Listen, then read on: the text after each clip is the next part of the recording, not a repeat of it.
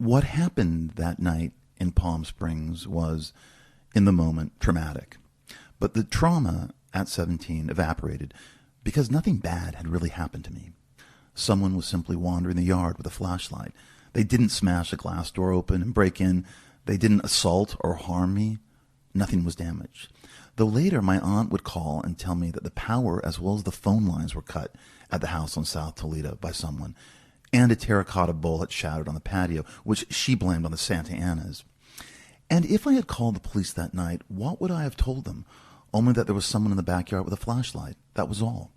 I couldn't offer a description of this person. I didn't see a face or even a shape. The beam of light obscured everything. There was someone in the backyard with a flashlight, and that's the only thing that happened. I imagined someone telling me that maybe it was a member from the Writers of the Afterlife cult, and imagining this made those 7 minutes in the middle of the night somewhat less frightening. Maybe it was one of those dumb hippies whose asses Tom Wright said he'd kick if they came anywhere near him on the beach that day. And there was the legitimate possibility of this explanation. It seemed there were items almost daily now in the Los Angeles Times about the cult breaking into homes throughout the hillsides and into the valley, crawling over gates and canvassing backyards in the early morning hours, rapping on windows and ringing doorbells in the middle of the night. Break-ins and robberies were ratcheting up. And yes, they had cut power lines and phone lines as well, and broken into homes looking for something to eat, or a place to sleep and hide, or search for money. And though nothing had become violent, the aura of darkness surrounding the cult seemed to be expanding.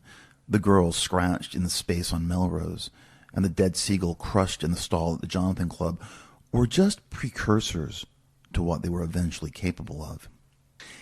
And yet was becoming so commonplace that people began reacting, if not with a shrug exactly, then with an emerging indifference that rendered the cult's actions as just another thing to deal with in L.A. in the autumn of 1981, at least until the Writers of the Afterlife became more dangerous as the year moved on.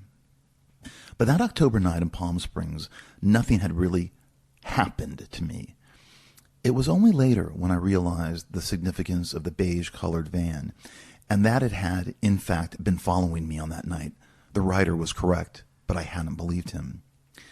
I came to suspect as we moved deeper into the fall that the person in the backyard with a flashlight at the house on South Toledo hadn't been a member of the Writers of the Afterlife cult, but was in fact someone connected to Robert Mallory. Though what they wanted on that night, I couldn't imagine, and how they were connected to him, I wouldn't find out until later.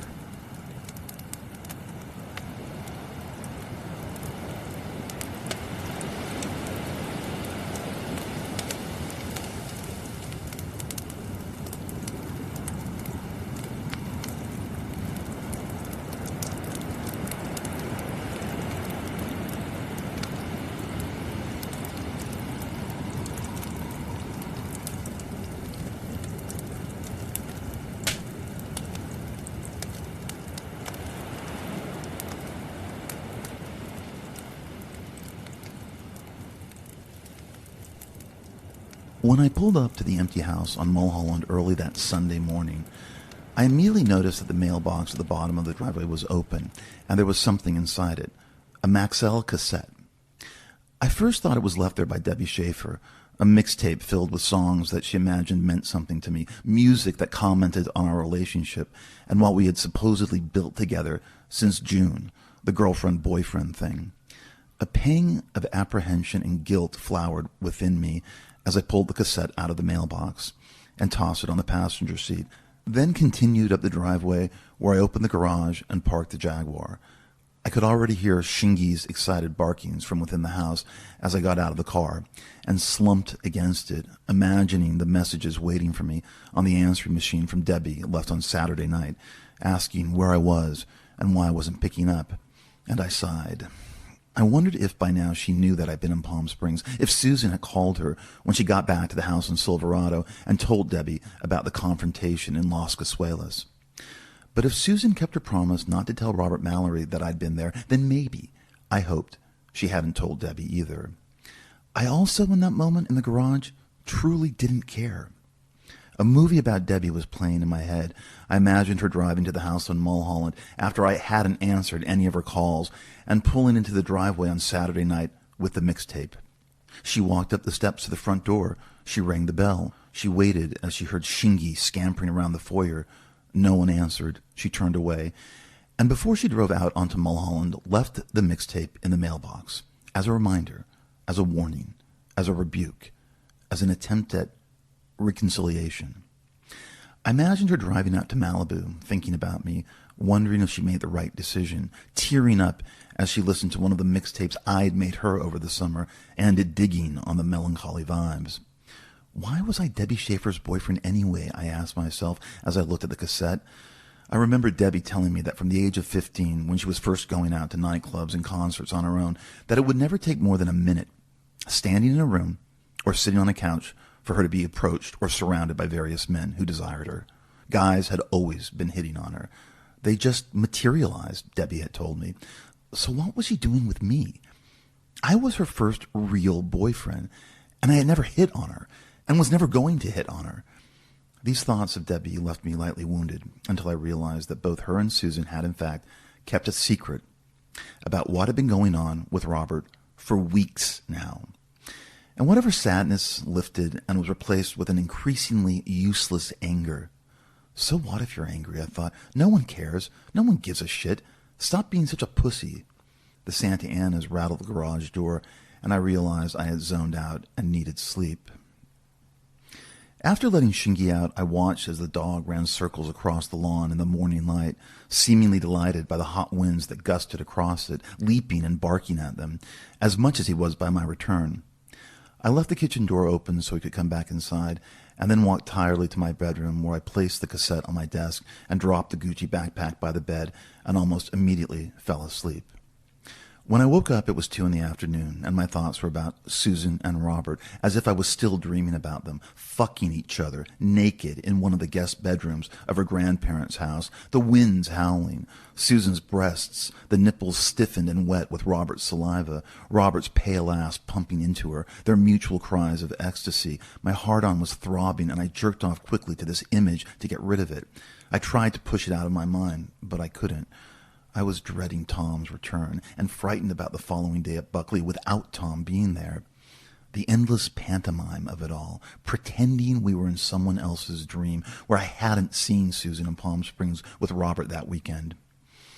I reached over and pushed play on the answering machine, Debbie leaving 2 more messages early Saturday night, disappointed, then perturbed, along with one from my mother, who was somewhere still in Greece, and a number of hang-ups. I laid back and stared at the Elvis Costello poster on the wall adjacent to the bed. Trust. There had been a point along the line in the last 8 weeks where Susan had fallen in love with Robert Mallory, and I couldn't have imagined anything more hopeless happening than this, at least socially, because it could only be hidden for so long, and once it was revealed, everything would get altered. Everyone's relationships would become rearranged, sides would be chosen, and this would completely change the mood of our senior year. And I was afraid it would ruin Tom, no matter how sunny and strong he appeared to be on the surface. There was a widening crack that Tom hadn't paid attention to, and it was going to swallow him up. Everything would curdle, become bitter. It would be our only point of reference. The world would die. The one person who had known about this so far was Debbie Schaefer. And as I lied there in bed on that Sunday afternoon, I suddenly resented her, because she had seen what the outcome was going to be at a point long before I did. She had known that everyone was going to find out, and this made her guilty in my eyes. She was so entitled and so careless. What did she expect from me, I thought angrily, as I wiped the semen off my dick and stomach with a Kleenex. Had she really spent hours creating a mixtape that would detail her feelings about me in 24 songs, and did she really expect me to be touched by this? And then the flow of emotion stopped, and my eyes landed on the cassette across the room on the desk that she had left for me while I was in Palm Springs, and realized something. I had only assumed it was a mixtape Debbie had made for me, but there wasn't a case, with a listing of the songs on side A and side B, along with the geometric shapes Debbie favored that often dotted the title of each track, and I only then noted that there had been something else wrong. I pushed myself off the bed and walked to the desk and looked down at the Maxell cassette. Someone had misspelled my name with 2 T's. B-R-E-T-T. And it wasn't Debbie's handwriting. I stared at the cassette for a long time without picking it up because I suddenly didn't want to touch the cassette if it wasn't from Debbie. I thought hopefully, uselessly, for just one moment that it was from Ryan. That maybe he had a change of heart about us, that maybe the extra tea was a private joke, a cassette filled with Bob Seger and Springsteen songs, but knew that was impossible. There was something wrong about the cassette. And when a wave of hunger-induced nausea hit me, I realized I was starving, and I left the bedroom and walked to the kitchen where I looked through the fridge and pulled out a bowl of pasta Rosa had prepared and picked at it while looking at the Santa Anas, rippling the pool, and Shingy splayed out of the lawn beneath the afternoon sun, his fur tousled by the winds. And I just stood in the kitchen, standing in place by the island, for a very long time, slowly eating the penne with my fingers before I realized I had to walk back to the bedroom. Something forced me to, and where I immediately picked up the cassette and slipped it into the tape deck of my stereo. I pushed play and then sat at my desk and waited. I had expected a song, but there was nothing at first, just silence, then a gradual buzz, a humming, and I thought maybe this was the beginning of the first track. I leaned over to adjust the volume, but couldn't hear anything else, and I was distracted by the wind from outside until I realized the wind was also coming from the speakers in my bedroom. The wind had been recorded, but there was no other sound, and the wind didn't seem to be announcing a song. I sat very still, listening, leaning forward, my ear tilted toward one of the speakers, and I could barely make out the other sound, distant waves crashing across a shoreline somewhere. And this was soon accompanied by something else I couldn't quite make out, and that I first thought was static, before I changed my mind, realizing it was the sound of a fire crackling. But the wind outside my bedroom was competing with the sounds coming from the speakers, and I looked around for my Walkman, remembering it was in the makeshift gym on the tray of the treadmill where I retrieved it and pulled a Billy Idol cassette out. When I walked back to the bedroom, the sound of wind and waves kept emanating from the speakers. I pressed stop and pulled the cassette out and placed it into the tape deck of the Walkman and situated the earphones carefully over my head and listened. 3 minutes passed, and there was nothing except waves cresting along a shoreline, distant and faint, and the wind occasionally gusting, dominating the soundtrack, and the muted crackling of a fire. And then finally there was what sounded like a voice, and I thought at first it was saying, "See it, see it." But I couldn't hear it clearly enough to make sure if those were the words. The sound was closer on the Walkman, nearer to me, and I just kept concentrating on what was being said when the voice suddenly became clearer, as if a microphone was adjusted, and I realized that the voice wasn't saying, see it, but actually was saying, eat it, eat it. This voice was horrible, and even though it sounded as if it was coming from a young man, it was also a pretend voice, groaning and quavering, a Halloween voice, someone trying to scare you. It kept instructing whoever it was with to eat it, and then would pause so you could hear what sounded like someone weeping, trying to contain themselves, but failing and then collapsing back into the weeping. And then they were trying to speak as if confused or under the influence of some monstrous thing that left them blasted and weakened. I don't want to eat it, the other voice said, strained with tears between intakes of breath. Eat it, the pretend voice hissed, a man mimicking an exaggerated groan. The voice was slightly mushy, as if the mouth was filled with food, and when there was a pause it was just the waves and the wind and the sound of burning logs, until the horrible voice said approvingly, "Yes, that's good, yes." And then the mic was moved so you could hear the scared person chewing on something, and the chewing was interrupted by crying, and then another sound could be heard, the microphone passing over the crackling of the fire. And then the waves were crashing again. I tried to imagine who these people were and where this was being recorded. They were on a beach, it was windy, they were sitting next to a fire, so it was night, and why was this exchange being recorded? Was it written? Was it staged? Were these actors following a script? The fake monster voice kept urging the other person again to eat it, and the boy's voice said, while weeping, I'm afraid. I'm scared. What are those lights? Oh, man. There was a pause where you could just hear the boy groaning until the thing urged, "Eat this one." The boy's crying continued, and then he started pleading haltingly as if he was struggling to get the words out. "Take off the mask. Just please take the mask off." And after a deep and choking intake of breath, pled again, "Please take off the mask." "Eat it! Eat this one!" the Halloween voice commanded, as if it was offering the boy something outstretched in a claw. I could hear the chewing sounds again, and then the weeping as the boy said something, his mouth filled with whatever he was eating. I'm afraid. I'm so cold." "Eat it!" the voice shrieked. "Eat it!" There was a retching sound, followed by coughing, and then the boy wept. I'm sorry. And then, please take the mask off." And then the boy's voice was racked with convulsions, as if he was shivering uncontrollably. I'm so cold, he said. I realized at a certain moment in the chair at my desk that this was real. This wasn't something acted out. It wasn't a joke. Whatever had been recorded was genuine.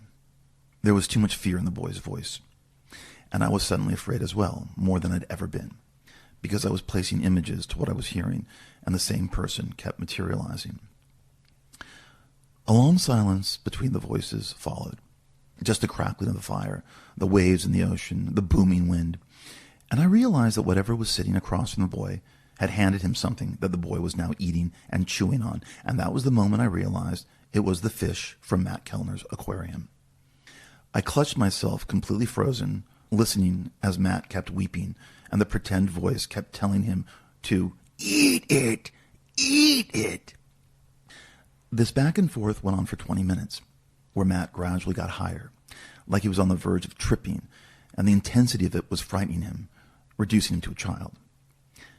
I stared out the window through the slats of the Venetian blinds and onto the lawn in the backyard, and I kept stopping myself from fast-forwarding to the end, because even though I couldn't bear it, I had to hear the thing play itself out.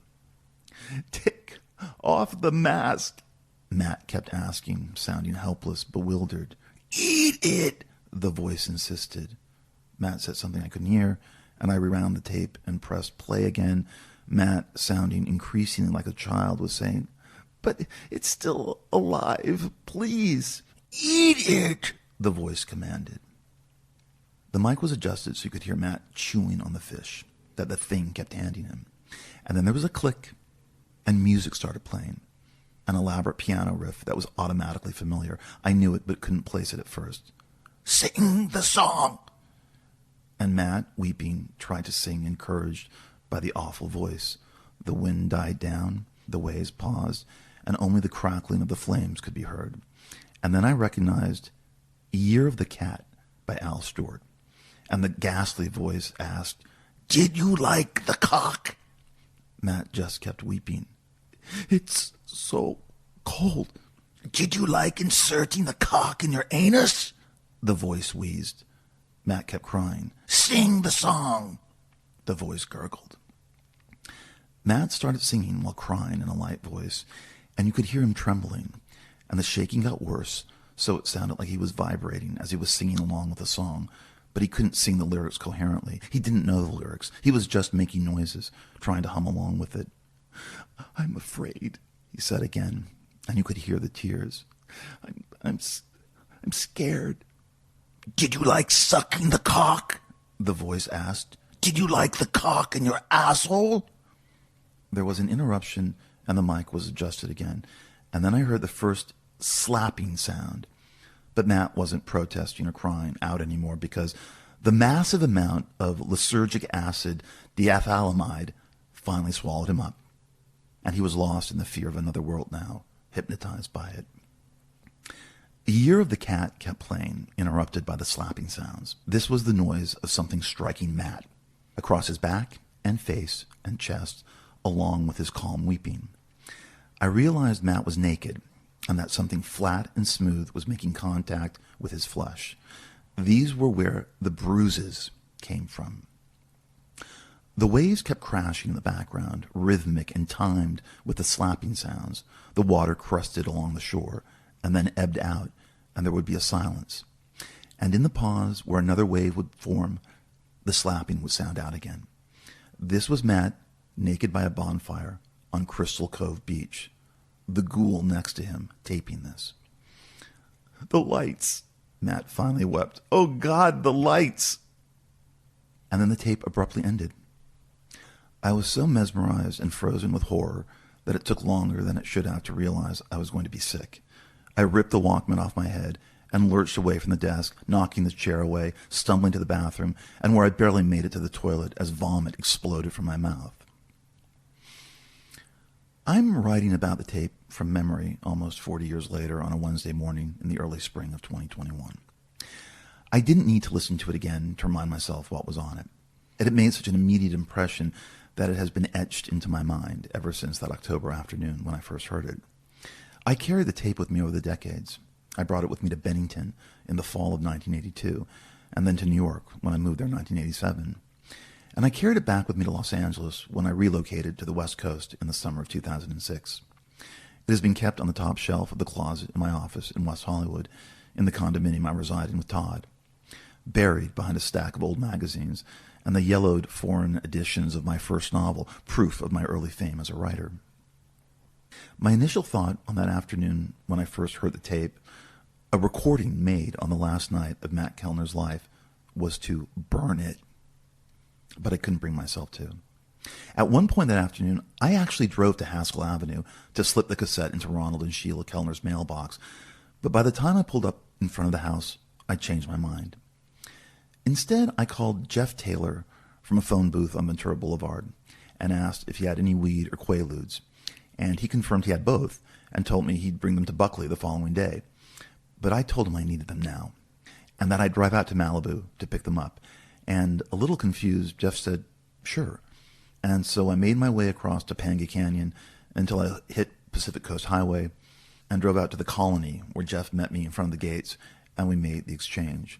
He would have invited me in, he said, but his dad was wasted watching football games and told Jeff he didn't want any guests around when Jeff told him I was coming over. I could barely maintain a casual facade in front of Jeff for even the moment it took to make the exchange, and I just nodded and said, "It's okay, dude. It's okay. I gotta run." I didn't ever want to hear the tape again, but I didn't want it out of my sight either, and I didn't want anyone else to hear it, at least for now. I was positive it had been Robert Mallory recording this, and that Robert was playing the kind of game with Matt. Robert manic, Matt wasted. And somehow this game got out of hand as it kept progressing until someone was dead, with Matt never knowing that Robert had been institutionalized or having any idea how unstable the boy he was dealing with really was. I never told anyone about the existence of the tape because what ultimately happened rendered it not as meaningful to certain parties as it might have been otherwise. The only solace I felt was that I had, at one point, warned Matt about Robert. I didn't know where to go with the cassette or who to play it for, but I realized it didn't matter. I needed to hold on to it until I could figure out what to do with the tape and find out how Robert had left it for me and why Robert had left it for me. Procuring the drugs relaxed me enough so that I could drive home from Malibu steadily with a minimal amount of anxiety, and once in the empty house on Mulholland, I smoked a few bowls of Jeff's grass and then took a full Quaalude. And everything got erased, and I was able to fall asleep without thinking about the horrible sounds coming from my Walkman earlier that afternoon. I dreamt about nothing that night and woke up only slightly stoned as Rosa knocked on my door the following morning, reminding me I'd be late to school, and it sounded like such an innocent concern that I almost smiled. Monday. I parked the Jaguar on Stansbury. I realized I already knew what my plan was that afternoon as I listened to the rest of Time for Me to Fly, groggy from the Quaalude I took last night and the weed I smoked that morning. And walking up to the gates of the school, I stumbled on the rise leading into the parking lot. I also realized I was late. Too long in the shower, zoning out while getting dressed, traffic on Mulholland, and tried to walk more quickly, but then just relaxed into an easy stride, thinking, who cared if I was late? I didn't want to be there anyway. Nothing mattered. Yesterday I listened to a boy being tortured on a beach. There was a cassette tape in a drawer in my bedroom that eradicated everything. Why should I have to be on time for an English class? Why should I take notes or study for the test? Why should I care about the novel assigned? I made it to Mr. Robbins just as the bells were chiming, and stopped for a moment after I opened the door and entered the classroom. Susan Reynolds was sitting at her desk, and the one next to hers was where I usually sat, but today I didn't want to sit next to Susan, who looked up from her notebook and was staring at me blankly. Another realization. I didn't want any trouble. I didn't want to break the dream of the pantomime. I transformed into the tangible participant effortlessly and smiled wide. I noted that 2 rows over, Ryan Vaughn hadn't looked up from the paperback folded open in his hands. Mr. Ellis, Robbins asked hesitantly, could you please take a seat? Sure, I said, and walked over to the desk next to Susan's and smiled at her. She subtly cocked her head and smiled back. It was natural and numb and totally guileless. Hey, she said blankly as I sat down. Hey, I said, still smiling, placing the Gucci backpack on the desktop. You okay? She asked. Yeah, I said, glancing at her. You okay? Her eyes gave nothing away. She was utterly calm. Saturday night in Palm Springs had been erased between the two of us. I'm fine, she said. Okay, I said, pulling out a notebook from the backpack. Class began, and it was as if nothing had happened. The dream was put into play. We helped in its creation, and I floated along with it. Both morning classes passed by quickly, and then I joined Susan as we walked up to assembly in the courtyard below the pavilion. Nothing was required of her today as student body president, except for a series of meetings after school. And I don't remember what we talked about. Not even that night when I was writing my journal did I remember what we talked about that day, which meant that it was all fake, and that there was nothing wrong with it being all fake. All fake was normal, I realized, standing in a sea of blue blazers in the plaza, intoning the Pledge of Allegiance and the Buckley Prayer, and where Susan and I were joined by Debbie, as Dr. Croft and then Coach Holtz went through the motions informing the student body of whatever they needed to know about the upcoming week. Debbie kissed me lightly on the lips, and all I could register, Tom Wright's absence wasn't even that noticeable, and what did that mean? After assembly, the three of us chatted. That's the term, chatted. That's what it was, chattering. Until Susan left for the girls' locker room to suit up for phys ed, our next class.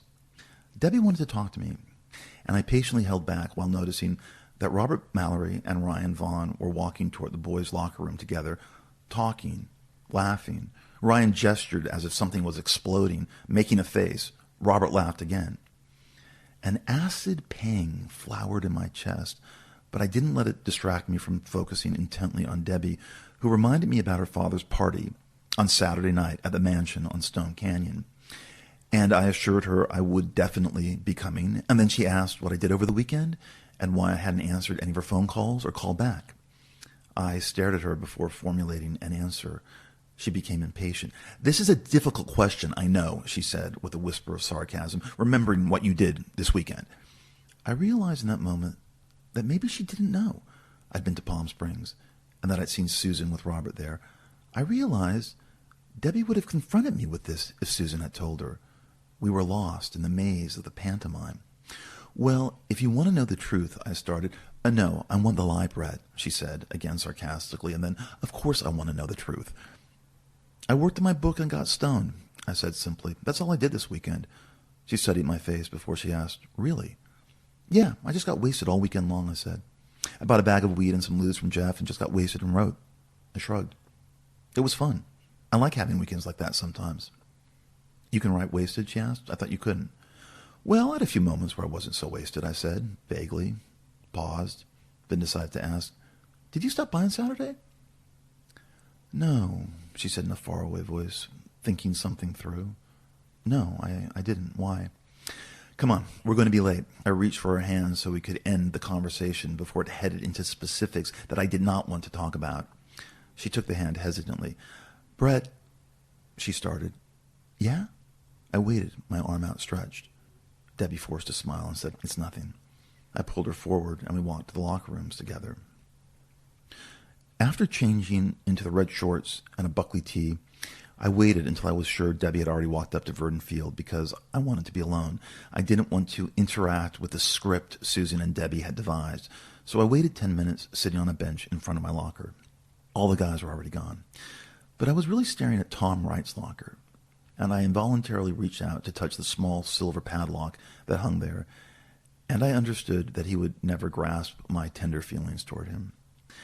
I trudged up the steep hill leading to the field rather than taking the elevator, and as I walked toward the track, I saw Ryan jogging lazily around it by himself, and then noticed that today P.E. was co-ed, and Debbie and Susan and Robert were standing by the tennis courts, just talking casually, as if it was last month, as if there was nothing signifying that a dramatic event was forming itself among the three of them, as if they were all actors in a play.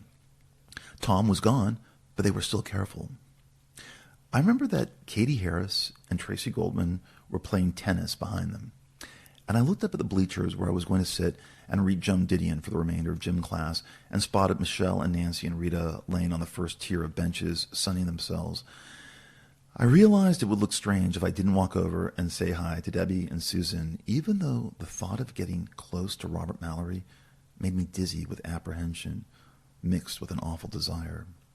I watched as Anthony Matthews and Jeff Taylor and Doug Firth tossed a football, and I must have zoned out, standing in place, because I suddenly noticed Ryan was in front of me, lightly panting, his face misted with sweat.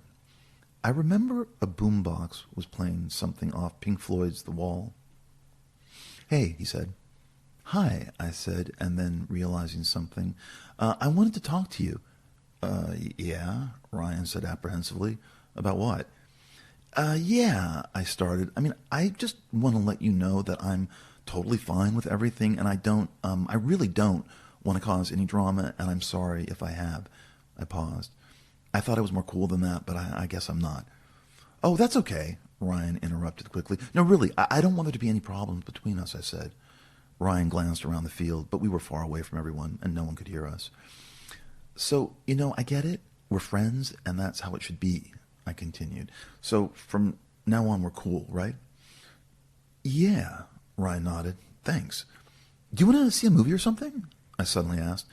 "Yeah, that would be great." He said this with a genuineness that briefly delighted me. "Want to do it this afternoon?" I ventured. "I can't this afternoon," he said, "but what about tomorrow?" "Great. Yeah," I said, "tomorrow." "Cool," he said. "Okay," I said, I'll look and see what's playing." Without saying anything else, he jogged away, leaving me standing by myself. And I started walking across the field to where Susan and Debbie and Robert stood, and soon I noticed that the conversation they were having suddenly stopped while I neared the tennis courts, and the three of them just looked at me, and then benignly smiled as I got closer.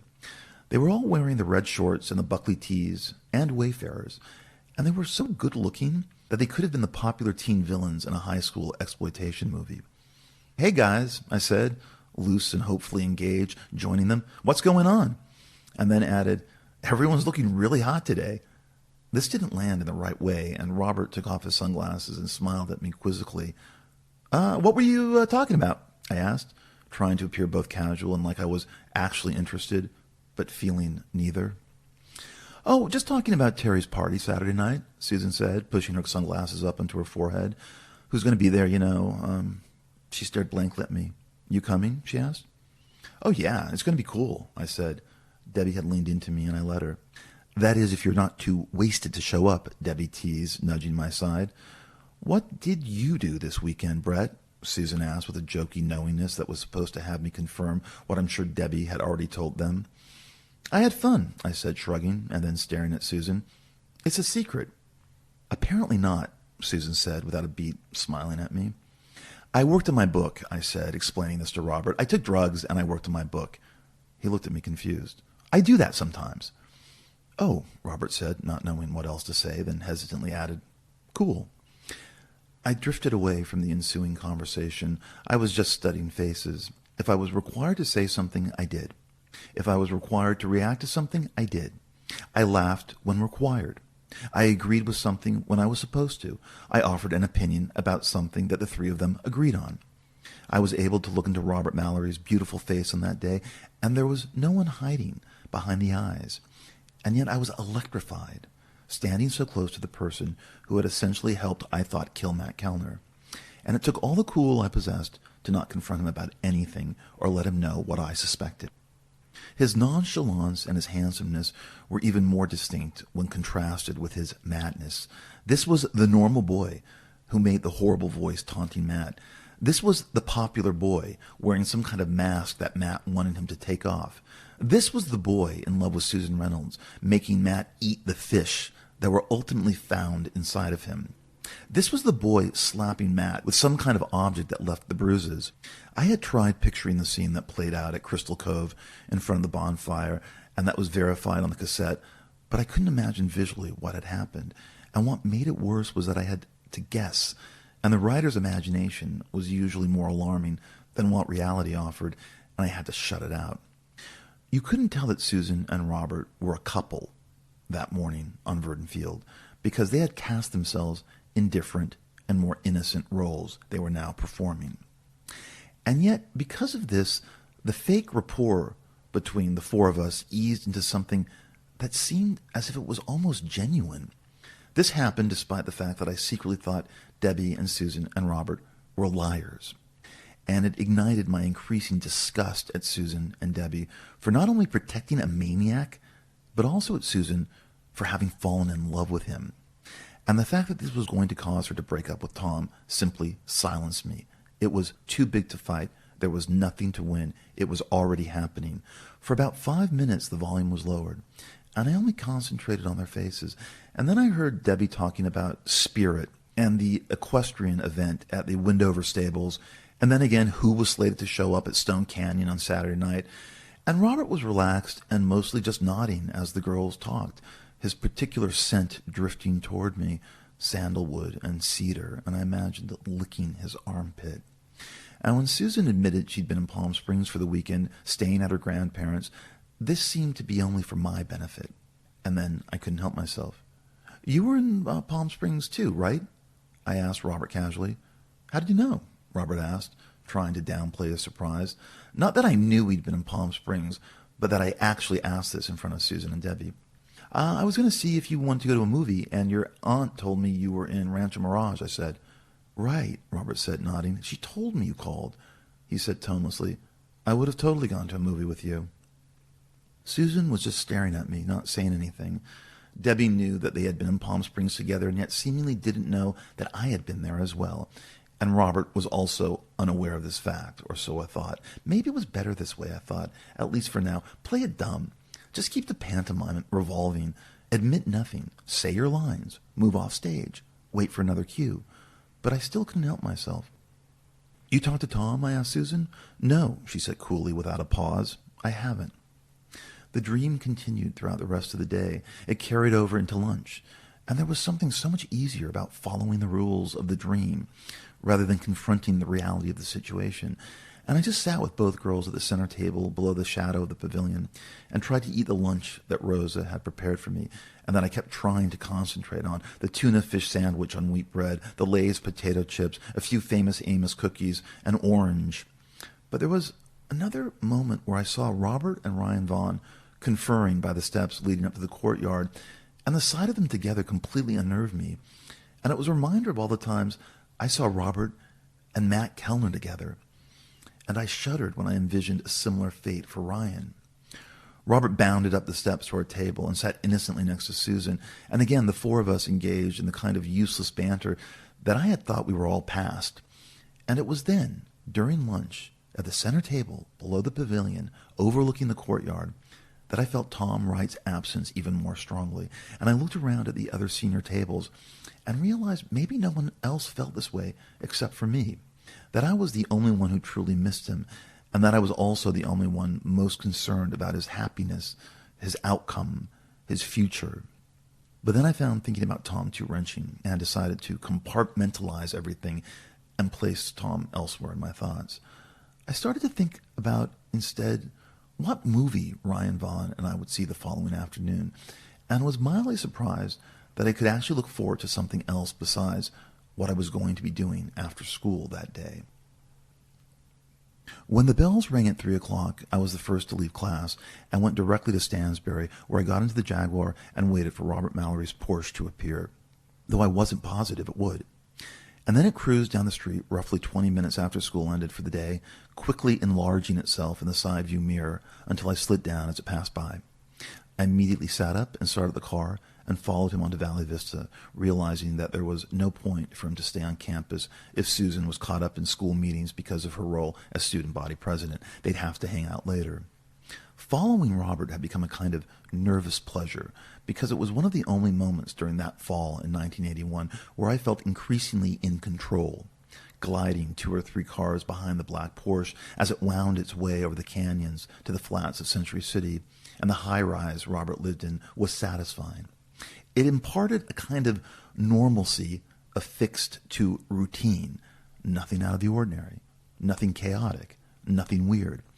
And I so badly wanted Robert to be actually normal. I wanted him to be the boy who dutifully drove home after school and who finished his homework before settling into the glare of the TV, and who set the alarm and brushed his teeth and woke up promptly and showered while jerking off, glimpsing himself in the bathroom mirror as he stroked his dick. I also wanted him to be the boy who loved me, even though he inspired such a level of dread. Apropos of nothing, I suddenly thought, while following the black Porsche across Valley Vista, there was no way Matt Kellner killed Alex the cat. That didn't happen. This thought just landed and wasn't connected to anything in the moment. And then I thought about Robert naked and our lips touching. I hated that this happened, but it was involuntary. On that Monday afternoon, Robert made the left onto Beverly Glen instead of continuing across Valley Vista to the 405, which meant he was stopping at the house on Benedict Canyon, a location in the dream of the movie I hadn't figured out yet.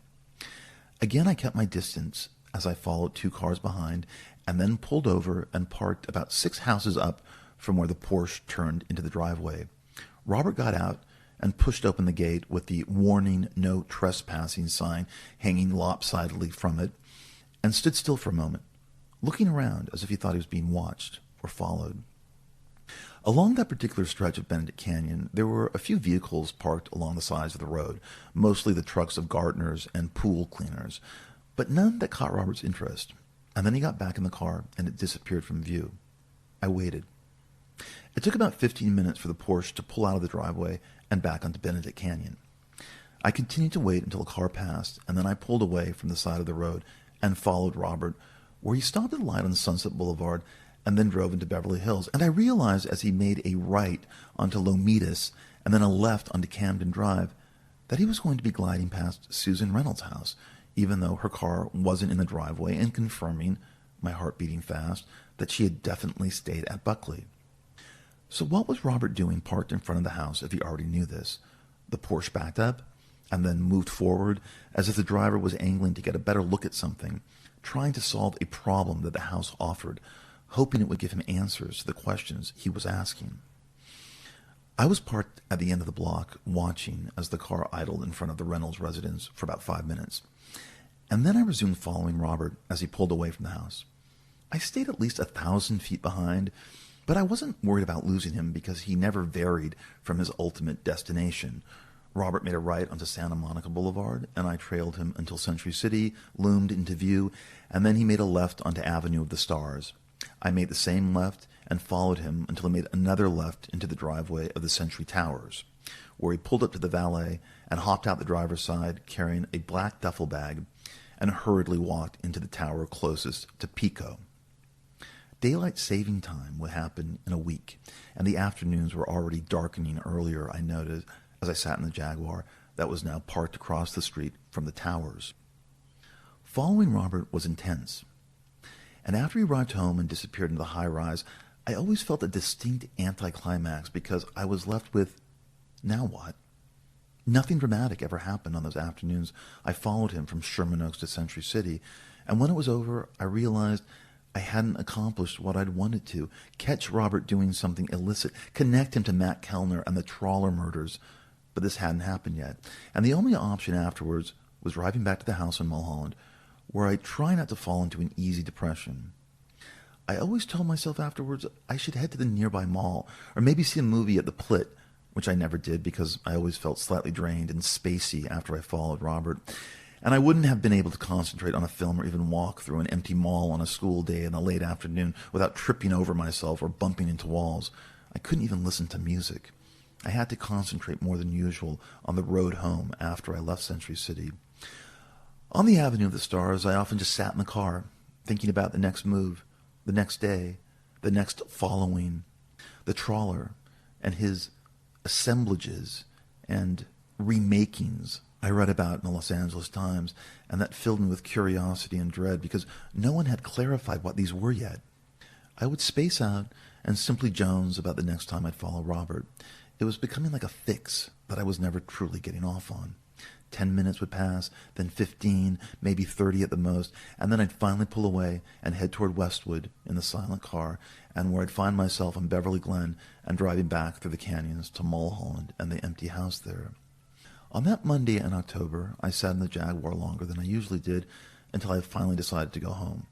When I saw a car I thought I recognized pull into the valet, and I watched it, slumped in the driver's seat, barely cognizant of anything but my own private thoughts, and then suddenly very aware of something else. The switch from one state to the other was so fast it was almost electric. A black Trans Am had entered the driveway of the Century Towers, and I watched it brake in front of the valet, and the tension within me kept rising until my entire body felt pressurized. The valet opened the door of the Trans Am, and Ryan Vaughn got out of the car, still in his Buckley uniform and Letterman sweater. And he asked the valet something, who gestured to the building Robert Mallory had just entered 30 minutes previously. I stared out the windshield. The passing rush of traffic coming up from Pico and flowing down from Santa Monica Boulevard flashed by, jump-cutting my image of Ryan as he walked into the tower. I was frozen. I was literally so cold with the shock of seeing Ryan that I started trembling, even though I wasn't sure what I'd actually seen or what any of this meant. What had I missed? What hadn't I been paying attention to? Why hadn't I noticed Robert and Ryan had become friends? And what made it so much worse for me was that I knew how attractive Ryan found Robert Mallory. Regardless of Robert's heterosexuality and his love for Susan Reynolds, Ryan had admitted the weekend he'd spent with me in the house in Mulholland that he wanted Robert to suck his cock, and that he wanted to get Robert on all fours and fuck him. Ryan had told me this in the jacuzzi while we fantasized out loud about the new student and what we'd do to him sexually if we could, if he would ever let us. I felt as if I was being crushed. Panic started consuming everything. I realized I needed to go to the bathroom, and I quickly pulled away from the curb. And then as I made a wide U-turn across Avenue of the Stars, I noticed in the rearview mirror another familiar vehicle that I couldn't quite place at first, and then almost immediately did. It was the beige-colored van that had followed me through Palm Springs on Saturday night. I don't know how I placed it so quickly, but it was slowly gliding by the entrance of the Century Towers, and I kept staring at it in the rearview mirror until I almost rolled through a red light and had to brake to a sudden stop, lurching forward. I watched as the beige-colored van flashed its lights twice, as if it had confirmed that it had seen me, though I could have completely imagined that, and then it made a U-turn and headed in the opposite direction from where I was waiting, toward Pico. And I began wondering where else I'd seen it in the last 2 months. Had the van been on Haskell Avenue that Monday night before school started when I left Matt's pool house? Or had I also seen it the day I talked to Ronald Kellner in his office when I left the house through the front door? Had I seen it on Stansbury at various times during September and October? Had I ever seen it cruising along Mulholland? There was now a familiarity about the van that I hadn't noticed on Saturday night as it followed me along South Toledo. It seemed to ignite memories of itself that I wasn't aware I'd had. And yes, I began thinking I had seen it last week on Camden Drive when I left Susan's party to try and talk to Ryan. And I had actually seen it on Palm Canyon Drive before I walked into Los Casuelos as the wind gusted around me and I stumbled across the sidewalk on the other side of the restaurant. Suddenly, it seemed as if the beige-colored van had always been around since August, and this was the first moment where I wondered who was in the van and what the connection to Robert Mallory was. Rosa was already gone when I arrived back at the empty house on Mulholland. I didn't linger in the car after I closed the garage, as I sometimes did. I went straight to my bathroom, where I tried to pee, but couldn't. I was too wired with tension and unable to relax and let the urine stream out of me. I cleaned my pipe and smoked 3 bowls of just weed until I felt I was able to join the world again, and this relaxed me enough so that I could finally urinate. The jealousy that had inflamed me was lightly minimized by the weed, and the half of the Quaalude I took sent me into the fuzzy realm of simply not caring. SNC, I imagined emblazoned on a t-shirt that Susan Reynolds wore. And soon I was high enough to walk into the kitchen and look through the fridge to see what Rosa left for dinner. But I wasn't hungry and simply started to look through the Los Angeles Times, laying on the island in the kitchen, searching for traces of the trawler and new info about Audrey Barber, but then realized it would alter the high and potentially interrupt the calmness I finally felt, and that made me forget about Ryan Vaughn and Robert Mallory and everything else except my own inner peace. I floated back to my room and sat down at my desk and lifted books out of the Gucci backpack, and then I stopped and leaned over and opened the bottom drawer and stared at the Maxell cassette I had listened to yesterday, placed next to a pair of jockey shorts I'd taken from the house on Haskell. The Santa Anas had picked up that night and was the only noise I heard, the wind crashing over the canyons and swirling around outside the empty house. But when I picked up my European history textbook, I heard another sound when the winds had died down, or thought I had. It was the chime of the garage door opening, announcing itself throughout the house, and I froze. If it hadn't been for the quaalude flowing through me, I wouldn't have been able to stand and move slowly toward the hallway that would take me into the rest of the house. I would have hidden in the bathroom and locked the door. I went to the kitchen first and opened a drawer and calmly pulled out a butcher knife, and then made my way to the door that led to the garage. I opened it, and the lights above the cars automatically fluttered on. The garage door, I noticed, was halfway open, banging lightly in the winds that were gusting across Mulholland. I just stood there and stared, trying to remember if I had fully closed the garage door with the remote, or if I'd been too distracted because I had to use the bathroom so badly. I placed my hand on a panel and pressed it with my fingertip, and the garage door slowly lowered itself until it was fully shut. I waited a beat and then turned and stepped back into the silent hallway. I either hadn't fully closed it, or the wind had activated some mechanism that opened the garage. I didn't know. Or was it something else? I pushed the thought away because what other reason could there have been? You're hearing things that aren't there. But I wasn't sure about that anymore, I told the writer. Maybe we've moved past that, I told the writer. Still clutching the knife, I walked slowly into the living room, emboldened by the drugs, and calmly headed trance-like toward the other side of the house where my mother's bedroom was located. I stood in the doorway and turned on the light, and it didn't seem as if anything had been rearranged. Everything was neat and untouched. I told myself again that I was imagining things. I was hearing something that wasn't there. Don't be such a pussy. And yet the sight of Ryan Vaughn entering the Century Towers and the beige-colored van gliding across Avenue of the Stars were real.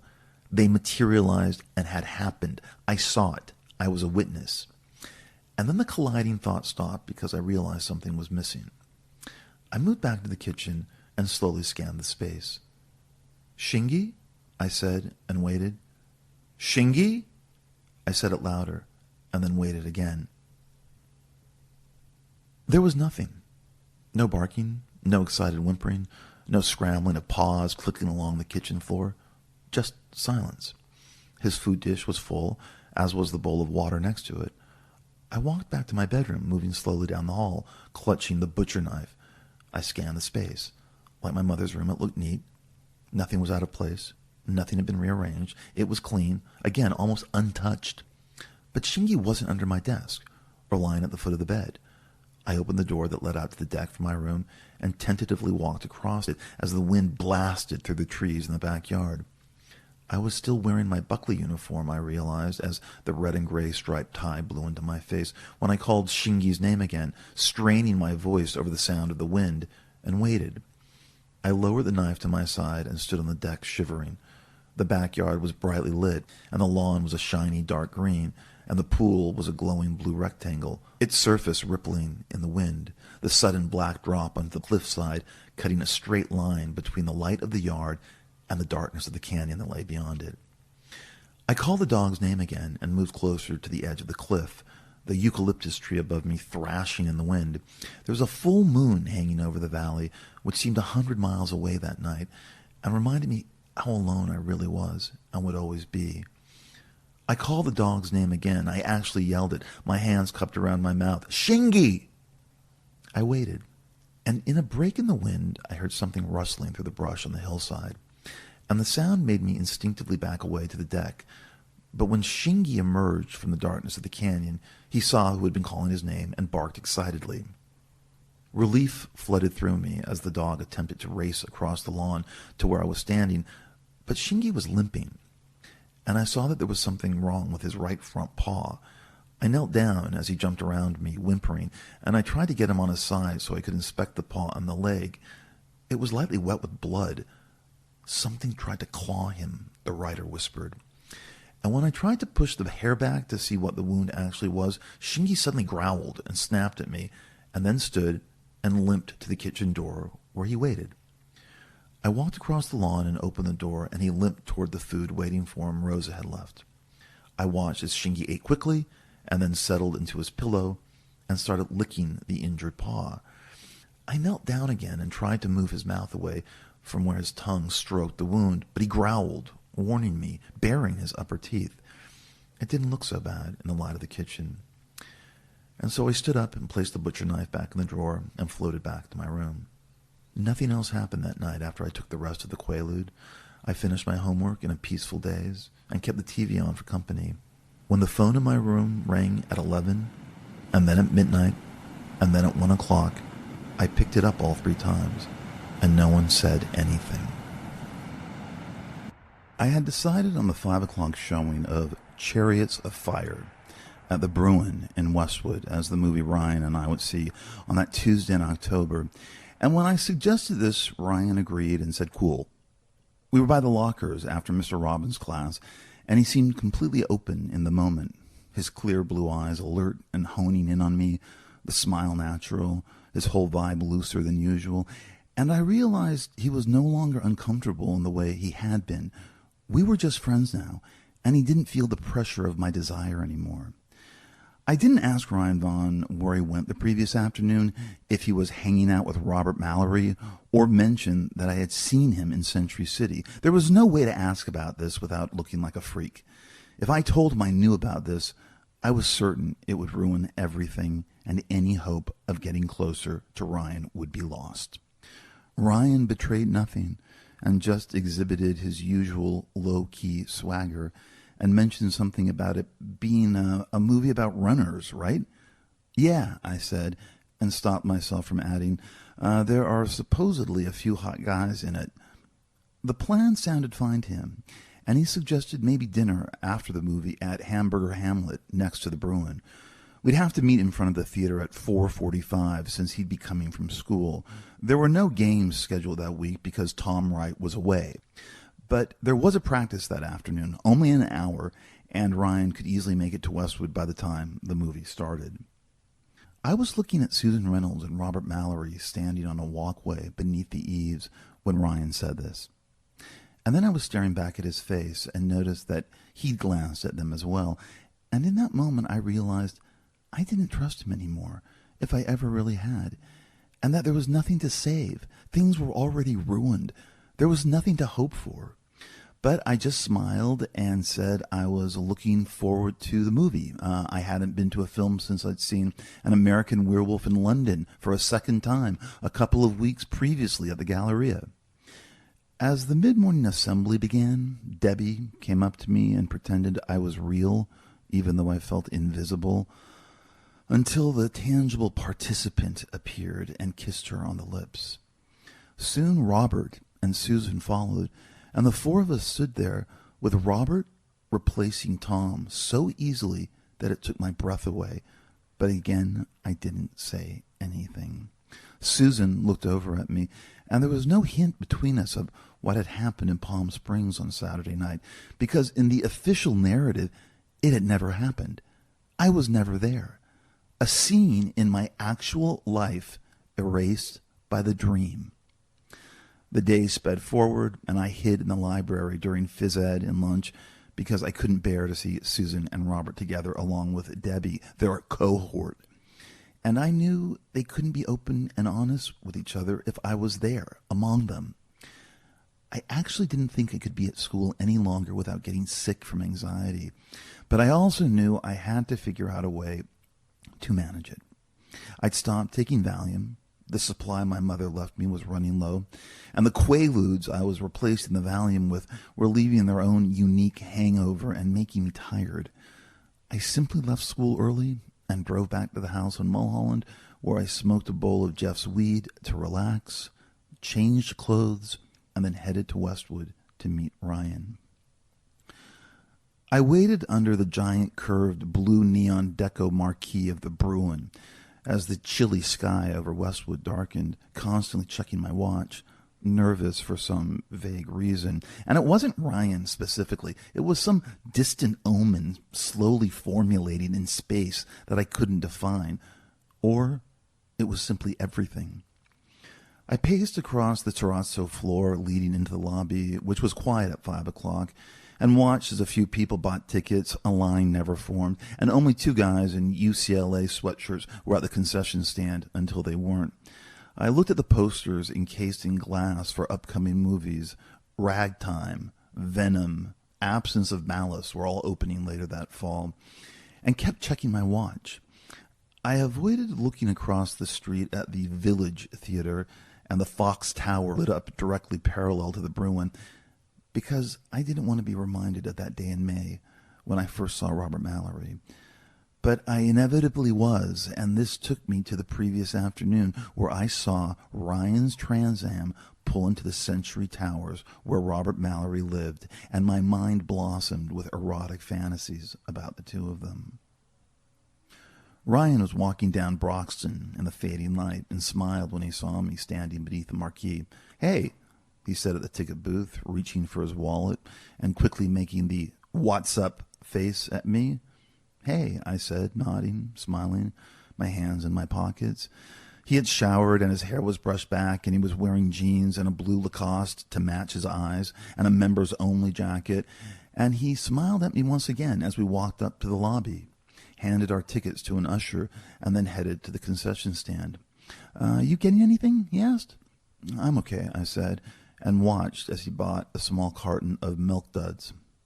The soundtrack from Chariots of Fire was playing throughout the semi-deserted auditorium, and I let Ryan choose the seats, which were in the middle of the theater and further back than I would have sat, and he preferred the center of the row, though I liked the aisle.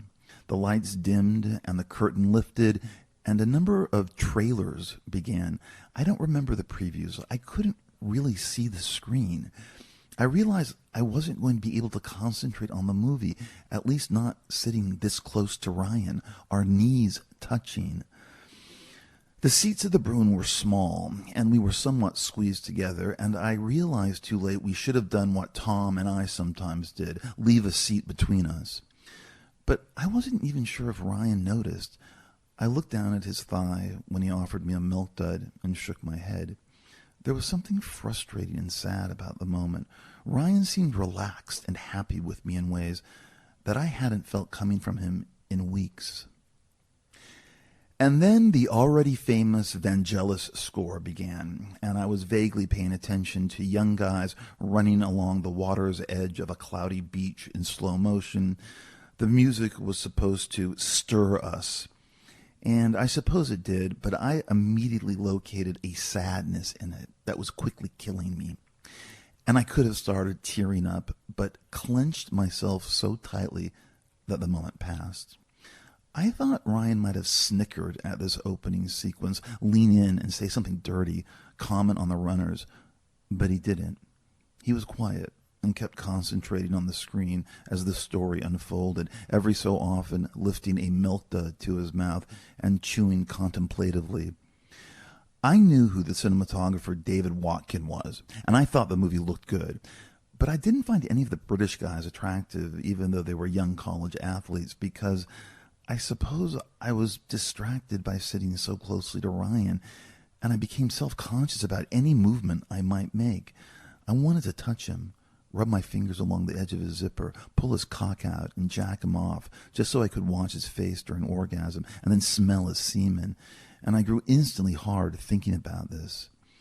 Chariots of Fire wasn't my kind of movie. There was no action or violence or sex or nudity. It was resolutely PG. And I deflated a little when I realized it was going to include a lecture about anti-Semitism. My increasing boredom and the closeness to Ryan was maddening. The movie was so well-intentioned and so noble that by a certain point, I didn't even know what was going on. I just kept wanting to touch Ryan's cock. I wanted to kiss him. I had to refrain from glancing over at him, and when I finally did, he was staring intently up at the screen, occasionally chewing on a milk dud, his jaw clenching and unclenching, seemingly lost in the movie. At one point, he noticed me looking at him and offered the carton, thinking that's what I wanted, and I shook my head no. I began to assume that Ryan was more immersed in the movie than I was because it was about athletes. It was basically a simple sports movie, I realized, and it was about the camaraderie of men watching each other, men sizing each other up, men admiring each other because of their physical accomplishments. And it also had a religious element to it. One of the runners was racing for God, which Ryan either responded to or rejected. I didn't know. Run in God's name, someone said, and I wondered if this stirred something in Ryan Vaughn.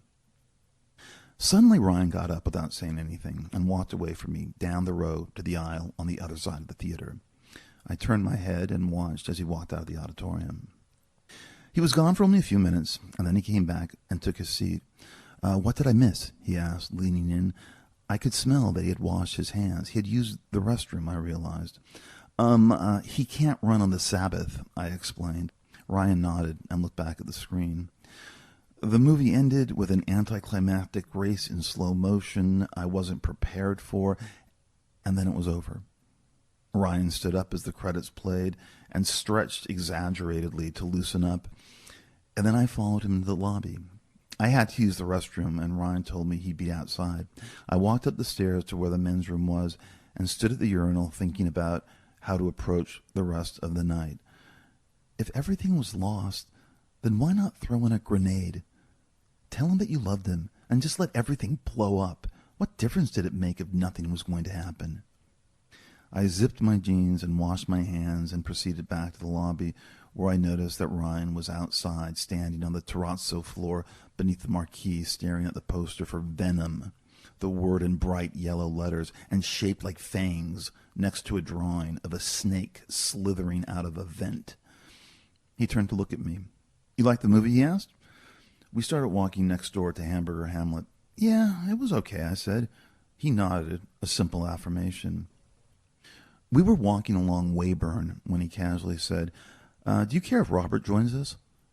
I had no idea what he was talking about at first, and even though I'd been thinking about the two of them together for the past 24 hours, it still didn't register who he was actually talking about. What? I asked, turning to him as we moved along the sidewalk. Do you care if Robert comes to dinner? Ryan asked. He's joining us. I stopped walking. He turned and looked at me quizzically, his brow furrowed, wondering why I stopped. What are you doing? I asked. What do you mean? He asked back blankly. Why are you inviting Robert to join us? I asked. I thought you wouldn't mind, he said, confused. Is something wrong? I thought it was just going to be us, I said. What's the difference? He asked, still confused, and then said, Did you want to hold hands? I was stifled with embarrassment when Ryan said this. Do you have a problem, Ryan asked, with Robert? He's crazy, I said quietly, and you've got to be crazy hanging out with him. What are you talking about? He asked. How is he crazy? He had a breakdown at Susan's party, I started. A breakdown? Ryan interrupted. What does that mean? He went fucking nuts. He had this meltdown. He's on a bunch of different drugs. He's on fucking Thorazine. I was saying this all in a low rush. I don't know what that is, Ryan interrupted again, confused. He was in a mental institution, I said quietly. A fucking mental institution in Illinois just this past year. He's sick. There is something wrong with him. I think you need to take it easy, Ryan said, speaking over me. You shouldn't be hanging out with him, Ryan. Wait a minute, Ryan said, holding up a hand. Who said I'm hanging out with him? I stared straight at his face. You're not hanging out with him? Is that what you're saying? You're saying you're not hanging out with Robert Mallory? This was leveled at him as an accusation. Ryan looked back at me, annoyed and impatient. Why would you care if I was hanging out with Robert? He asked. I'm not saying I have, but even if I was, what's the big deal? Are you? I asked accusingly. Have you been? Ryan just stared, unsure as to where he should steer the conversation. Maybe, he said. The evasive way he said this infuriated me, especially when I knew the truth, and that I knew Ryan had admitted he desired Robert. You know, he's not gay, I said. He's not going to have sex with you if that's what you're hoping. He's in love with Susan Reynolds. He's not going to have sex with you. Ryan stared at me for a beat as if he was trying to figure everything out. And then he looked away and down Weyburn, his eyes fixed on either the arcade or the streets curving up toward UCLA beyond the Westworld sign. Why do you say shit like that? He quietly said. A young couple was passing by. We just stood there, not moving out of their way. They walked around us. I don't think you know the truth, I said. I think that you are losing it, he said carefully. I mean, I just want to have a good time. He paused. And you're causing all of this drama, Ryan.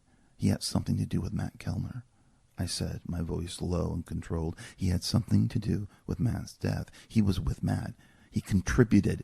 He was a factor in Matt's death. Ryan recoiled from me, his eyes wide, his mouth shaped into a grimace. What are you talking about? He asked. Ryan, you've got to believe me, I said. He's connected to the missing girls, the trawler. You know who I'm talking about? There's something going on with him. And I know he had something to do with Matt. There's a tape. His voice is on it. Ryan was walking away from me and toward the entrance of the restaurant. I hadn't realized how frantic I'd become. Stop it. Just fucking stop it. I heard Ryan mutter. Ryan! I reached out and grabbed his shoulder. He whirled around. What are you doing? What are you talking about? Do you know how fucking crazy you sound? He calmly checked his watch. He should be here any minute. Maybe you should go home. I don't know. When did you invite him, I asked. Did you invite him when we were watching the movie? I invited him at lunch, Ryan said patiently. I was going to tell you at school, but I didn't see you for the rest of the day. He was about to push open the door. I was staring at the Halloween decorations adorning the windows of the poster mat, and I was about to tell Ryan, fuck it, that I'd be heading home, and I'd see him tomorrow at school, when I suddenly noticed a vehicle slowly approaching in the distance, crossing Westwood Boulevard and gliding along Weyburn. It was a beige-colored van, and I was struck mute as it drove past us, my eyes trailing it. I turned and watched as it cruised past Hamburger Hamlet and then Broxton and toward Gailey, where it waited until the light turned green and made a left. I couldn't tell if it was the same van I'd seen in Palm Springs on Saturday night or the one I glimpsed in Century City yesterday afternoon, flashing its lights at me before making that wide U-turn on Avenue of the Stars. All I knew was that it shut me down and rendered me helpless. I turned to Ryan, who stood at the entrance of the restaurant, his hand on the door waiting. I must have suddenly looked different, scared, pale, dumbstruck, because Ryan's expression became concerned. Are you okay? He asked. What just happened? I touched my forehead with my hand. I could feel it trembling. I just need to sit down. In a daze, I moved past Ryan and walked into the restaurant. Brett? I heard him say as he followed me in. Brett, are you okay? But I had frozen because Robert Mallory was already there and waiting by the hostess stand. I quickly said hi to Robert and then muttered I had to go to the restroom and jogged up the staircase adjacent to the entrance. Hey, I heard Robert's voice fading behind me. How was the movie? He was asking Ryan this. I tripped on the last step and almost stumbled to my knees, but pushed myself back up and walked into the men's room and fell against the door, clutching and unclutching my fists while taking in a number of deep and steady breaths. I had never experienced this level of paranoia before, and nothing had prepared me for how deep and overwhelming it was. I splashed cold water on my face and wiped it off with a paper towel. I stared at myself in the mirror. I regained some kind of composure and made my way back downstairs. I'd be telling them I wasn't feeling well and that I needed to get back home. Ryan and Robert were sitting across from each other in one of the red booths in the front room at a window table, looking out onto Weyburn. And they both glanced up from their oversized menus as I neared them. I had no idea what Ryan had told Robert, but I suspected nothing about what I'd said earlier on the sidewalk because Robert raised his eyes and smiled innocently at me. As I decided to slide into the booth, I realized I wasn't going to let Ryan sit alone with Robert for any amount of time if I could help it, and so I erased the fake excuse and sat down next to Ryan and across from Robert. Ryan was giving a rundown of what he thought about Chariots of Fire, and I was supposing Ryan was under Robert's spell and trying to sound more sophisticated than he actually was, but Robert wasn't gay, so why was Ryan trying to impress him? Then I realized Ryan wasn't gay either, so none of this mattered in the manufactured dream of it all. But I decided to be real, and so I started interrupting Ryan and criticized the movie and all the things I didn't like about it. It was boring. It was anticlimactic. There was no excitement. I made fun of the religious element. This was a performance, and it took a physical commitment that was almost exhausting, but I maintained it. Robert responded to my harsh assessment with occasional laughter, while Ryan kept jokingly trying to defend the movie, and I was okay for a while. We briefly talked about Terry Schaefer's party on Saturday. Ryan wasn't going, Robert and I were, but after we ordered and the waitress left, things quickly fell apart when Robert mentioned that he was having his 18th birthday in 2 weeks and invited both of us to the dinner he was planning. It was going to be at a restaurant called Le Dome, he said, and it would be just Tom and Susan, Debbie and myself, Jeff and Tracy, and Ryan. When Robert said that Susan Reynolds had suggested the restaurant, my rage returned, and I immediately retreated into the paranoid anger that had enveloped me earlier. Is Susan throwing the birthday dinner for you? I asked, pretending to be curious. No, Robert said. I'm taking everyone out. Actually, my aunt is paying. Susan just suggested the restaurant. When did she suggest this? I asked. I think last week, Robert said. He sat back as the waitress placed our drink orders down. Everyone had a Coke. Not while you guys were in Palm Springs, I asked. No, Robert said without missing a beat. We didn't see each other in Palm Springs. This was said so effortlessly that I had to nod, impressed. Okay, I said. I was just asking her for some cool places, Robert said, and she mentioned Le Dome. Well, it's pretty fancy, I said. Are you sure you don't want to go somewhere more casual? I don't know what Le Dome is, Ryan admitted. It's a place on Sunset, a block away from Tower Records, I said, not looking at him, just staring at Robert. My aunt took me the other night, Robert said. It's cool. It's pretty good. I don't think it's too fancy. My aunt's paying. There wasn't any trace of animosity in the conversation up to that point, and to someone overhearing us, it probably sounded innocuous, despite my rage, because I was trying to keep it together by treating this as a game. It wasn't real. It could never be real, because everyone was hiding something. Everyone was a liar. Ryan was trying not to eye me warily because of what I had admitted outside. Robert was in love with Susan Reynolds. Robert was involved with Matt Kellner's death. Robert was connected to the trawler.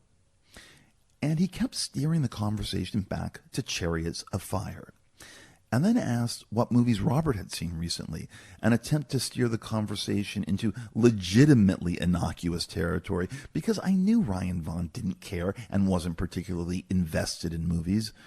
Robert admitted he hadn't seen many films lately. Why not? I asked too suddenly. Because I guess I've been busy, he said, eyes darting from me to Ryan. Busy with what? I asked. School, homework, studying, Robert said, and going to Palm Springs, I reminded him. I've been out a couple times. He shrugged, sipped his Coke. Who do you stay with out there? I asked. A friend of the family's, he said, unfazed, out in Rancho Mirage. So, you never saw any movies with Matt? I asked softly. What? Robert asked. Did you and Matt ever go to the movies? Matt? He asked. No. Pause. I didn't really know Matt. Don't bring Matt up, Ryan said quietly. Come on, Brett. Why not? I asked. Matt and Robert were friends. They hung out. Not really, Robert said. I mean, I tried to get to know him, but what happened? I asked too quickly. You tried? How?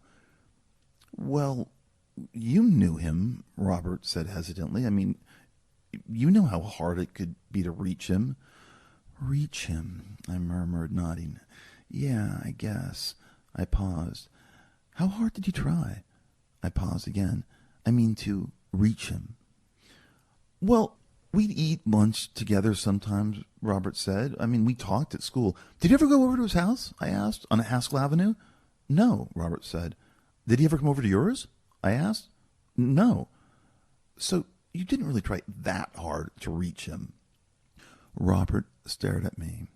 I finally activated the worrying behind the eyes, even though a smile was frozen on his face. Are you accusing me of something? He asked lightly, containing himself. What's going on? No, I said, acting completely complacent. I'm sorry if it came off like that. I'm just, I guess, interested, considering, what happened and all. Right, Robert said, nodding. I understand. So you didn't really hang out with him, I asked. Brett, Robert said, I talked to Ronald Kellner. I mean, if you want to know what I said to him, you can just call him yourself. It's just funny because Ronald said Matt was going to see you right before he disappeared, I said. I've already talked to Ronald, by the way.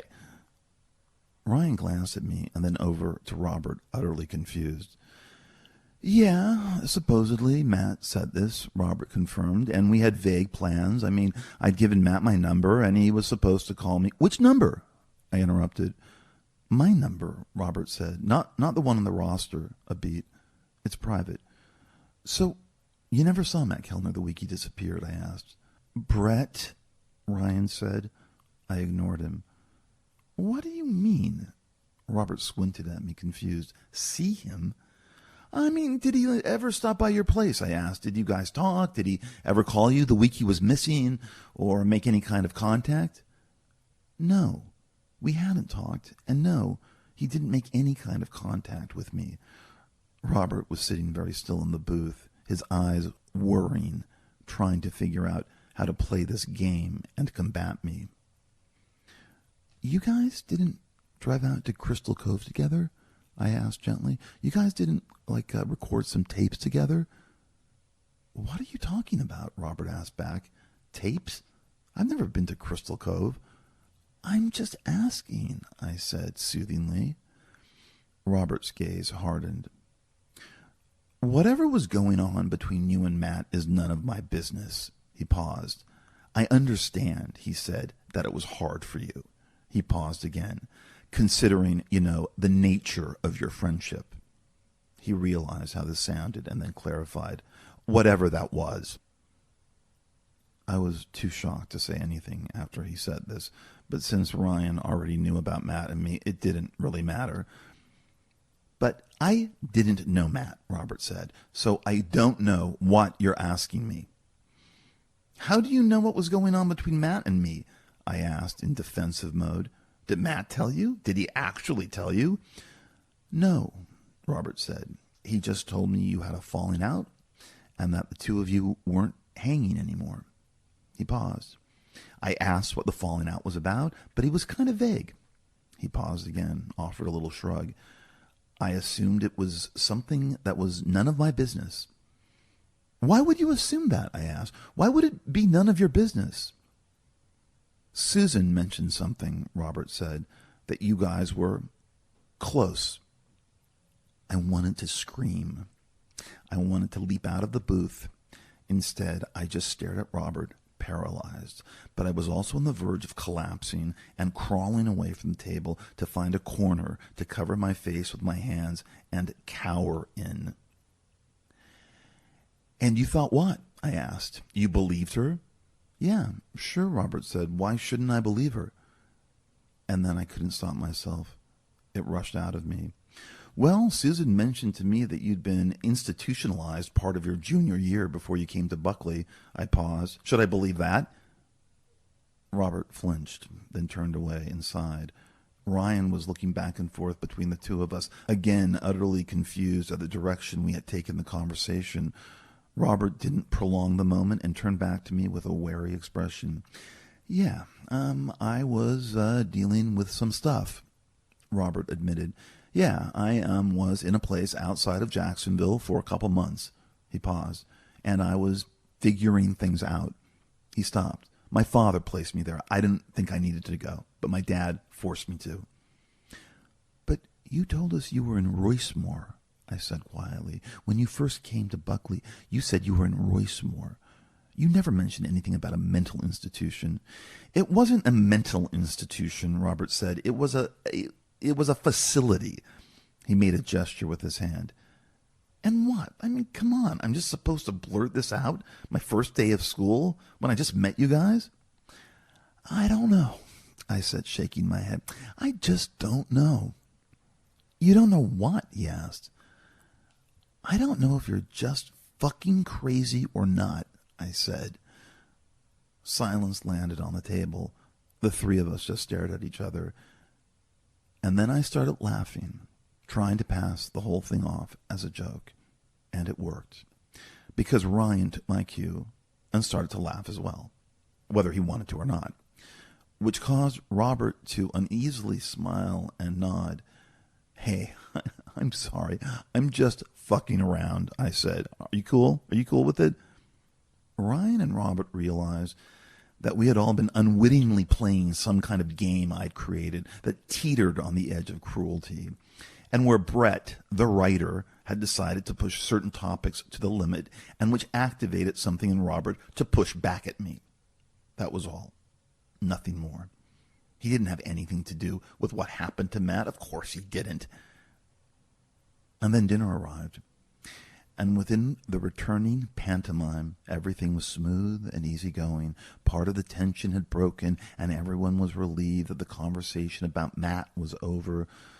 But looking back, only part of the tension had cracked, because Robert never told us why he was in the facility in Jacksonville, and Ryan and I didn't press it, and I also didn't tell Robert I knew about Susan Reynolds, and that Robert had lied about being in Palm Springs with her, and that I had followed him to an abandoned house on Benedict Canyon on a number of afternoons that fall, and that I didn't believe him about Matt Kellner because I had in my possession a tape that was made the last night Matt was alive, and the pretend voice taunting Matt had come from the mouth of the boy sitting across from me in the red leather booth at a Hamburger Hamlet, and left in my mailbox by him sometime before he had headed off to Palm Springs that weekend, and that I had only found Sunday morning. But I didn't have to wait long to find out exactly why Robert Mallory was placed in that developmental center outside of Jacksonville during the second half of his junior year in the spring of 1981. In fact, I found out the next day. After dinner, the three of us walked to the parking lot on the corner of LeConte and Broxton and stood there, lingering before heading home, Robert to Century City and Ryan to Northridge. Westwood was ghostly at 9 on a Tuesday night, and I wanted to head to my car and get back to Mulholland because I didn't want to glimpse the beige-colored van rolling through the empty streets, and I needed a couple bowls of Jeff Taylor's weed to calm me down. And I was the first to say goodbye, even though I didn't want to leave Ryan alone with Robert. But I also realized it was over. I had blown it, and things between Ryan and I would never return to the way they were. I also left because I didn't want to be alone with Ryan, so he could berate me about how I'd acted that night. I was crushed, but I got through the dinner with a fake and carefree attitude of the tangible participant, pretending he didn't really care, mindlessly filling Robert in on the coolest places in Westwood, the best bookstore, the best record store, the better restaurants. Le Dome was awesome. Throughout dinner, I maintained the stance that everything was back to normal. And maybe Robert even believed me, though I'm sure Ryan was appalled at my breakdown in front of the restaurant and the game I played with Robert. But Matt Kellner never came up again. Susan Reynolds never came up again. Tom Wright never came up at all. We had played the game correctly. I walked through the darkened parking lot and found the Mercedes and got in.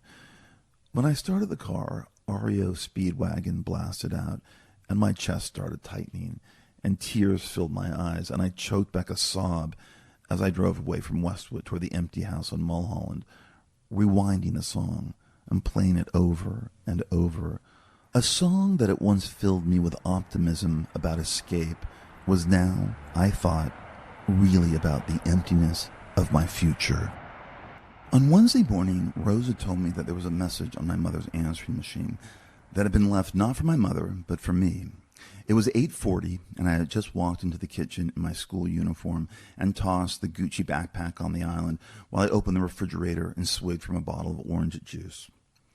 I avoided the copy of the Los Angeles Times waiting for me next to a bowl of berries Rosa had laid out, afraid of what articles might be in it, and walked through the house to my mom's bedroom, where I sat on the bed and pressed play on the answering machine. I waited, and then I heard a woman's voice I didn't recognize. "Brett, I hope this is the right number, though I suppose you might have your own number, but this is the only one in the roster." I leaned toward the machine. I was apprehensive. I automatically thought I was in some kind of trouble. I thought it might have been Sheila Kellner or one of Dr. Croft's or Headmaster Walter's secretaries reprimanding me about something. But then the hesitant voice said, "This is Abby Mallory. I'm Robert's aunt. We talked on the phone, I think, on Friday when you called, and I told you Robert was in Palm Springs. I think you went out with him and Ryan last night."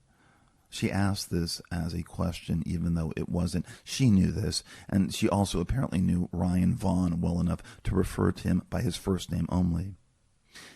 Anyway, Robert already left for school this morning, and she stopped. I wasn't breathing. "He told me some things that you said to him last night, and I think that maybe you and I should talk." She paused again, as if weighed down by what she wanted to tell me. I don't want him to know that I called you, and I don't want to do this over the phone, so if you could meet me somewhere, I would appreciate it." She paused. "I think there are things you need to know." My stomach dropped, and I found myself gripping the comforter on my mother's bed. She paused again. "There is something that I think needs to be clarified for you about Robert." There was another pause. "I hope you get this message and you call me back." I thought she was about to hang up, but then she left the number, which I scrawled down with a pen on the pad by the phone on my mother's nightstand. Abigail Mallory ended the message with, "Sooner is better. I could meet this afternoon. I'll be in Beverly Hills at my lawyer's office, and I could meet afterwards around 5 when you're out of school. I hope you get this before you head to Buckley. If you call back, don't leave a message. If I don't hear from you, I'll try you again." She paused. "And please don't tell Robert I called." There was an abrupt click. I sat still on my mother's bed for only a moment before I reached for the phone.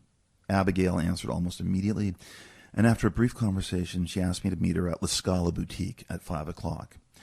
It was too early for anyone to be there. She knew the owner. She was friends with the maitre d'.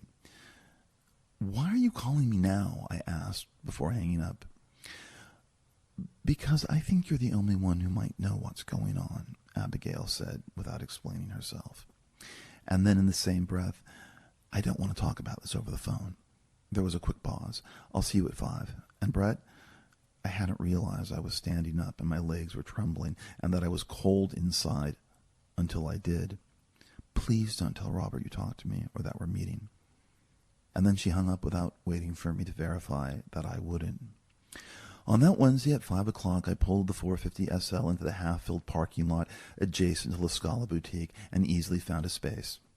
I walked the short distance to the entrance, still wearing my school uniform, and took off my Wayfarers as I opened the door. The restaurant, which sat on the corner of Beverly Drive and Little Santa Monica Boulevard, was ringed with booths, and there was a number of tables tightly packed together in the middle of the space, and a small bar that sat six was in the corner, decorated with hanging Chianti bottles. Only one person sat at the booth before the entrance to the kitchen. A woman, dressed in a cream-colored blouse and a black blazer, wearing sunglasses and smoking a cigarette, which she stubbed out into an ashtray that sat next to a glass of white wine, which she had almost finished.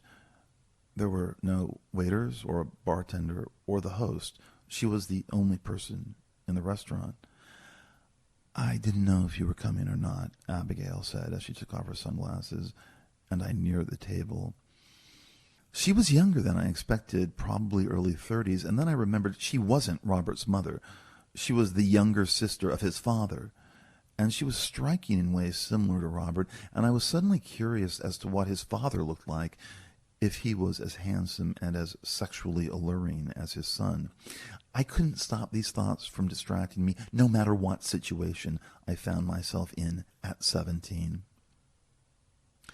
The reserve I almost immediately located in Abigail made her look more tired than perhaps she really was, and her makeup seemed to accentuate the paleness of her face, which was surrounded by a luxurious mane of dark brown hair with auburn highlights, and broken by the intensity of the red lipstick she wore, which argued I thought not to take her too seriously. But if I had been straight, I would have undoubtedly found Abigail Mallory desirable, an older woman who could manage to activate the erotic interests of a teenage boy with an almost effortless intensity. I sat down across from her and realized I didn't need to say my name. "Do you want a drink?" she asked quietly. I shook my head. No. I'm not sure, looking back over 40 years, how I was able to make it to this meeting and how I managed to sit through it and absorb the information that was laid out. I'm remembering it might have had something to do with the fact that I was completely numb in that moment, though I was also in a horrible state of ramped-up expectancy, even after taking one of the last Valium I had. I don't remember anything about school that day. I didn't take any notes. My journal was empty concerning Buckley, but it was filled with the things Abigail Mallory told me. "I'm sorry if I'm a little off," she started. I just came from a meeting with my attorney," she explained. "My husband and I are in the middle of a rather protracted divorce, and he is being fairly difficult, though I know he says the same thing about me." She paused and added a sad little smile. "And these appointments have become very unpleasant." She looked at the glass and finished the wine.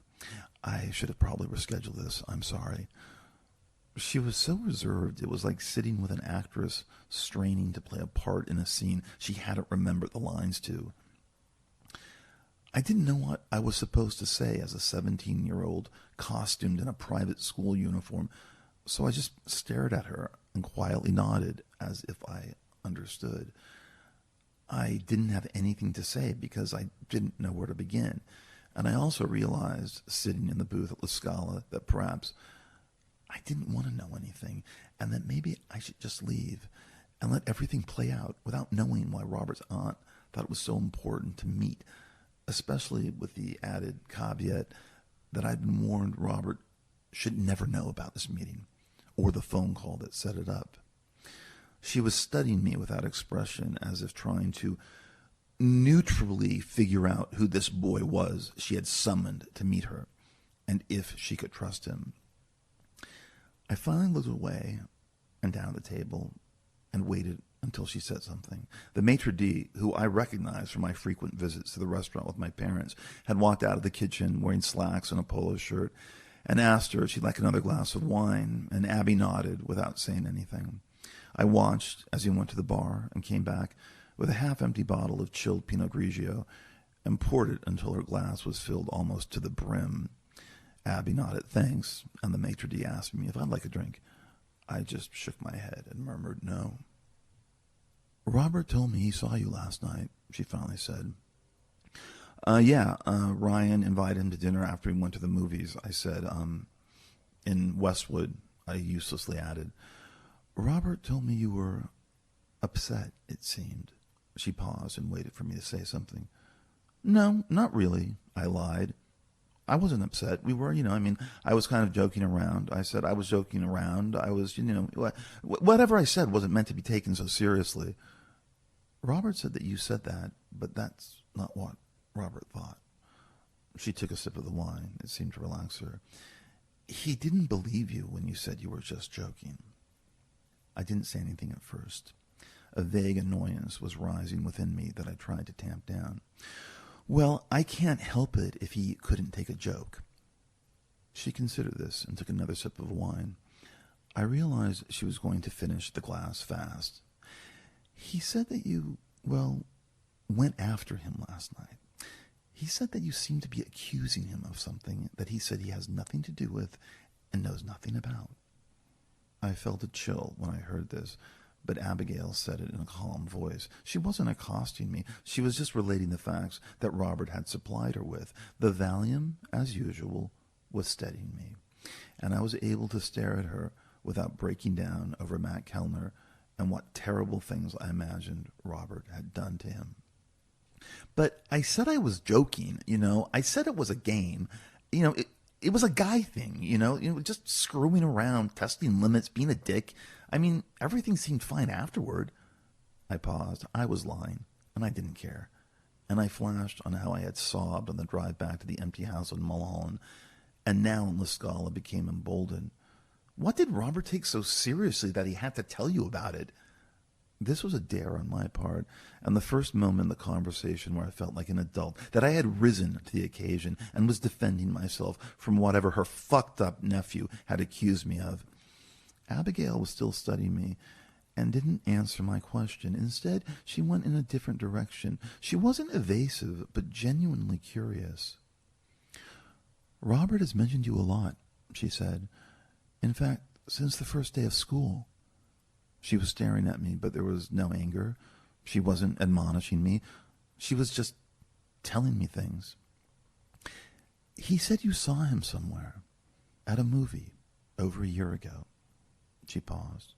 A movie that he told you he wasn't at, and you didn't believe him. She sipped the wine. And later that day, you followed him. She paused again. After school. No, I didn't follow him, I said calmly. I was driving to the Galleria, and he started following me, and he followed me into the Galleria. I wasn't following anybody. She just stared at me as if she was deciding whether she could believe me or not. And then she realized something that made her look as if she was afraid. He doesn't know you're here, right? Her expression and her voice had become concerned. You didn't mention anything about meeting me here, right? No, he doesn't, I said quietly. You told me not to. I paused and then said, I don't really talk to Robert. I paused again. I don't really trust him. She seemed to relax and was going to reach for a cigarette, then changed her mind. He became very interested in you, she said, from that first day. She paused. He talks about you a lot. She paused again. He said that you unsettled him when you told him you were positive you saw him at that movie theater over a year ago. I felt another chill, a wave of apprehension. Why did that unsettle him? I asked. I know he was there. I don't know why he was lying about it. Don't you know? She asked. Or are you pretending you don't know why? She leaned in. Look, we can sit here all day and evade whatever your situation is, Brett. What's my situation? I asked, and I realized my voice sounded helpless and reedy like a child when I said this. Why does everyone need to be so careful around Robert? And why do I need to believe what Robert says? I think he's a fucking liar. I didn't say that, she said, surprised. That's not what I meant. You're implying that I've done something wrong, I said, that I've said something wrong, when Robert is, I believe, a pretty screwed up guy. What's my situation? She didn't say anything. She kept studying me as if she couldn't figure out if I was trustworthy or not, someone who could act with her in this scene she was creating as a confidant, a co-conspirator, another performer who could get on her level. Well, you told Robert last night that you thought he was crazy. Is he? I asked. Is he messed up? Is he dangerous? Why do I need to be so careful around him? I asked. Why is he on Thorazine? I asked. He's not on Thorazine, Abigail said, confused. Robert's not on Thorazine, she said again. Who told you that? I stopped and retraced the days back to Susan's party, where I heard her utter this by the edge of the pool. I think he told someone this, I said quietly. I think he told Susan Reynolds this. No, he's not on Thorazine, she said, sipping the wine again. He takes benzodiazepine, but nothing heavier than that. She furrowed her brow. Thorazine?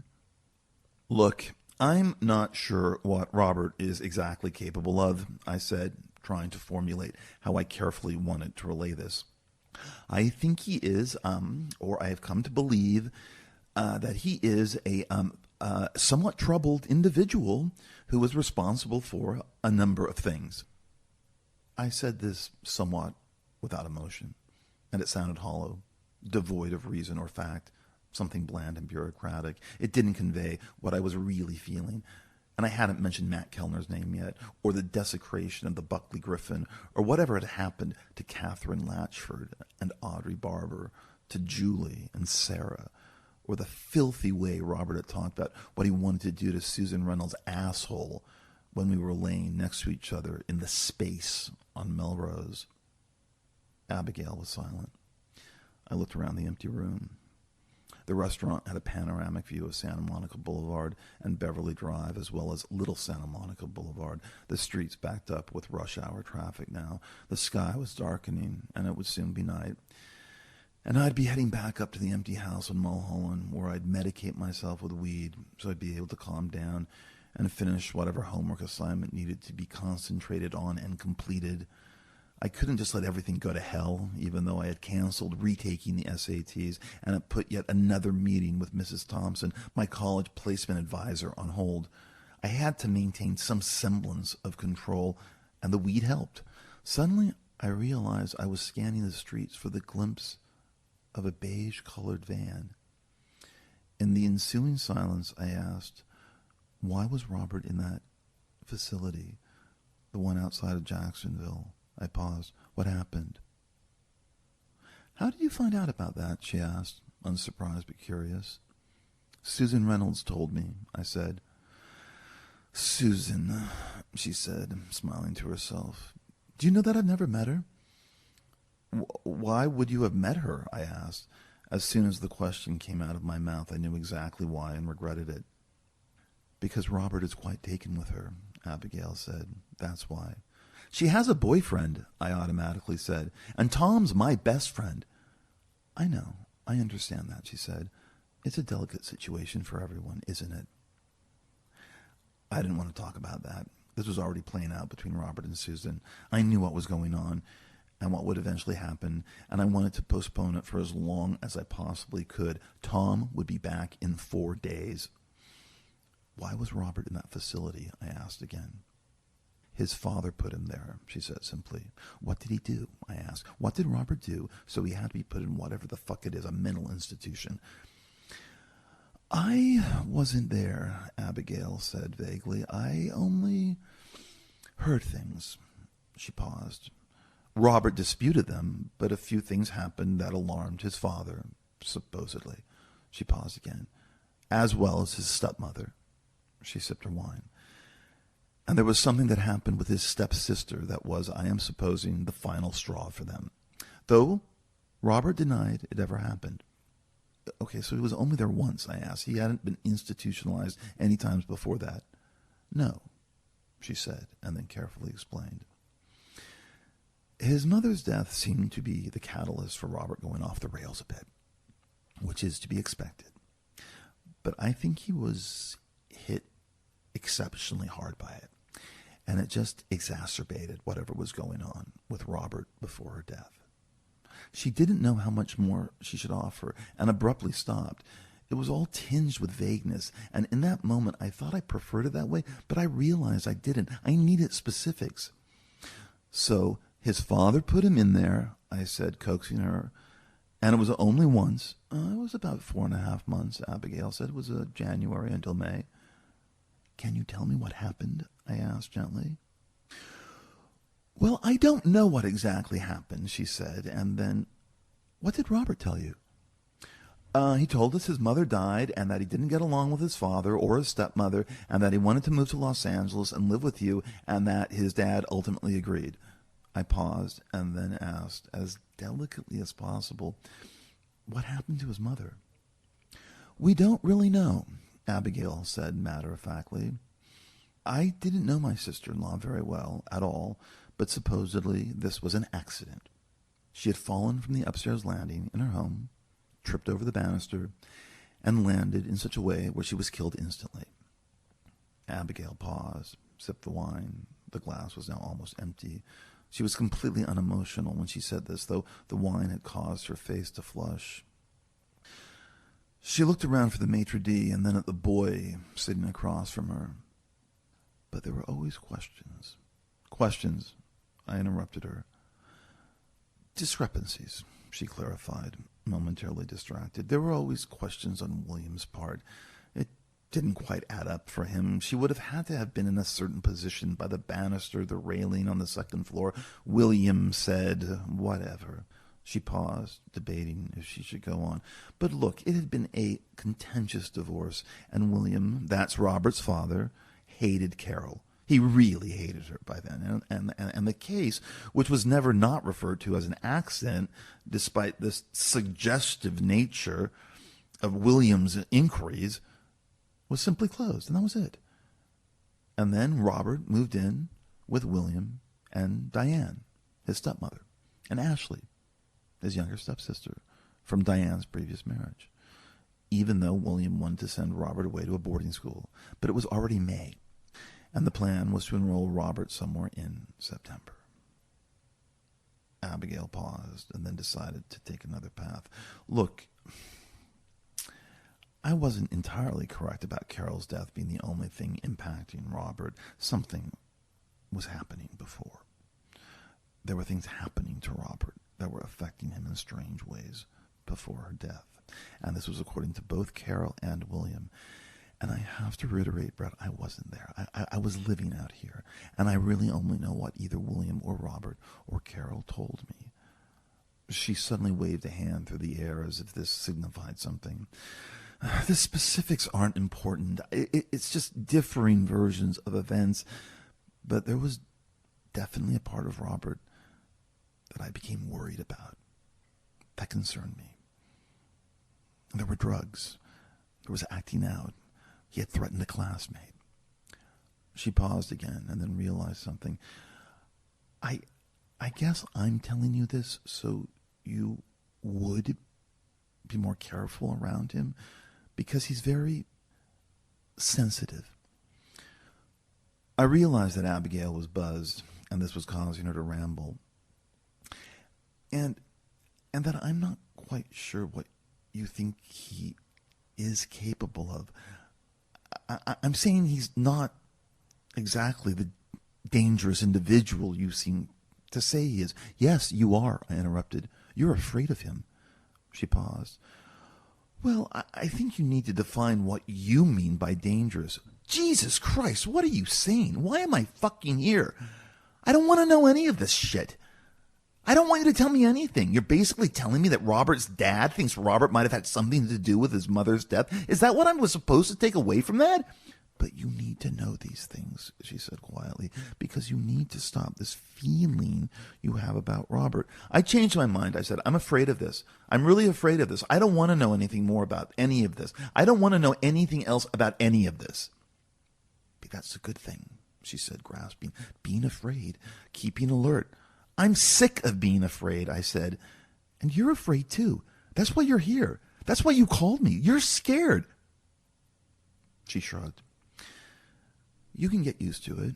She paused. It becomes something else. She paused again. You'd be surprised. I was acutely aware she had drunk 2 glasses of wine. Oh, fuck this, I muttered, and then staring at her, I couldn't help but ask, what do other people think happened to his mother? Do they think Robert had something to do with it? I could not believe that this was where my life had come to on that October evening in 1981, sitting in a restaurant in Beverly Hills with a stranger and asking a question like that about one of my classmates. Of course not, Brett, she said, looking around the restaurant for the maitre d', her fingers lightly clenched around the empty wine glass. I don't believe it, I said. I believe people thought he had something to do with it, whether he did or not. There must have been rumors. Well, there were always rumors about Robert. There were a lot of them. But I believe William started those. Abigail stopped and just stared at me. According to my brother, Abigail started and then looked past me almost as if she was making sure there was no one around to hear her. Carol had to have been standing in a certain position, somewhere mid-railing above the floor, in order to fall from the landing. And had she been? Abigail looked at me.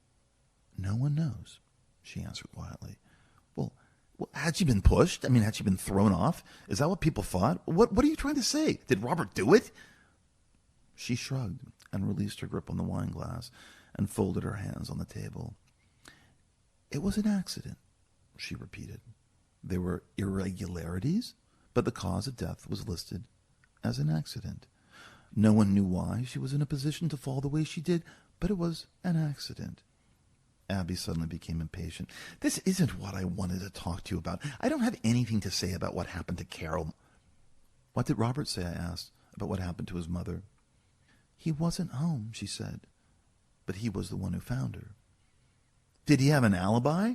I couldn't help but ask. An alibi? She said, stunned.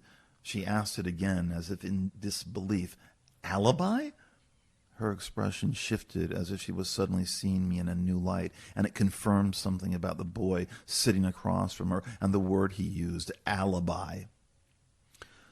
I was just staring at Abigail, breathing deeply, trying to control myself. The Valium wasn't working any longer, and small threads of anxiety were unspooling all around me in the air, tendrils creeping across the tablecloth in La Scala, wrapping themselves around my arms, my chest, my neck. Abigail started talking again, and I tried to pay attention to what she was saying, but I didn't want to. The noise of her voice entered in and out of my consciousness as my eyes scanned the streets for the sight of a beige-colored van as Abigail kept talking. Yes, Robert did have anger issues, and yes, he acted out, and yes, there were drugs. And yes, he threatened people, classmates. He wasn't focused anymore. And yes, the marijuana and whatever else he was taking, peyote, mushrooms, LSD, whatever contributed to this, of course. But I don't think he was dangerous, Brett, except maybe to himself. Abigail stared at me for emphasis when she said this. Something else was happening, and I don't believe he was necessarily violent. In fact, there was one period where Robert was found in what Carol described a catatonic state in his bedroom, and that was when the benzodiazepine was finally prescribed. She paused. As for rumors about Robert, well, William mentioned that before Carol died, she had told him that there were a number of neighborhood pets that had either disappeared or were found dead, and that she was very worried that people thought Robert had something to do with it. And William told her he probably did. She paused. Yes, that is the type of father my brother is. I felt sick when I heard this, and I wanted her to stop talking, but I couldn't say anything. I suddenly remembered glimpsing Robert standing in front of Vince's Pets on the first floor of the Galleria in Sherman Oaks on that September day after school, and a wave of revulsion swept through me. Abigail kept talking. Nothing was ever pinned on Robert, but William assumed things about him, which just, as I said, exacerbated the paranoia, his paranoia, Robert's paranoia. She looked at the empty glass and then scanned the room again for the maitre d'. She sighed. Anyway, Carol died in April, and after about a month living with his father, when Robert was finishing his junior year at Roycemore, William didn't want Robert living with them. He said there was something going on with Ashley, who was only 12, something inappropriate. And so Robert came to L.A. and stayed with me during the summer of 1980. She stopped talking and reached for a cigarette and lit it. She blew the smoke away from me as I just stared at her. The maitre d' suddenly appeared and without asking poured Abigail a third glass of the white wine and then walked over to the bar to answer the phone, which had started ringing. The cigarette and the refilled glass relaxed her into asking me, "And that's when you said you saw him, right? At that movie theater in May." I didn't say anything because she knew. Robert had been at the Village Theater on that Saturday in late May at the early matinee of The Shining. He had wandered down one aisle and then up another looking for someone. Robert had told Abigail on September 1st that someone at school had seen him that day, stunned that someone could have remembered him only from one sighting.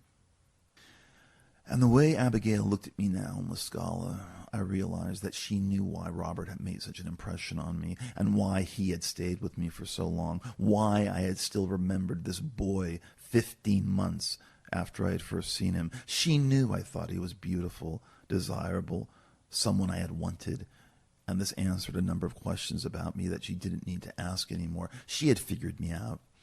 I had been attracted to her nephew in such an impactful way that she knew what my secret was. In some ways I barely cared because the fear was erasing everything, but I suddenly felt naked and lightly ashamed in front of her. She was very relaxed now. Her trepidation about me had disappeared. She no longer seemed to care either. I was just a boy, and she thought she knew so much more than I did. As she quietly got drunk, she started talking again. At first, Robert seemed better when he visited me here in 1980. This was in mid-May, after his sophomore year at Roysmore ended, though I hadn't experienced him in Chicago, so I couldn't really compare. I mean, in fact, I had rarely seen my nephew before, she said. I don't think he was on drugs out here because I told Robert he couldn't have a car if he took drugs. My husband and I had recently separated, and he had moved to Brentwood, and I had moved to Century City, and he had left his Porsche and bought another one, and so I let Robert drive his Porsche, and it was just me and Robert that summer, and I really didn't see him much at all. He was gone a lot, and I didn't ask where he was or what he was doing. He was out most nights. I noticed that he had spent a lot of money on gas on the credit card I'd given him, and in rather strange places up and down the coast, sometimes as far as Monterey or beyond San Diego, just driving. But he was also very social, and he met girls easily, so I just assumed he was with them. Quite the little honeypot. I'd love to put my tongue up that tight little pussy, all pink and wet, really fuck that ass hard, make her scream. He seemed at first, I don't know, to really thrive in Los Angeles, Abigail continued. I don't think there was any way he had processed his mother's death yet. It had only been a couple of months. It was too soon, but he seemed okay. I mean, I just assumed the impact of it would hit him later. She paused and then drank half the glass of wine. She had loosened up considerably and was no longer intently focusing on me. She was just talking freely and no longer inhibited. But something had happened at the beginning of the summer, just about a week or so after Robert arrived. That was the catalyst for Robert to vanish for days, even a week at a time. She inhaled on the cigarette, exhaling a stream of smoke away from me. This was the beginning of the paranoia. This was where he said someone had started following him. And this started happening after a girl Robert had been seeing on and off disappeared. She paused. I waited. "You were right," Abigail said. "Robert was at that theater in Westwood on that Saturday in May." She paused. "You did see him. He was there with a girl." "With who?" I managed to ask through the dread. "With a girl named Kathy Latchford," she said. "Catherine Latchford." She paused again and studied me, curious as to what my reaction would be to that name. "I know who that is," I said quietly, but my voice trembled because my heart was beating too quickly, and I found it difficult to speak. "So You can understand why Robert didn't want anyone to know he had been with her the week she disappeared. She looked at me and slightly cocked her head. And why he denied being there to you. She inhaled on the cigarette. It was never a serious thing with Kathy. They went to the movies, they went to a concert. Kathy was seeing a lot of different people. Robert was going back to Chicago in September. It was casual. Abigail paused. There were other boys Kathy was involved with that the police talked to after she disappeared. But not Robert, I said. No, not Robert, she confirmed. He didn't come forward or say anything. No. Abigail crushed the cigarette out in the ashtray. He wouldn't, because he said he didn't know anything.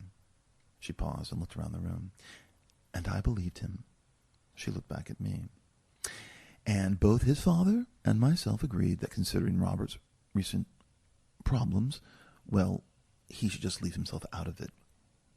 I didn't say anything. I was just looking at Abigail, dead-eyed. I couldn't believe how fast the nausea overwhelmed me. It was caused by pure panic that the anxiety had exploded into.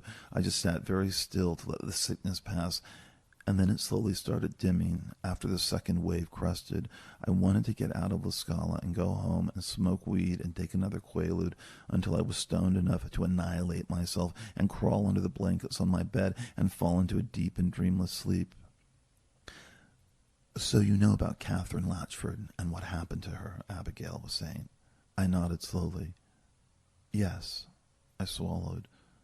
The trawler. Yes, she nodded. The first girl. My jaw was clenched so tightly I thought my teeth were going to crack. I managed to unclench the jaw and murmur, so that's why you said he hadn't been at the movie. I paused. He didn't want someone to make the connection. Abigail continued. There was one thing that Robert told me about Kathy that bothered me, but she had also told everyone that she thought she was being followed. And she had mentioned this to not only Robert on a number of occasions, but to everyone. There was this person who was calling her and hanging up, and she thought someone had gotten into her bedroom and rearranged the shelf of her books and went through a drawer of her T-shirts and panties. She paused, and she told Robert a few pairs of panties were missing. And then Abigail was trying to focus intently on me as she spoke so she could keep gauging my reaction to the information she was relaying instead of being just lost in the buzz of the 3 glasses of wine she had drunk. She thought Robert had left her that poster, that gift that the police became interested in much later. She stopped, but he hadn't. The Madness poster, I confirmed quietly, for One Step Beyond. Robert hadn't left her any poster, Abigail said. I don't know what the poster was, but he hadn't left anything for her.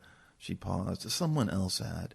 One Step Beyond, 2nd edition, 3 imaginary boys, gang of 4. I knew that the Foreigner 4 poster was part of this narrative. I knew that Matt Kellner was somehow connected to this narrative, but I had no idea how. On that day you saw him in Westwood, Robert told me that after the movie, Kathy thought she saw someone suspicious in the parking lot, a guy in the distance wearing sunglasses, someone staring at her. And so when she disappeared from that party a week later, Robert assumed she was just hiding out for a few days, doing drugs, probably with another guy, dealing with her paranoia. She sipped the wine. It was almost gone. Yeah, I said, just gazing at Abigail. And then when it became apparent that something was seriously wrong and that Kathy was in fact missing, Robert said someone had begun to follow him. She paused dramatically to let this land. I said nothing, remembering what Tom told me in the car on the way to the airport, that Robert had told him that he was being followed, stalked by some freak. And there were phone calls on his private line where no one said anything, a number of hang-ups, Abigail said, breathing in. And he sensed that when he was out in public, he was being watched. According to Robert, this never let up during that summer here in L.A. in 1980, the summer Catherine was missing and before her body was found. And on one level, he just got used to it. Sometimes he even made jokes about it. But I knew He was going through something. She paused. He still thinks someone is following him. He said it stopped in Chicago, but when he returned to Los Angeles that December to spend the holidays with me, he felt it again, this invisible presence. He had started receiving anonymous letters with no return address that he never showed me. I don't know what was in them. And then the phone call started up again around Christmas. It was a replay of the summer. And Robert started breaking down. She paused. And of course, Kathy's body had been found that fall. And Sarah Johnson would disappear that first week in January, the writer reminded me. Who did he think it was? I heard myself ask, and then flashed on Robert in the Galleria when he told me, I don't like being followed. That was the first day of September. He doesn't know, Abby said. He never did. Abby, I breathed in, do you really believe him? Do you really believe he had nothing to do with Catherine's disappearance? I swallowed again. And what happened to her? You think he's capable of that, don't you? Her expression hardened for the first time since I sat down. That response is exactly why Robert didn't go to the police. She then shook her head slightly. That response is part of the problem, Brett. The first thing he told me when he got home from school on that first day in September was that someone from Buckley had seen him at that movie he had gone to with Kathy Latchford. He was panicked about it. She paused. He hadn't seen you. He doesn't remember seeing you. He was walking around looking for Catherine. She had been dropped off by her mother. She paused again. But when you ask me something like that, if Robert is capable of this, if he has an alibi, if he was responsible for his mother's death, it makes me realize that you obviously think he's sick. And there's a timeline, I said, leaning in. Abby, there's a timeline. Catherine disappeared when Robert was here, and then her body was found before he left. Sarah Johnson disappeared when he was here, and then her body was found before he left. Brett, Abigail warned. Julie Selwyn disappeared when he was here, and her body was found in September. And then Audrey Barber. Brett, Abigail had raised her voice. I don't want to hear this. Was he here in L.A. during the past summer, I asked. In June? Was Robert here in June? Well, on and off, Abigail started. Yes, he was here in June. Yes, why? So he was here when Julie Selwyn disappeared, I said. In June. He was here in June. Who's Julie Selwyn? Abigail Mallory asked, confused. What happened in Chicago? I asked. Why was Robert placed in that facility? I paused. You don't want to tell me. You can't tell me, can you? You don't want me to know because it'll confirm something about Robert, I said. You don't want me to know this. I don't know what happened, Brett, Abigail said. I only know what I heard, and there were two differing versions. What happened? I interrupted. Jesus, just tell me so we can get out of here. She stared at me. She was drunk and alive to the possibilities of whatever she was going to tell me, and yet she wanted me to understand something by defending Robert against whatever he had been accused of back in Illinois. If she had been sober, I don't think she would have been capable, but buzzed on 3 glasses of wine, she decided to be honest and give it a shot. It seemed that Ashley, she began quietly. Who's Ashley? I asked, not remembering. His stepsister, she said. Okay, Ashley, I nodded. Yeah, 12, whatever. Ashley said something happened between her and Robert. I stared at Abigail. What? I suspect she always had a crush on Robert, or that's what Carol had mentioned once or twice when I had talked to her, Abigail said. Even though Robert lived with his mother, he occasionally stayed with his father when Carol was away on business. And I think Ashley accused Robert of certain things, certain sexual things that he didn't do, but that William and Diane wanted to believe. Like what? I asked. Like what sexual things? Robert was back in Roycemore in January and wasn't doing well. I heard about these freakouts he had on peyote and LSD, which Robert admitted to. And he was having problems with his father and with Diane, and they hadn't been able to find a boarding school that Robert would agree to go to, and it just kept escalating until Ashley said something happened to her, that Robert did something to her. I waited. Abigail sighed. She had developed a rash, and she blamed it on Robert, Abigail said, after taking a long pause. She said that Robert had done something to her, that he had told her to shave. Abigail stopped. There was the insinuation that he had done something to her. Robert said it wasn't true, that she was lying, and then I waited. And then Robert overdosed. And I don't think it was a serious attempt, but maybe a way to make William feel guilty about believing Ashley. And then William wanted to place Robert in that facility. He said it was to get him clean as well as to get a complete psychiatric evaluation, and it all happened fairly quickly. Robert was placed in Jacksonville a week after he returned to Chicago, and by the time he was released, it was decided that he should move out here with me, she said. Look, I just want you to understand that he has been through a lot, and I think unfairly treated. And I think that whatever you want to hang on him is also unfair and dangerous. And I want you to... I leaned in again. I could feel my skin reddening. I was suddenly furious. He was with Matt Kellner. Okay, Abby? I said quietly. The week Matt disappeared, he knew where Matt was. And I have a tape that was made the night Matt died, and I believe the other voice on it is Robert's, and that he helped fucking kill him. Stop it! I believe on that weekend that Matt came over to the house in Benedict Canyon and that Robert drugged him, and then he drove him down the coast to Crystal Cove, and that he beat the shit out of him and then drove him back, and this is just some kind of fucked up game Robert likes to play. Stop it, Brett, will you please? And he staged it to look like Matt drowned after a psychotic break. You have to stop this, Brett. Abigail had reached for the pack of cigarettes and then dropped her hand. Robert cut his fucking cat's head off, Abby. Your fucking nephew nailed it to a column. He gutted it. Robert already talked to Ronald Kellner, Brett. She looked up at me, and there were tears in her eyes. You don't believe he was involved with the home invasions that began when he was here in the summer of 1980, along with the assaults and Catherine Latchford disappearing? The timeline fits. The timeline completely fits. He was here when Sarah Johnson disappeared, and he was here when Julie Selwyn disappeared, and he wasn't on the goddamn field the night Audrey Barber disappeared. I stopped, exhausted. He was in fucking Woodland Hills stalking her at the promenade.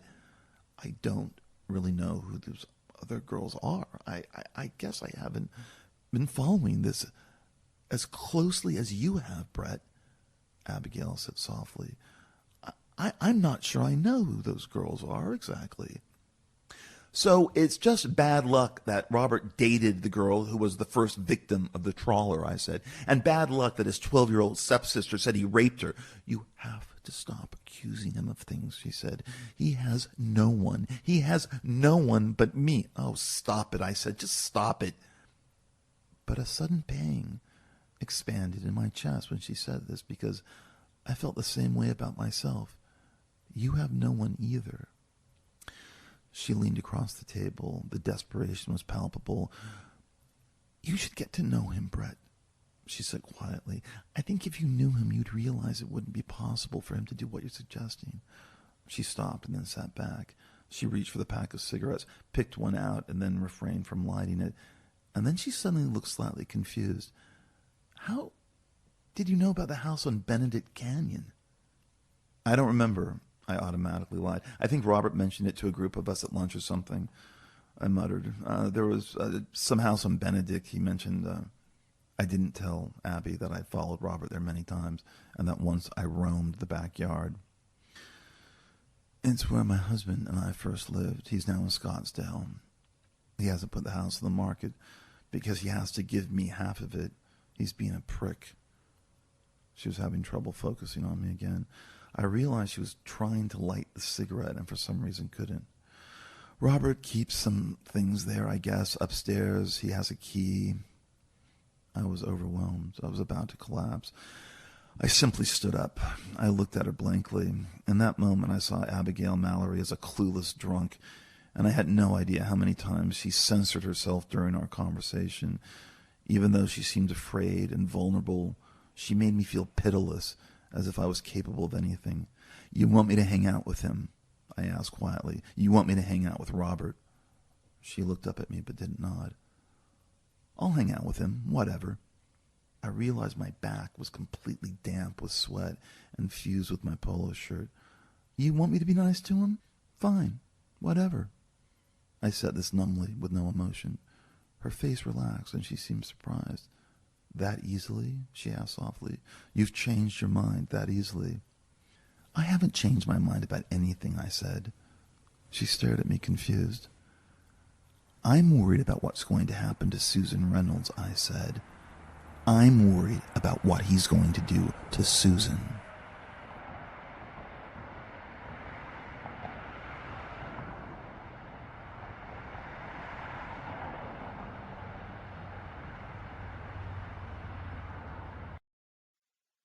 Another long installment of the Shards is about to begin. It involves my new attitude about Robert Mallory and Terry Schaefer's party. But it's not particularly plot-driven, I guess. It's more of a description of a party and where I was at 17, a memory piece.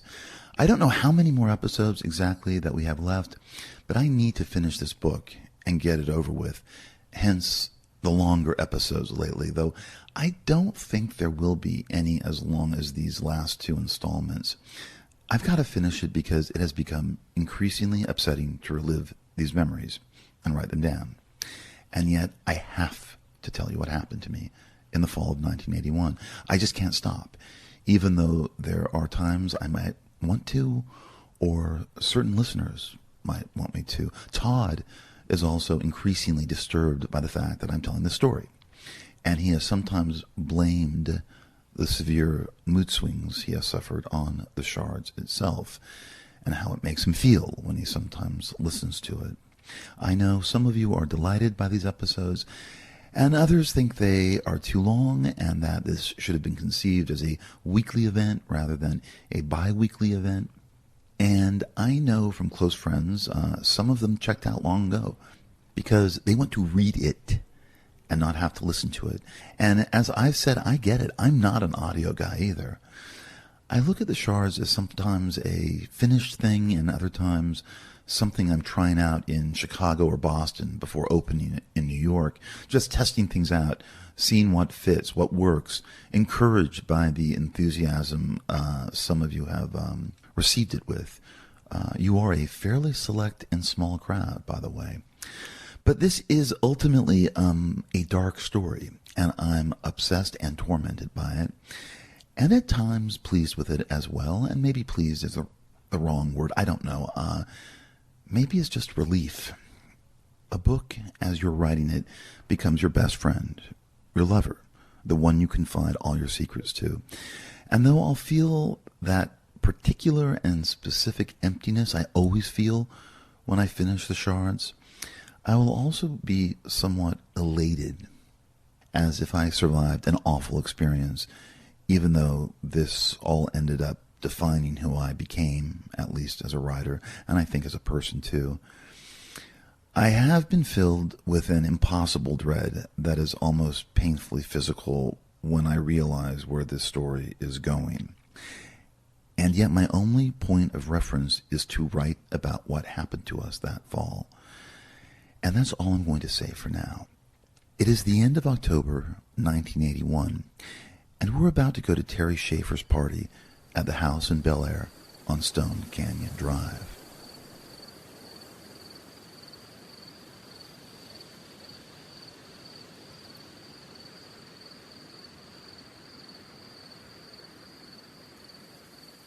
I didn't go to school on Thursday.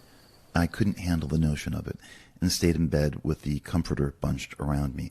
I overslept, even with Rosa trying to wake me up and walking into my room to assist a whimpering Shingi who had been scratching at the door to get out into the deck as I fell in and out of sleep. I spent the day going over the conversation I had with Abigail Mallory while trying to concentrate on homework with the help from the dwindling supply of weed I'd bought from Jeff Taylor on Sunday out in Malibu. What happened with Abigail Mallory in La Scala Boutique was my only point of reference. And I needed to be distracted from it, and the bowls I kept smoking from the glass pipe helped me focus on other things. That night, I took a Quaalude to zone out and easily fell asleep, but on Friday, I dutifully got out of bed when the alarm I'd set the night before quietly began beeping on my nightstand, and I went through the morning ritual, though I didn't jerk off that day. I had no desire.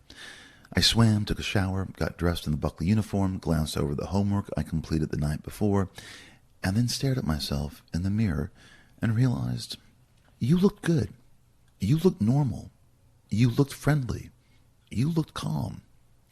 I was the tangible participant, and I was going to get along with everybody that day.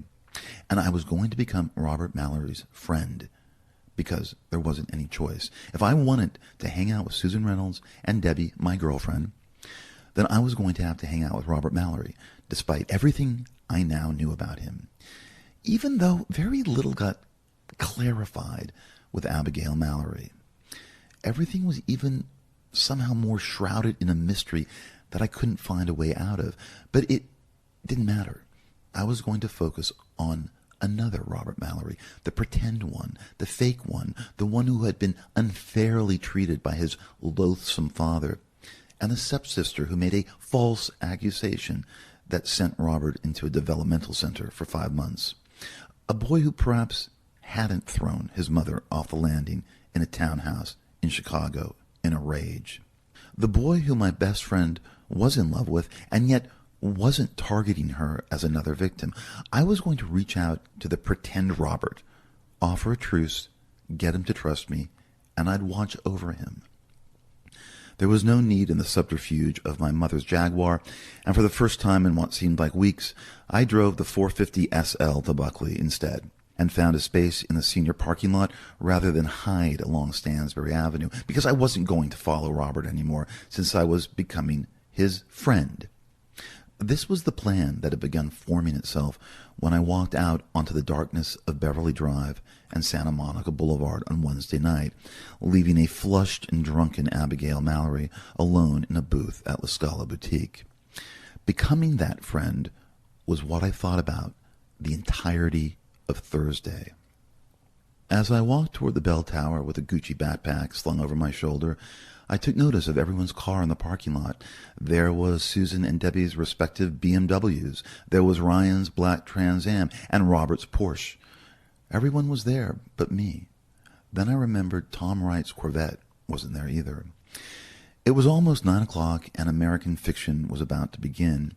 Slaughterhouse-Five had been assigned, and I quickly read the first half of the novel the day before, stoned out by the pool, after I called Buckley and told one of the secretaries that I wasn't feeling quite well and wouldn't be coming to school that day. There was no suspicion in her voice, only concern and understanding. This was how Buckley worked. This was what being a senior meant. This was the privilege we'd inherited. Susan smiled at me as I took the seat next to hers, and I smiled back reassuringly. And then I nodded over at Ryan, who hesitantly nodded at me as if surprised I'd acknowledged him. And then class began. The day really became effortless once you faked it. And it actually became more real because of your changed demeanor. The act became the reality. And it affected everything in what seemed like a positive way. In fact, it was preferable to reality. By the time lunch was playing itself out, with just Debbie and Susan and Robert and myself occupying the center table beneath the shadow of the pavilion, I had metamorphosed that day into so many people I actually wasn't. I was now Debbie Schaefer's amiably amorous boyfriend, telling her I'd spent Thursday at home thinking about us and how I wanted and needed to be more committed to us. And I promised her I had vanquished the zombie that had overtaken me earlier that semester. I was now constantly touching and caressing her and kissing her on the lips every time we ran into each other between classes on that Friday. And though I begged off on her coming over to the house on Mulholland for a quick fuck after school, she didn't argue, because not only was she so touched by my newfound allegiance to our relationship, she was also too preoccupied with the equestrian charity event, which was far more glamorous and extravagant than I had supposed. It would be televised. There were sponsors. There were movie and TV stars attending. It was tied into something bigger I couldn't comprehend. Spirit had been acting nervous and skittish and needed to refocus on his performance, Debbie mentioned to me. Something had spooked him. She was training the horse daily in order to calm him because it was a complicated routine they were performing, and so she was almost constantly out of Malibu at the Wendover stables when she wasn't at Buckley.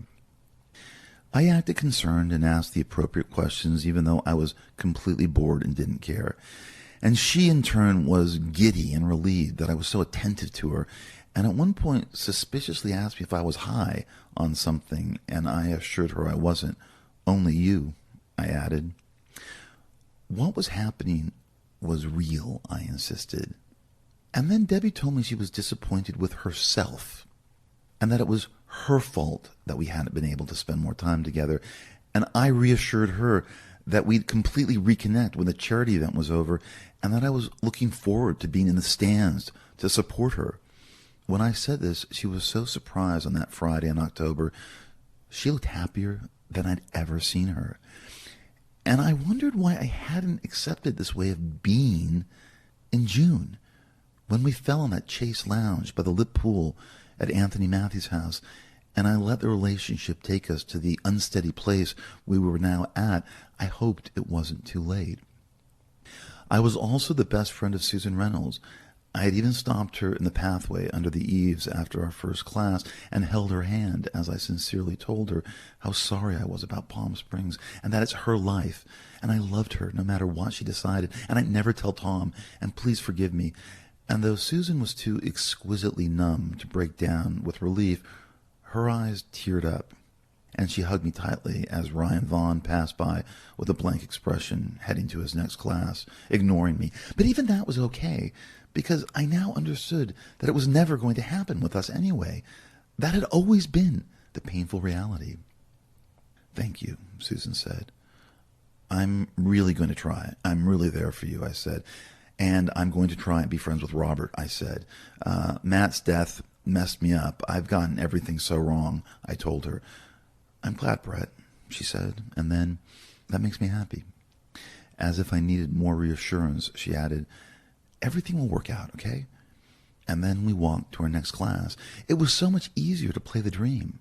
All the tension and regret and betrayal evaporated as long as the pantomime continued its expansion, enveloping all of us in its untruths.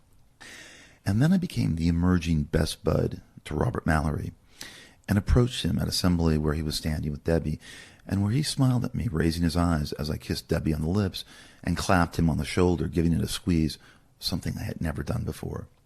Except for shaking his hand, I don't think we'd ever touched. Susan was standing on the steps overlooking the courtyard next to Dr. Croft and Coach Holtz, and she would be speaking about the Halloween parade and the useless detritus of school life at Buckley. Anyone over the age of 12 in 1981 considered Halloween a children's holiday. My friends and I had stopped trick-or-treating and taking the rituals of Halloween seriously by the time we were 10 or 11, and there weren't elaborate Halloween parties because it just wasn't feasible to us. We simply weren't invested in a kids' show that we'd outgrown. We were simply older now. There was nothing in it for us anymore, and the fact that Terry Schaefer was throwing a party on the 31st of October confirmed that Halloween was just another night, a date that had no meaning connected to it. He wasn't throwing a costume party. It had nothing to do with Halloween, because in that moment, Halloween, unlike now, wasn't celebrated by adults. Terry was just throwing one of the 3 or 4 parties he threw every year, the last one always with an elaborate Christmas theme in the 3rd week of December, even though the Schaefers were Jewish.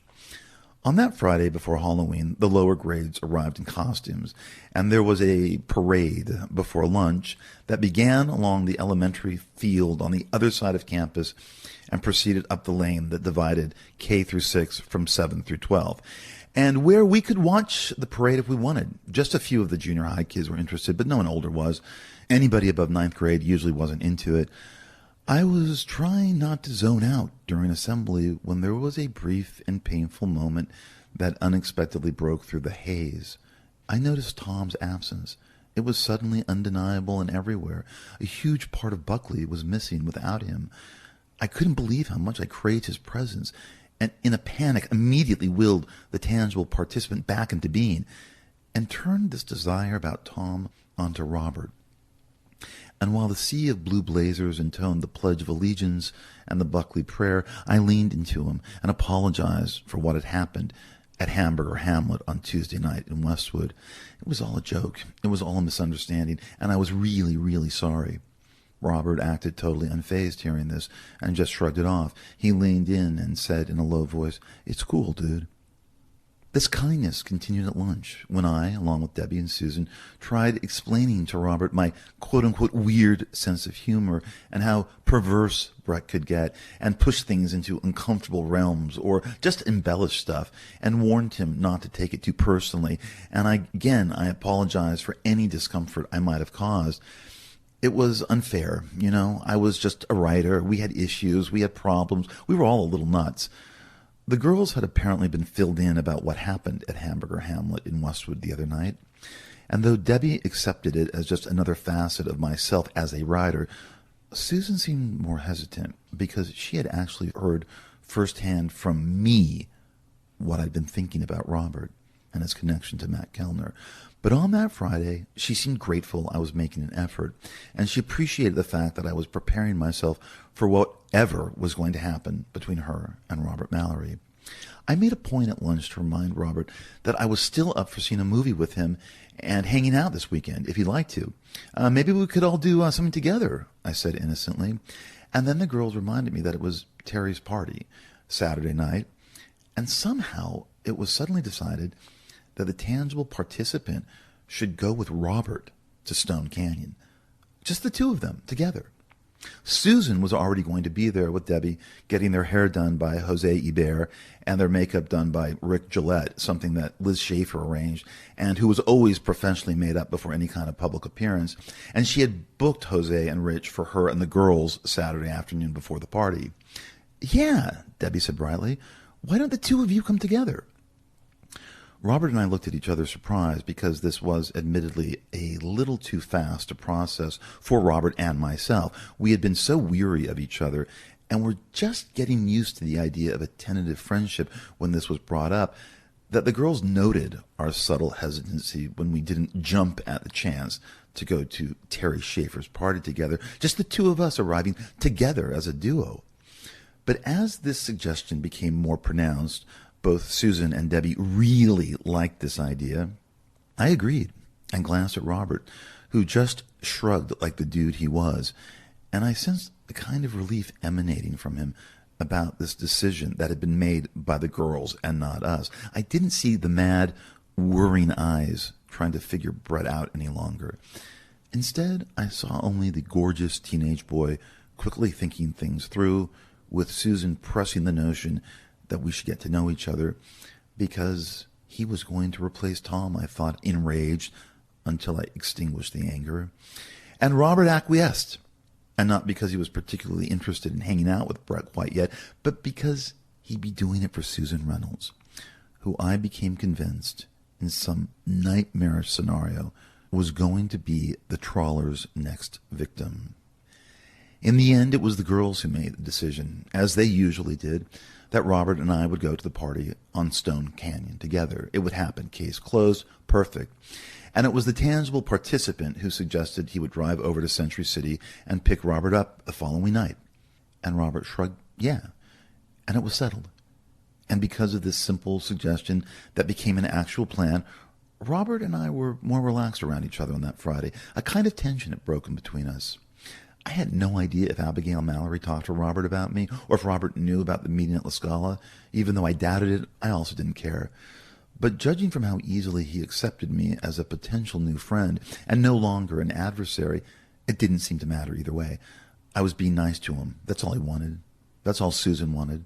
That's all I really wanted in this moment. The plan was working. The pantomime was expanding. And I was in a numb area where none of this really bothered me, because Susan and Robert were pretending they were just friends. There was nothing going on in front of us that suggested a romance had formed itself between the two of them. They were just two students from the same class, hanging out with myself and Debbie at lunch beneath the pavilion. This was the outward appearance that they wanted to push, so there would be no gossip when Tom Wright came back to school on Monday.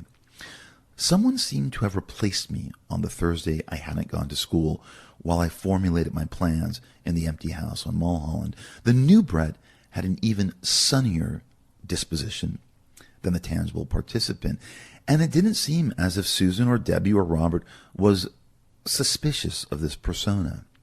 Something had broken in me because I had finally accepted a piercing fact about life, and I wanted to reconnect, which meant I wanted to pick up Robert, and I wanted to take him to Terry's party, and I wanted our friendship to be pure and innocent and platonic. And though it was easier to activate these new false feelings because of how good-looking he was, I wasn't attaching anything sexual to them any longer. Yes, it was in its own way an act of seduction on my part, and yet even with everything I knew about him, there was still a kind of purity in my hopefulness about us. And on that Saturday night, I headed over to Century City in the 450 SL with a top-up. It had taken me longer than I expected to get my hair exactly how I liked it, and I didn't want it to get messed. Evita was still playing at the Schubert Theater in the ABC Entertainment Center, and the valet in front was lined with cars, and behind the valet a large crowd had gathered and was entering into the lobby, the Century Towers looming closer in the darkness as I drove toward them on Avenue of the Stars. I pulled past the white brick wall announcing the Century Towers in gold cursive lettering and told the security guard I was there to pick up Robert Mallory, and he instructed me to check in at the front desk in the lobby of the building that was situated closest to Pico Boulevard, and then directed me to a parking spot. The circular fountain was lit blue and dancing with water as I walked toward the entrance of the tower and into a spare and modern lobby with a large crystal chandelier hanging over a waiting area comprised of a floral-patterned couch and a pair of armchairs that bracketed a glass coffee table where a lone orchid sat. The space exuded sleekness, stone floors, a vaulted ceiling. There was a man in a suit at the front desk, which was off to the right side as you entered the vast lobby, and who barely noticed me as I walked up to him announcing my arrival. The elevator bank was directly parallel to the glass doors of the entrance, and I could have just walked straight to them unnoticed and bypassed the front desk altogether. But I followed the valet's protocol and checked in even though Robert was expecting me. The doorman made a call, waited, and then told whoever had picked up that Brett was here. There was a beat. The doorman said certainly, and then told me I could go up, gesturing toward the elevator bank. Abigail Mallory's condo was a penthouse at the top of the 28th story building, actually the 27th since there was no 13th floor. And as I stood in the quickly rising elevator, I felt a strange calm, lightly reverberating with a faint erotic charge. There was something I found so intimate about walking into the condo where Robert resided and where he combated his insanity with the routine of a normal 17-year-old boy. Maybe he slept naked. Maybe he jerked off when he showered. I imagined him eating breakfast and getting dressed and undressed, using the bathroom, doing his homework. And yet I also imagined him dreaming about planning another abduction, creating another assemblage depending on the current lunar cycle, using Susan Reynolds' body as the source of the alterations and what the trawler called the remakings. I was entering into his world that night, and I hadn't fully realized until I was shooting up to the 28th floor how badly I desired this. And there was a sexual tinge attached to it, but it was fleeting because I was Debbie's boyfriend and Robert was in love with Susan, and there was no point to this arousal, a cliched porn fantasy about two straight boys who have sex before meeting their respective girlfriends at a party. They were just too horny, was the lame explanation in the porno movies I watched later as an adult. They just couldn't help themselves. But of course, in real life, they could. Robert had told me over the phone that Abby was in Santa Barbara for the weekend, so I didn't expect to see her, though I didn't care one way or another. The elevator door opened, and I walked into a hallway and looked around, and when I saw that there was a door slightly ajar, I realized it was the entrance to Abigail's penthouse. I knocked and loudly said, "Hello?" I heard Robert call back from somewhere in the condo, "Hey, I'll be out in a sec." And then the sound of a blow dryer started emanating from wherever he was. I entered into a massive living room lined with a marble floor and dimmed recessed lighting, which accentuated the stunning views spread out behind a window wall overlooking West Hollywood and the hills of Sunset in the far distance. There was an open sliding glass door that led onto a balcony where a chase lounge and a small table sat. And past the edge of the balcony was the Hillcrest Country Club and Rancho Park. And far below, a series of lit tennis courts bordered a darkened golf course next to where traffic flowed on Pico Boulevard. It was completely silent on the balcony. The world below the penthouse seemed very far away. Everything about the condo was minimalist. The sleek sectional that took up most of the space in the living room was light gray and modern, and nothing about it suggested anything comfortable. A large print of the Hockney painting, portrait of the artist, hung on a wall next to the white granite fireplace, and it was the blue of the pool, the green of the hills, and the pink blazer of the boy that seemed to be the only real color in the otherwise stark monochromatic room. There was a dining area beneath a dimmed chandelier where a rectangular glass table sat 8 anonymous high-backed gray cushioned chairs, and that I assumed was never used, judging from how barren the condo was. And this room flowed into a surprisingly narrow kitchen that was completely uncluttered with objects. I noticed a knife rack next to a blender, and a few tangerines piled in a ceramic bowl on a wooden cutting board was the only color blaring in the space. The blow dryer had stopped, and Robert called out, "I'm in here," expecting me to locate him from the vague direction of his voice. I walked slowly down a hallway. The marble became hardwood floors, and there were no paintings or photographs on the walls until I came to a room whose door was open, and I suddenly thought, appearing out of nowhere, if Ryan Vaughn had been in this room, and if he had been, then why had he been in this room, and what had the two of them done in it? The first thing I noticed was a bulky TV that sat on a stand in the corner, and because it was Halloween, Night of the Living Dead was playing on a local station. It had just started, and the spare black and white images complemented the decor of the gray bedroom, which had the same sweeping view as the rest of the condo, and was just as chic and minimal, but it also looked as if no one lived in it. It wasn't decorated for permanence. It was a transitory space barely furnished, with a queen-size bed tightly fitted with a light gray comforter that melded in with the gray headboard and the flat gray carpeting that surrounded it. A desk, a set of drawers, a nightstand with a lamp, all minimal and nondescript. And I also noticed there wasn't a phone in Robert's room, and wondered where the phone with the number I found in Matt Kellner's drawer was located. My mind immediately flashed. It was at Benedict Canyon. There were no posters, there weren't any books except for the mass market paperback of Slaughterhouse-Five. We were reading an American fiction that lay folded open face down on the desk. And there wasn't a stereo, just a boombox with a couple of cassettes scattered around it.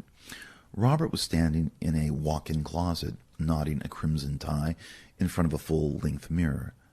I stopped, stunned at how handsome Robert looked, sleek in a simple fitted black suit with a white dress shirt. I was also wearing a suit, but it was assembled from a variety of pieces, a polo button-down and slacks from I. Magnin, along with a tweed jacket I favored that year, a Gucci belt, an Armani tie, and black penny loafers. Robert's simplicity was classic and timeless, and I imagined I looked like a preppy oaf by comparison. He had styled and slicked back his hair, which accentuated the angles of his face, and I almost didn't recognize him, even though I'd seen him only the day before. I realized he was taking Terry's party seriously in a way that I no longer could.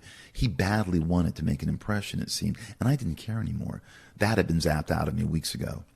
He smiled at me genuinely as he walked out of the closet and then checked himself in a mirror in the bathroom adjacent to the stark bedroom. I noticed a bottle of cologne and various toiletries and an array of seashells carefully arranged next to the sink that I zoned out on for a moment while Robert inspected himself before he switched off a light and the bathroom went dark. I thought he had come up for a drink, but "Let's go," I heard him say instead, as I now stared at the boom box and wondered if this was what Robert used to record Matt as he was breaking him down in Crystal Cove the last night of Matt's life. And how many ski masks did Robert keep in the chest of drawers by the television playing Night of the Living Dead? But I forced a smile and said, "Let's do it," and then added, "We're running a little late." Elton John's Funeral for a Friend started playing on the radio station I'd been listening to, KLOS, as we drove from the Century Towers toward Bel Air. I took Avenue of the Stars and would make a left onto Santa Monica and then drive south Beverly Glen until it hit Bel Air Road, where I'd swing right onto Bellagio, which would take us to Stone Canyon. It was a simple route, maybe 10 minutes. The Schaefers lived down the street from the Bel Air Hotel, and there'd be valet, so we wouldn't have to worry about finding a parking space. Nothing much was said as I drove. The drama of the music was what we concentrated on, though I was so acutely aware of Robert's presence that I barely heard the song. His scent lightly filled the cabin of the Mercedes, light and clean. The ocean, the drift of sandalwood. It suggested purity. I wanted to tell him how good he smelled, but refrained, just concentrating on the rising intensity of the song. It could have been any night in L.A. We didn't pass any kids trick-or-treating, and traffic was sparse on that Saturday. Whatever conversation we had on the drive to Bel Air was so tentative and perfunctory.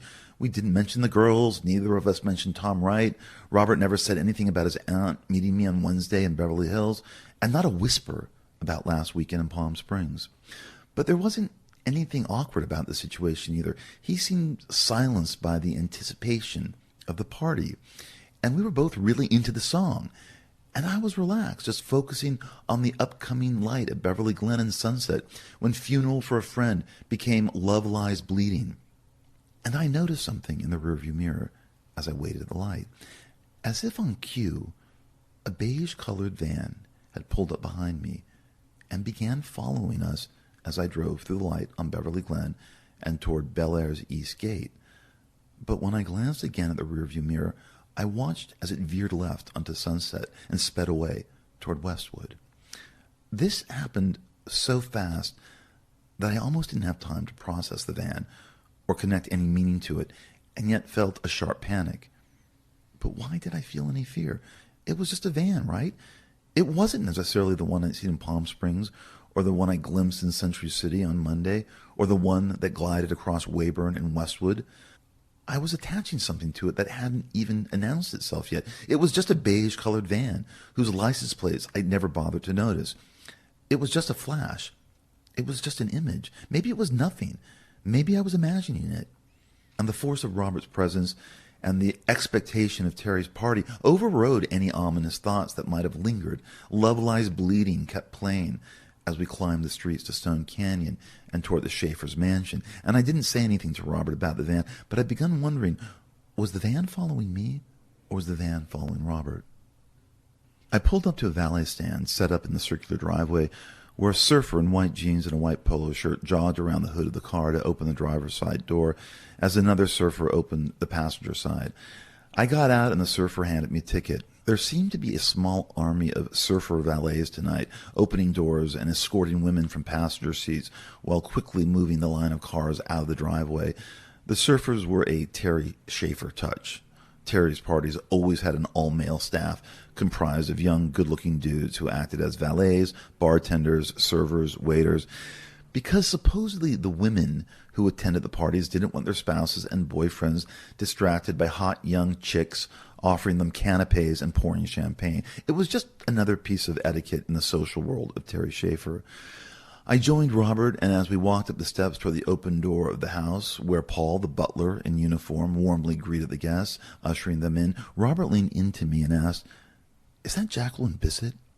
I hadn't noticed and turned to see the actress heading toward us with a brooding, platinum-blonde hulk who I realized was Alexander Godunov, the Russian ballet dancer who had defected to the United States just a couple of years previous, and they were now a couple.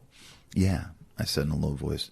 "God, she's so hot," Robert said, hushed, as Paul recognized me and nodded, and then I introduced him to Robert. "He goes to Buckley with us," I said, expecting Paul would care, and of course he pretended to. That was part of his job as the Schaefer's butler. "Nice to meet you, Robert," Paul said graciously. "Please come in." And then Paul leaned into me and said, "Deborah and Susan are out by the pool, and supper will be served at 9. Stepping into the foyer, I noticed that this party was darker than others, with candles lit everywhere as the main light source. It wasn't by any means a Halloween party, but it had the same dramatic lighting and vibe. Perhaps this was a nod to the holiday, but the only one, since there were no decorations anywhere, no jack-o'-lanterns or skeletons hanging from doorways. In the foyer, couples were casually sitting on the steps of the grand curving staircase, conversing, and there were guests upstairs on the landing as well, everyone holding drinks and flatteringly lit by the candles that were everywhere. And as we stepped into the packed living room, I realized perhaps why everything was darker than usual. This was one of Terry's starrier parties, and I noticed that Stephen Reinhardt wasn't around to photograph any of the celebrities who had stopped by that night. This was a private event, and it wasn't promoting anything.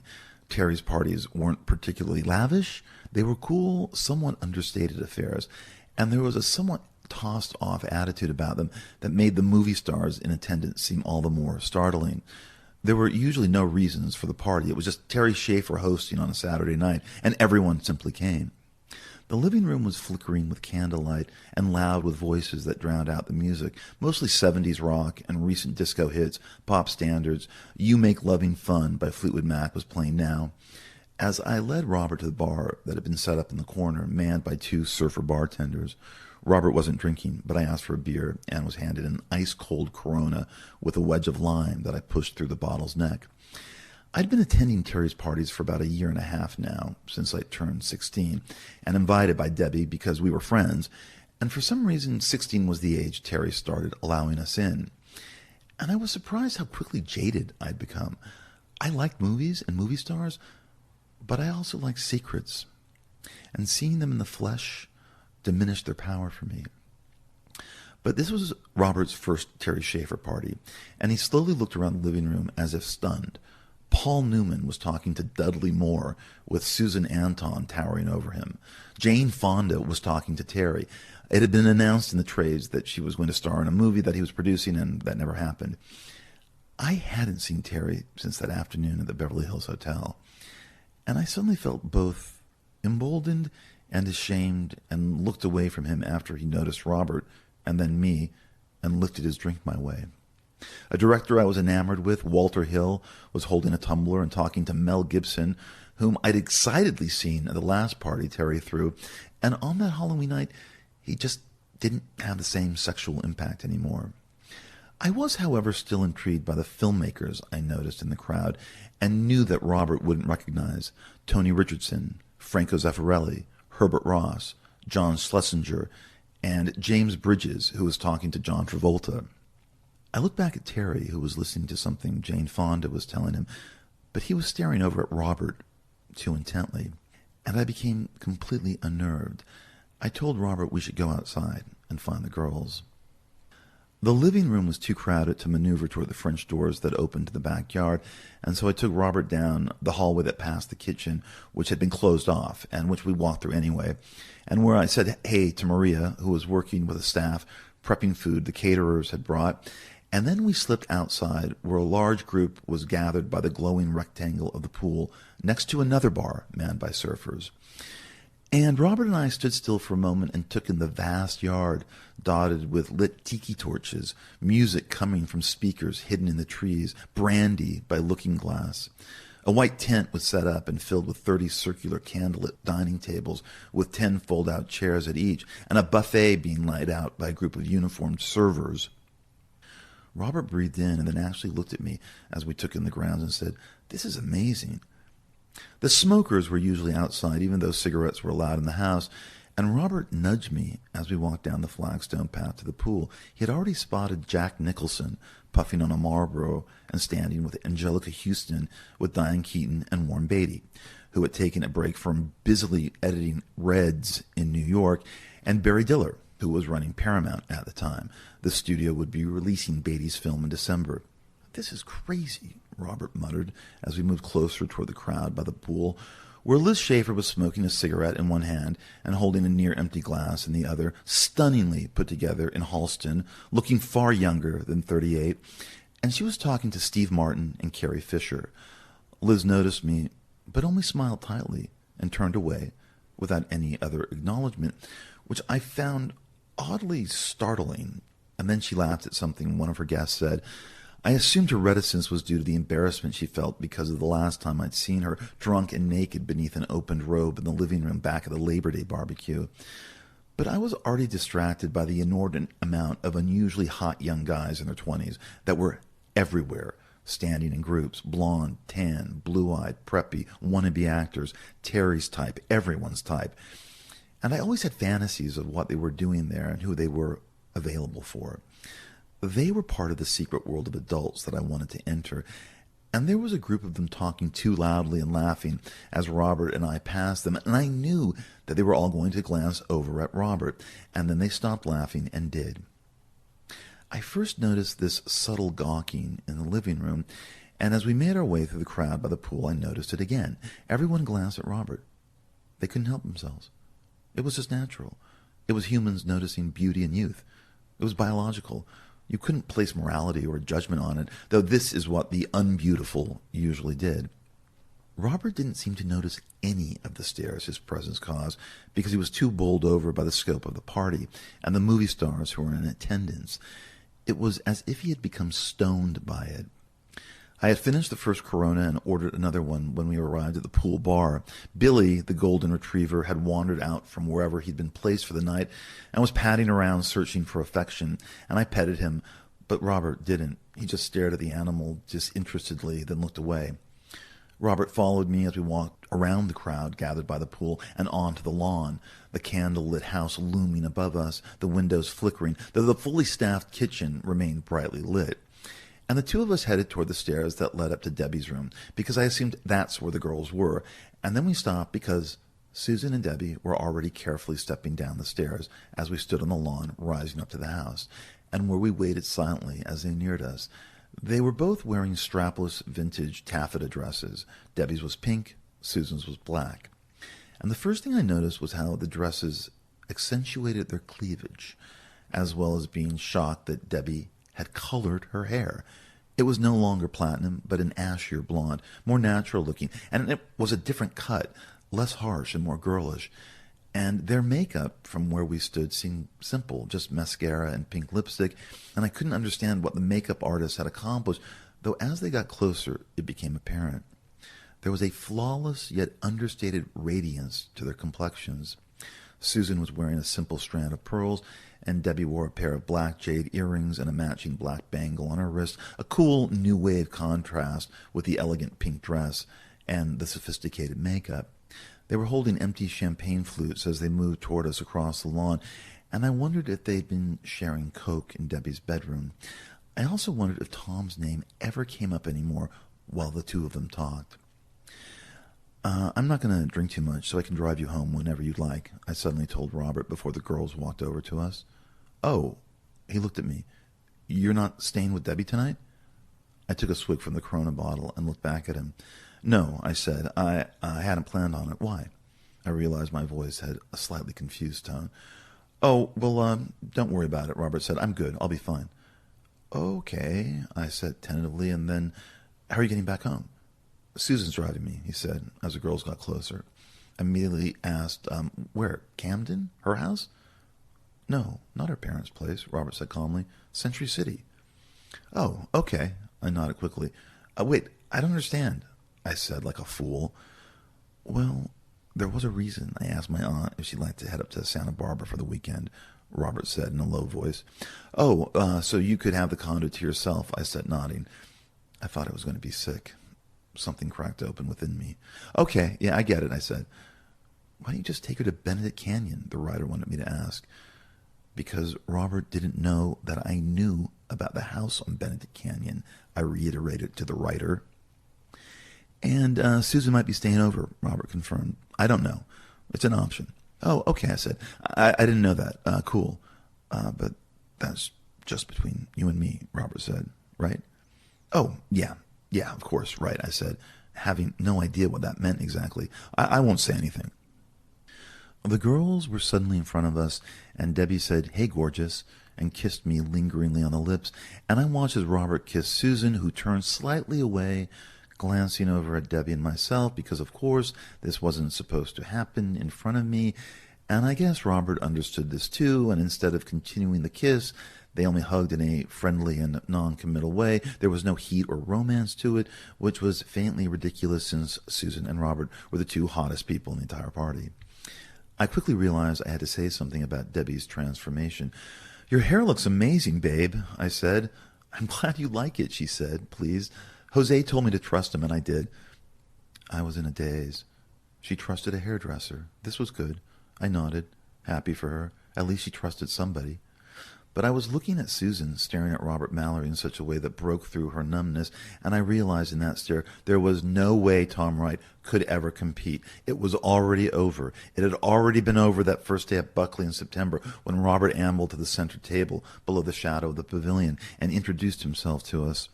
Mindless formalities about our arrival time and how well you boys cleaned up and what movie stars Robert had seen became the jumbled dialogue that I couldn't follow. I was having trouble breathing. I wasn't calm anymore. I never had an official anxiety attack until I was older, or what was labeled an anxiety attack. But looking back now, I realized that this was indeed what I was experiencing. Well, I gripped the Corona bottle, and Debbie took my other hand as Robert and I helped lead the girls, balancing in their high heels on the sloping lawn back down to the pool, so they could refill their flutes with champagne. Susan was so inordinately beautiful in that moment 40 years ago that my pain increased and rendered the tangible participant impossible to summon. I could only imagine how messed up the expression on my face was, a crumpled grimace. I tried to keep it together, but Debbie was saying something to me that I couldn't hear or didn't want to hear because I was watching Susan's hand clenching Robert's. This particular intimacy was allowable, I guessed, because it seemed so innocent compared to a kiss.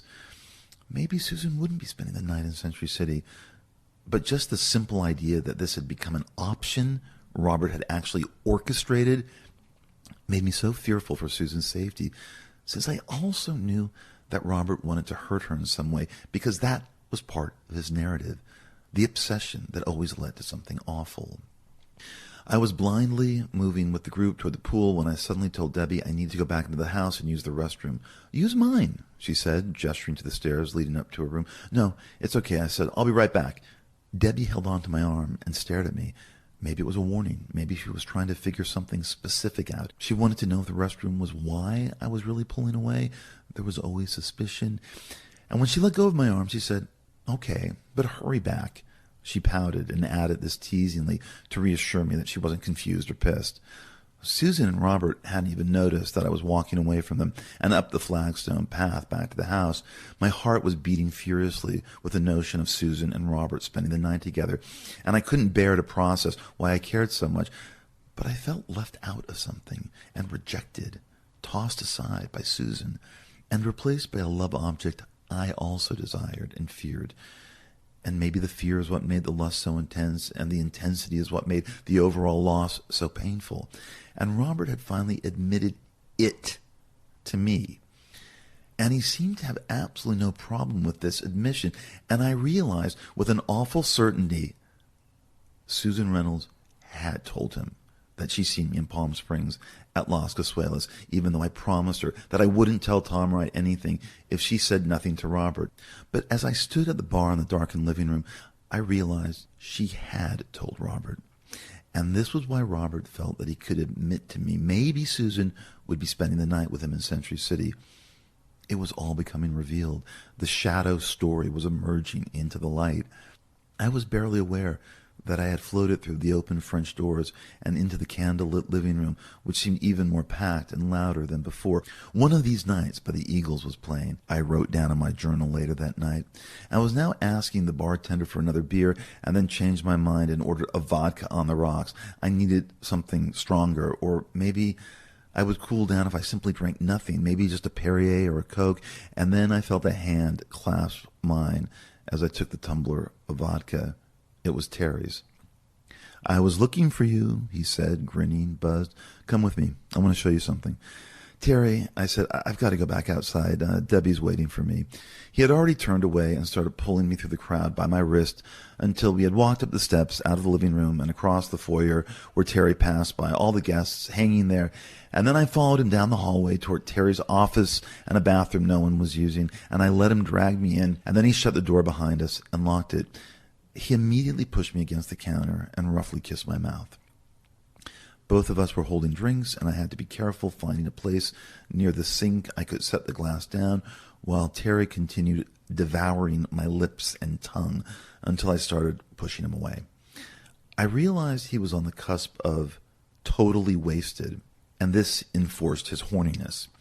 And when he dropped to his knees and began unzipping my slacks, I just leaned against the counter and was almost grateful that something else had eradicated the bad mood and dread I was expecting. This was almost comical by comparison to the reasons for the anxiety attack. "Terry, come on," I finally said, when it became apparent I wasn't getting hard, and I leaned over and lifted him up by his armpits. He was wearing a black suit and a dress shirt, but no tie, and it was unbuttoned to the middle of his chest. It was supposed to be sexy, masculine, and maybe at another time it would have worked for me, but not on that night. Terry smiled drunkenly and pressed against me. "I want to suck your cock," he said matter-of-factly. "Is there anything wrong with that?" he asked, weaving. "You liked it the last time," he said in a sing-song voice. I didn't know what to say. I just wanted to get out of the bathroom and away from Terry. Yeah, maybe, but later," I said, trying to placate him. "I can't, just not here."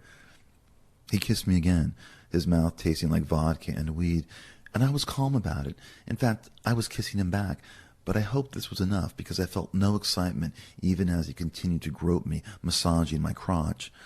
Finally, Terry realized it wasn't happening and backed off and checked himself in the mirror. He reached into the pocket of his blazer and pulled out a small vial of cocaine and held it up to me. "Maybe this will get you in the mood," he said again in that sing-song voice, and I realized I had never seen Terry quite this high. He was on the verge of seriously trashed. He unscrewed the top and dipped a tiny spoon into the vial and quickly snorted 2 bumps before offering it to me. I shook my head, declined. "You're no fun tonight," he said mock-sadly. There wasn't any point in bringing up the screenplay, and I realized that dream was over. I'd have to wait for him to mention it again, if he ever would. He checked his nose in the mirror and then patted his hair into place. "Who's that stunner you're with?"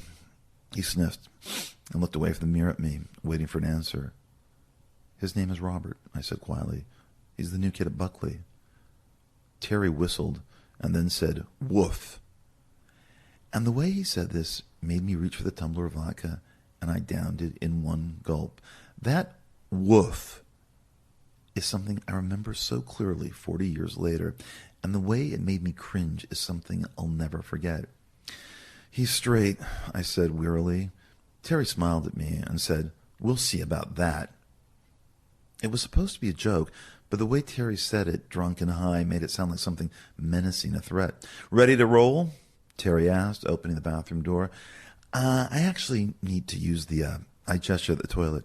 "Go for it," Terry said, exiting the bathroom and heading back into the din of the party, almost tripping over the edge of the carpet lining the hallway, and then regaining his balance by placing a hand against the wall.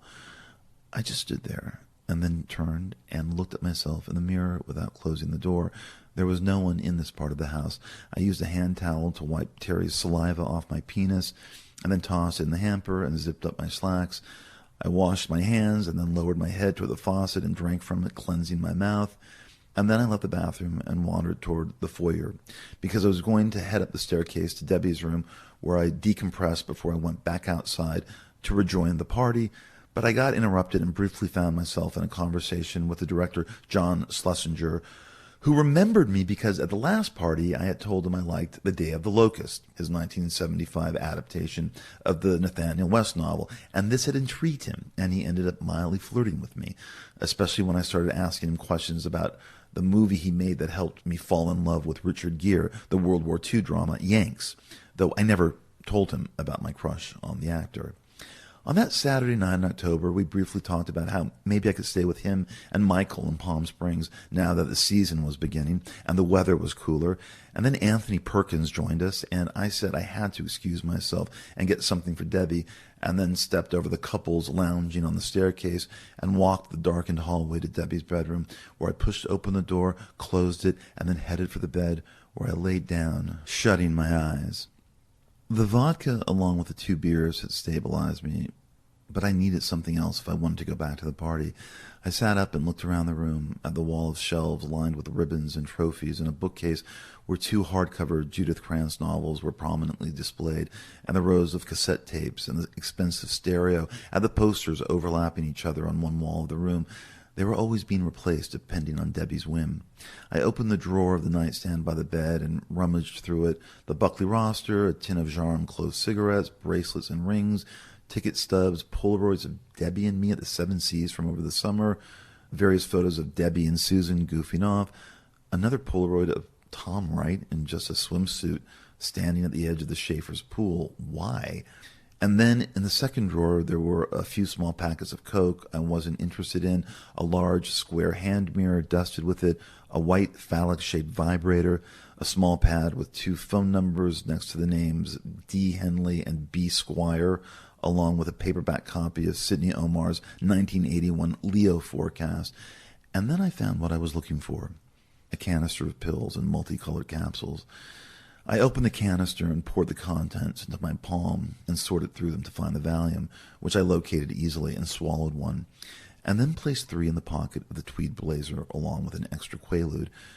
I wouldn't drink anything else, so I'd be able to drive home. It would all work out, I thought, morosely.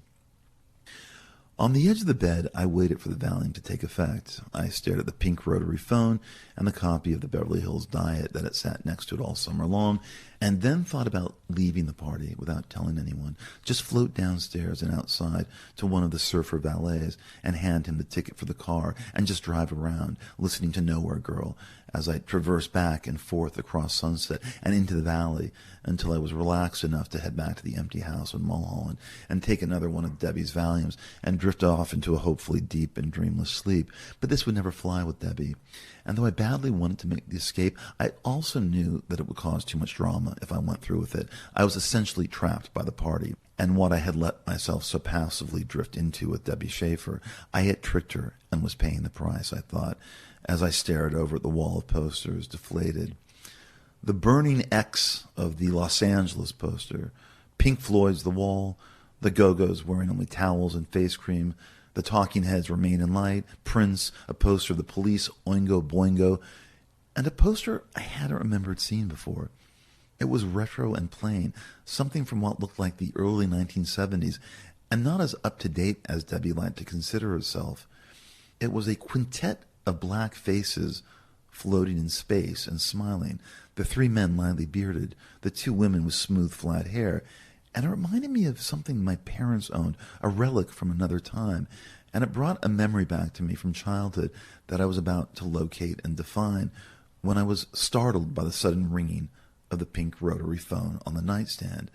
I actually gasped because it had been so silent in the room, the sounds of the party outside, just a distant ambient hum, and I'd been so intrigued by the poster for reasons I couldn't figure out. Suddenly, Debbie's answering machine picked up. The person who called didn't say anything.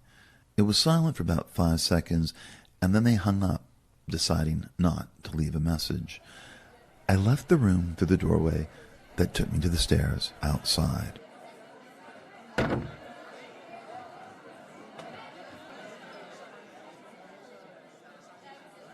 As I carefully walked down the steps, I stopped and gripped the railing for support because the first thing I noticed was Terry Schaefer talking to Robert Mallory, standing away from the group by the pool, alone on the lawn, only the 2 of them, both in their black suits, Terry drunk, Robert sober. I didn't look around for Debbie or Susan or anyone else. I just calmly took a deep breath as I honed in on Robert, smiling bashfully as Terry leaned into him, Jerry Rafferty's Baker Street blaring from the trees. It looked as if Terry was confiding something to Robert, who just kept nodding and laughing nervously. Terry had a particular stance that unambiguously suggested he was interested in Robert sexually. He was obviously hitting on him, as any gay man would, I realized, and Robert was trying to react as any polite and amiable straight dude in a similar circumstance. I'm tolerating this with good humor, but it's not going to happen. I realized I was awkwardly frozen in place and that I had to continue down the staircase until I hit the lawn, but then I would have nowhere I wanted to go. As I began nearing Terry and Robert, Liz Schaefer walked up to her husband and said something, and I noticed the guests by the pool had started heading toward the white tent. Terry nodded charmingly to his wife, bowing, and excused himself from Robert, and then bounded up to the house, probably to tell the guests inside that dinner was being served. Liz said something to Robert, and he nodded, and as she walked away, she noticed me, and just smiled tightly without saying anything. Again, this distant stance from Liz was startling, but not entirely unexpected, I supposed. I finally noticed Debbie and Susan were talking to Warren Beatty. Though Debbie occasionally turned her head looking for me, this was always an annoyance, that it somehow mattered to Debbie where I was at seemingly every given moment. Robert walked up the lawn to where I was standing and wasn't smiling anymore.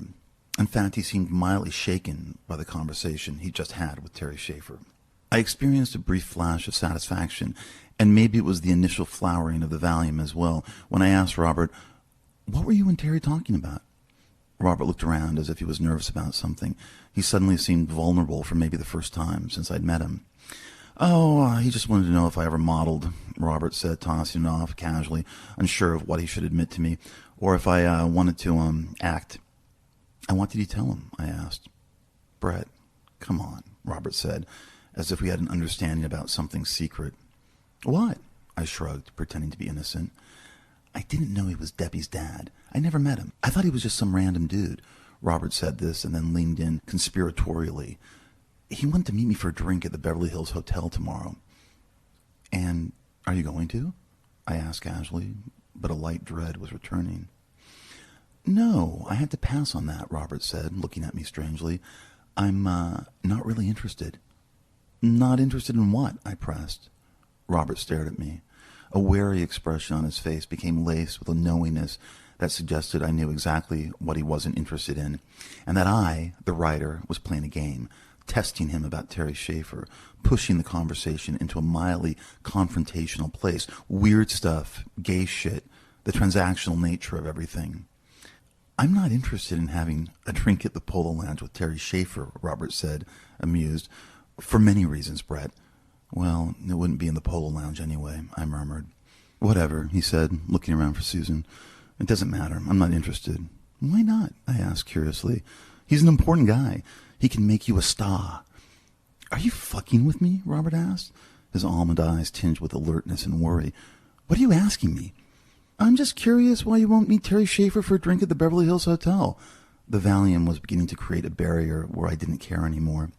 Robert looked at me pissed and then said, "How about because he's scary?" "Ooh, scary Terry," I said, pretending to shiver. And then, "Why is he so scary?" I asked. "Because he hit on you?" Robert seemed surprised I said this out loud. He blushed quickly. "He's gay," Robert whispered, confused, leaning toward me again. "Debbie's dad is gay." "I guess you didn't know this," I said. "Yeah, Terry's into guys." "So he thought I was going to have sex with him just because he's gay," Robert said flatly. "Is he out of his mind?" And then, looking at me as if trying to figure something out, said, "You're fucking with me." "He's just high," I said, realizing how relaxed the Valium was making me. "He attacked me in the bathroom tonight." I shrugged. Robert looked at me horrified. "And you let him?" Robert asked, appalled. "You didn't do anything?" "I think you're overreacting," I said. "I think you can take care of yourself." "He's Debbie's dad, Brett," Robert said. "Yes, he is," I said, "and I'm not telling Debbie it happened."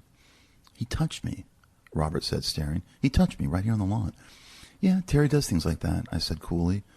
"You seem okay with it," Robert said, still semi-stunned. "You get used to it," I said.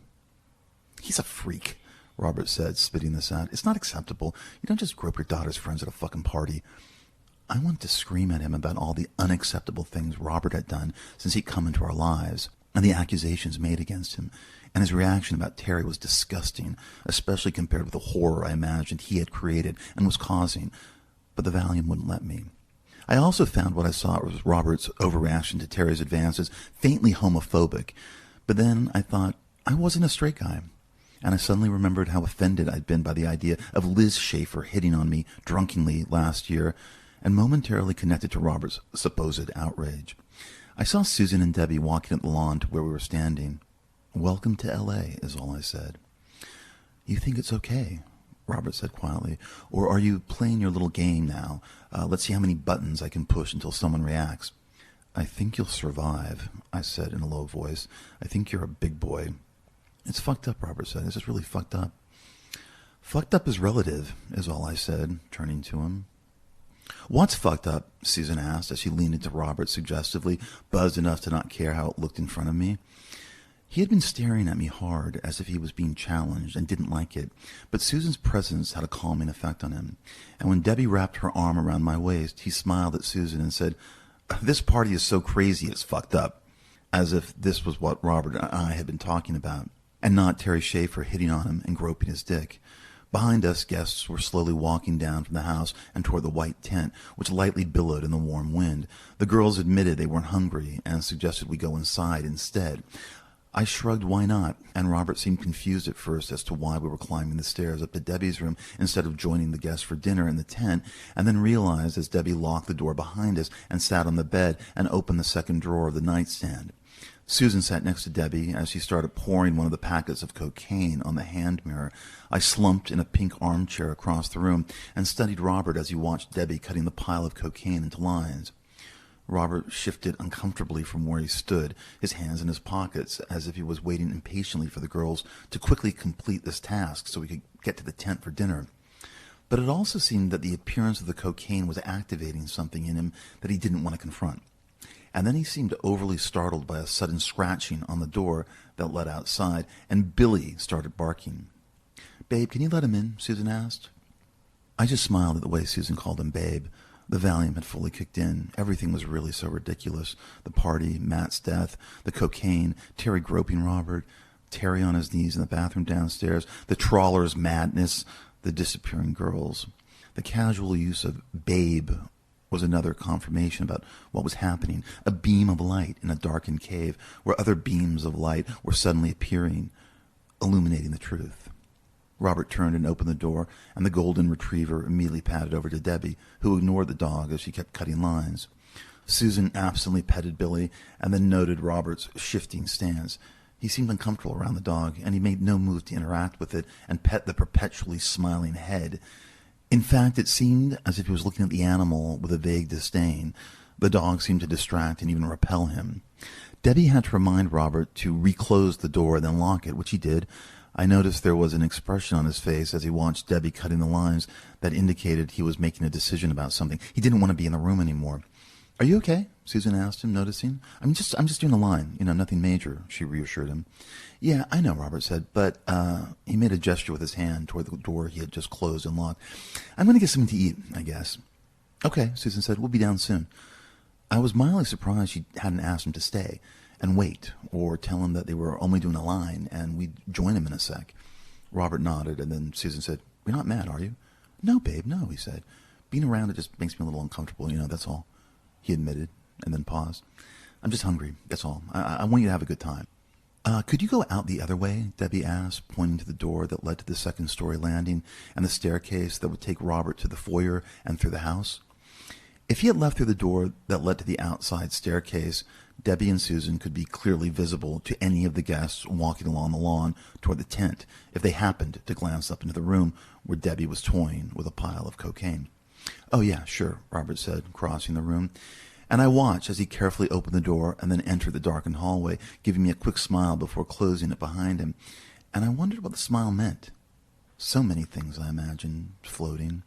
It was silent in the room as Debbie leaned over and snorted the first line off the mirror and moved aside so Susan could do the next. Debbie looked over at me, the cocaine hitting her fast, and I just offered a Valium grin and shook my head at nothing.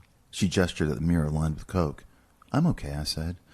Susan did another line, and then so did Debbie, and I hadn't noticed there was an opened bottle of Dom Perignon until Debbie was pouring it into the flutes they had carried with them back to the room. And then Debbie lit a cigarette and opened the window above her bed, blowing the smoke outside.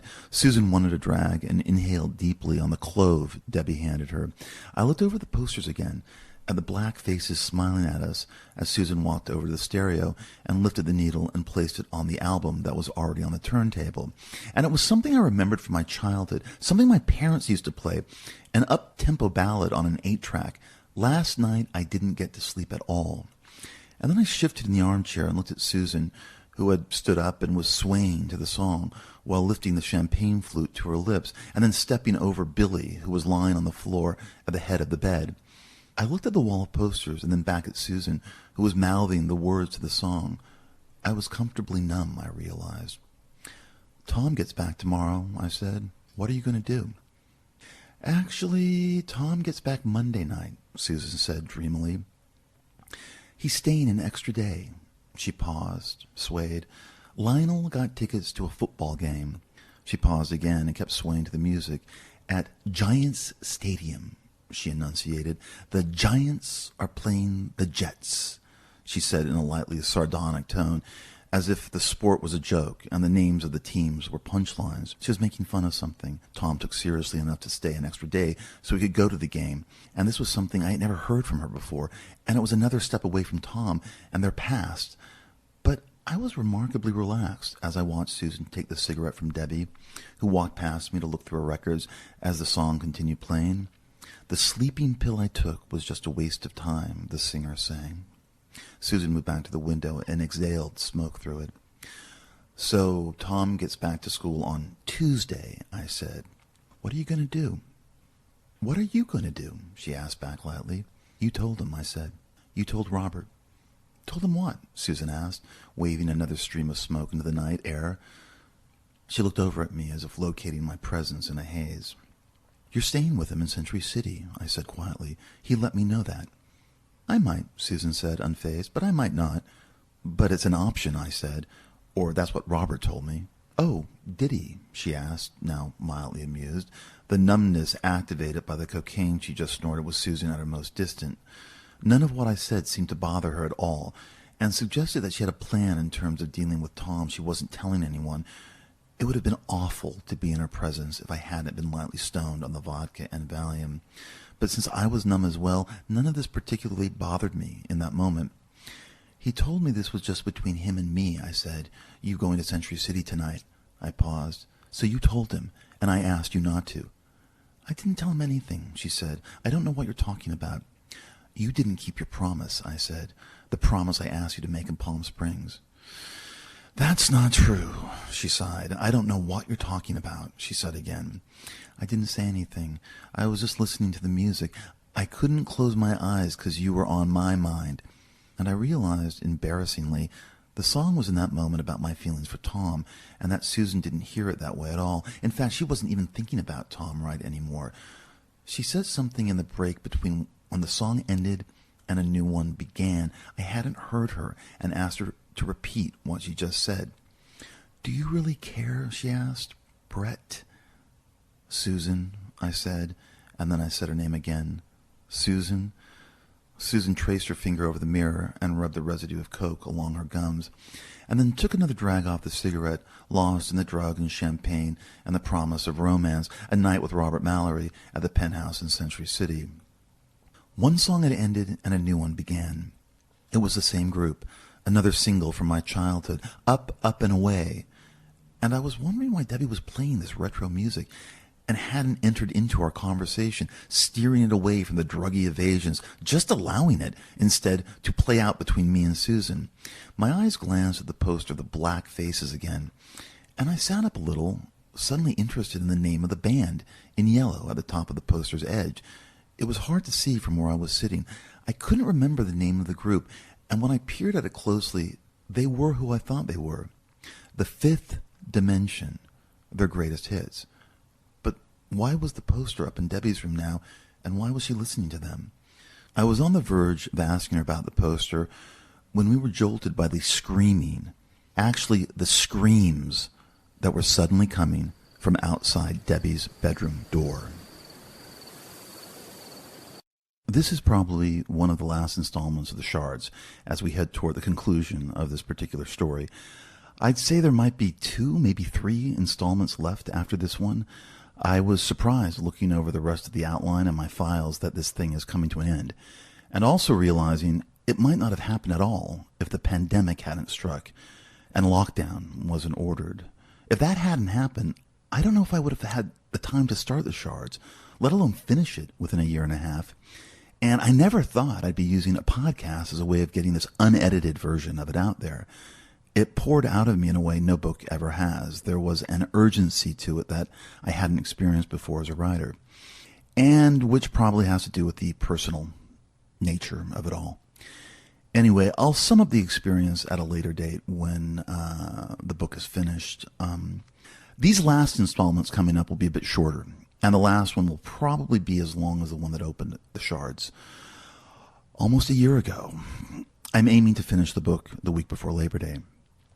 We are back at the party on Stone Canyon that Terry Schaefer threw on Saturday, October 31st, 1981, where it seemed that Terry came on to Robert Mallory, who let me know about this, borderline outraged.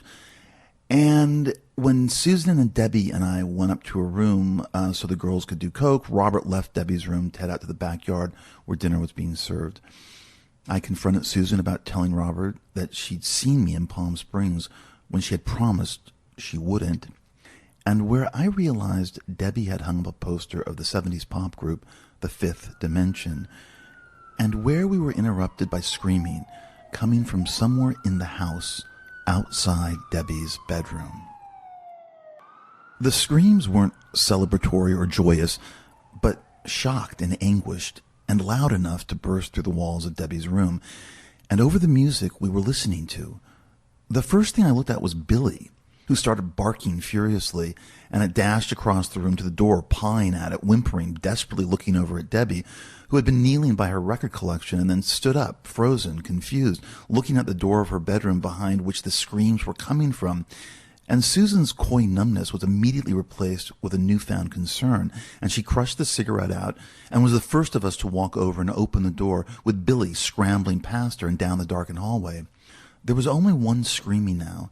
The chorus of screams had subsided, and there was just a soundtrack of worried voices, and the one scream had become a kind of bellowing, and it was guttural and male.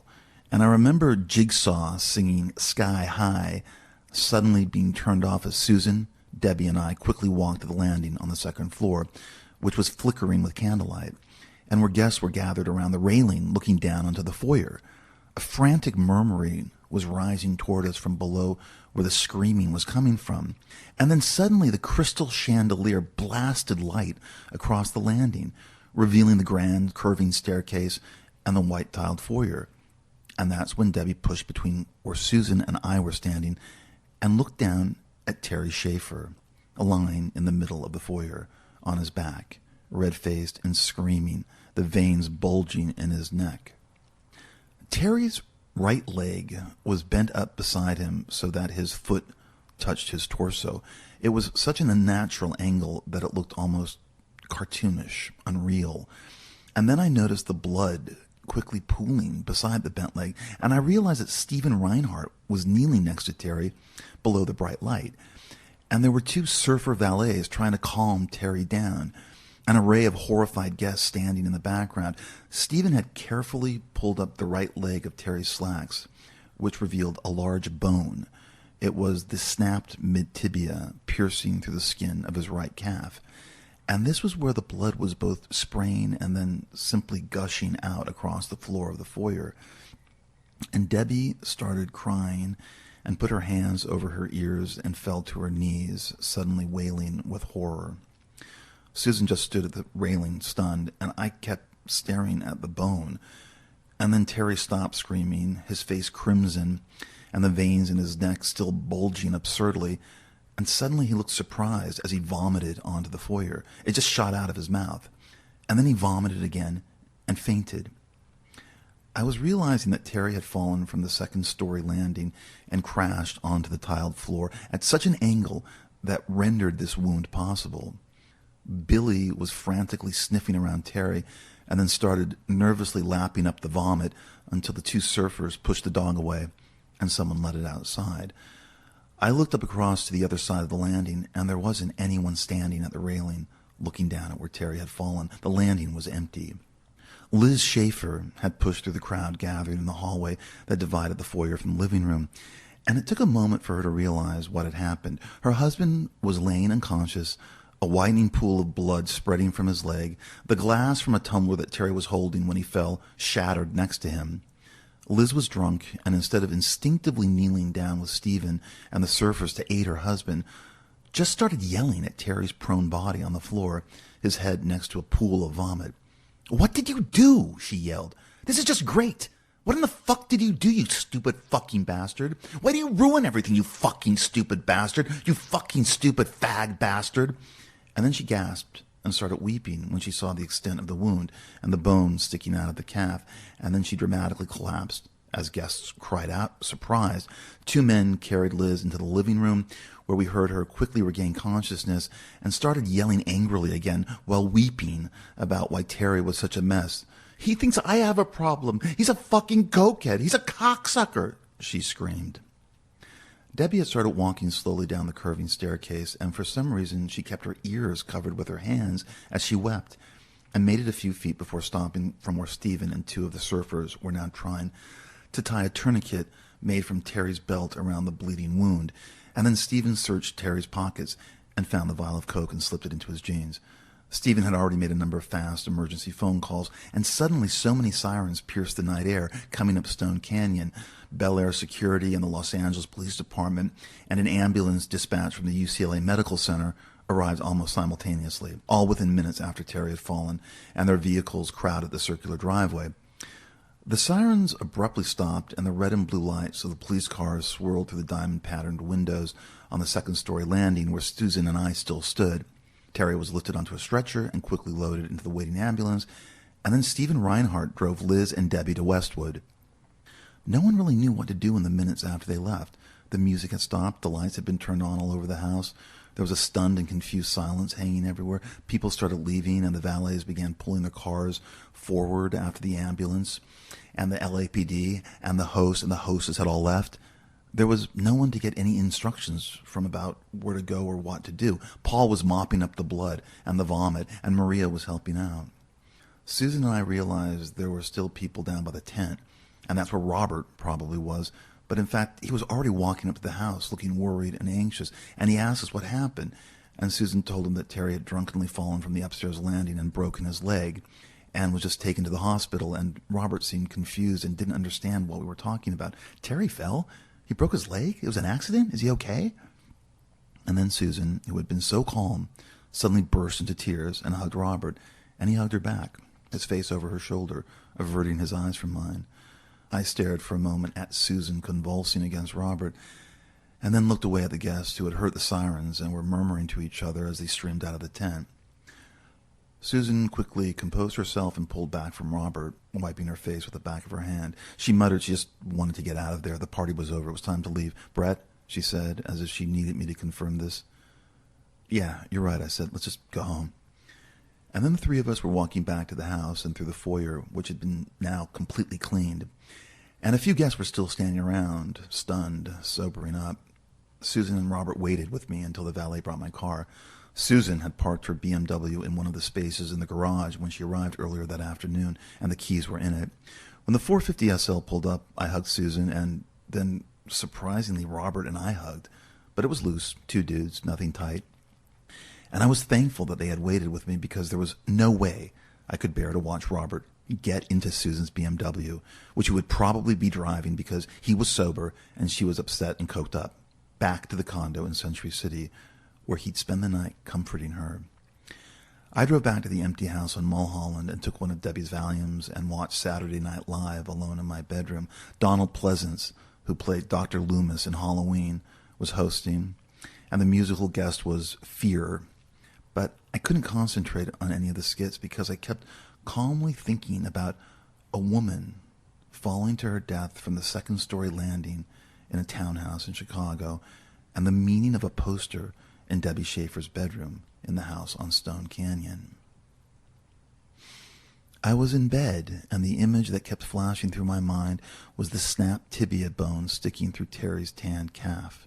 It was impossible to wipe the image away. It kept returning like the rapidly revolving beacon of a lighthouse. There was nothing to distract me from unseeing it. 2 Valiums and half a Quaalude were on the nightstand next to the digital clock that told me it was almost noon. And I realized with a pathos I had never felt before that there was no one around. Tom was at a football game 3,000 miles away, and Susan was in a Century City penthouse with Robert, and Ryan was probably sitting in a church somewhere in Northridge. And I realized that on Sundays, when I felt horny, and there were no movies to see, and I had nothing to do, Haskell Avenue was always an option, but Matt Kellner wasn't alive anymore. I also realized that even if Matt were living, I wouldn't have been in the mood on the first day in November to have sex with anyone, let alone touch myself. The trauma that ended the Schaefer's party rendered everything on that Sunday freakish. and there were remnants of the shock of gore I witnessed floating everywhere around me, even though Mulholland itself looked relatively normal. The house was empty and clean. The pool sparkled beneath the midday sun. The lawn was so brightly green that it looked artificial. I noticed Shingy's paw seemed to have healed from whatever had scratched it while I stood in the kitchen and watched the dog sniffing along the edges of the sunlit yard. He wasn't limping anymore. The world was emanating a surface normalcy. And yet what happened last night was so unsettling that there seemed to be an invisible menace drifting everywhere. It just existed, but I wasn't feeling anything by a certain point. I wasn't afraid and I wasn't aroused. I wasn't hungry and I didn't desire anyone. I wasn't tired and I didn't feel sick. I was just numbed and dazed and alone. And I knew that I had to call Debbie Schaefer that afternoon. Not only would it be expected since I was the boyfriend, but also because I needed to ask Debbie about where she found that Fifth Dimension poster.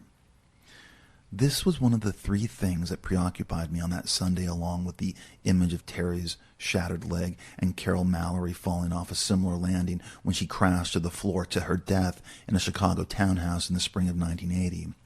In my narrative, Robert also pushed Terry off the landing in Stone Canyon after he left Debbie's bedroom.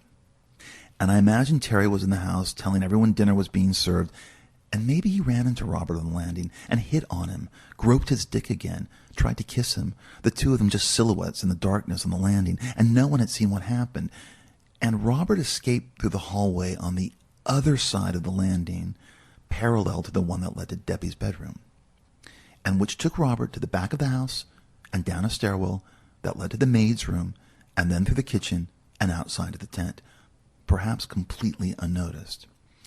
There was no way to prove this on that Sunday afternoon, and I realized we'd have to wait to hear from Terry Schaefer as to whether some version of this happened or not, though I also realized that Terry might never admit it, that he was coming on to an underage kid who pushed away from his advances, resulting in the injury he sustained when he fell over the railing. Because Abigail Mallory had mentioned to me that this was exactly how Robert's mother, her sister-in-law, had died, I made this connection, and though it was tenuous, I was haunted by it. And since I felt so alone that day, it became a friend. In the kitchen, I heard the phone from my bedroom ringing, and I walked down the hallway and reached for the receiver before the answering machine clicked on. It was Debbie. She seemed surprised that I picked up. "I knew it was going to be you," I said softly, and then asked if she slept.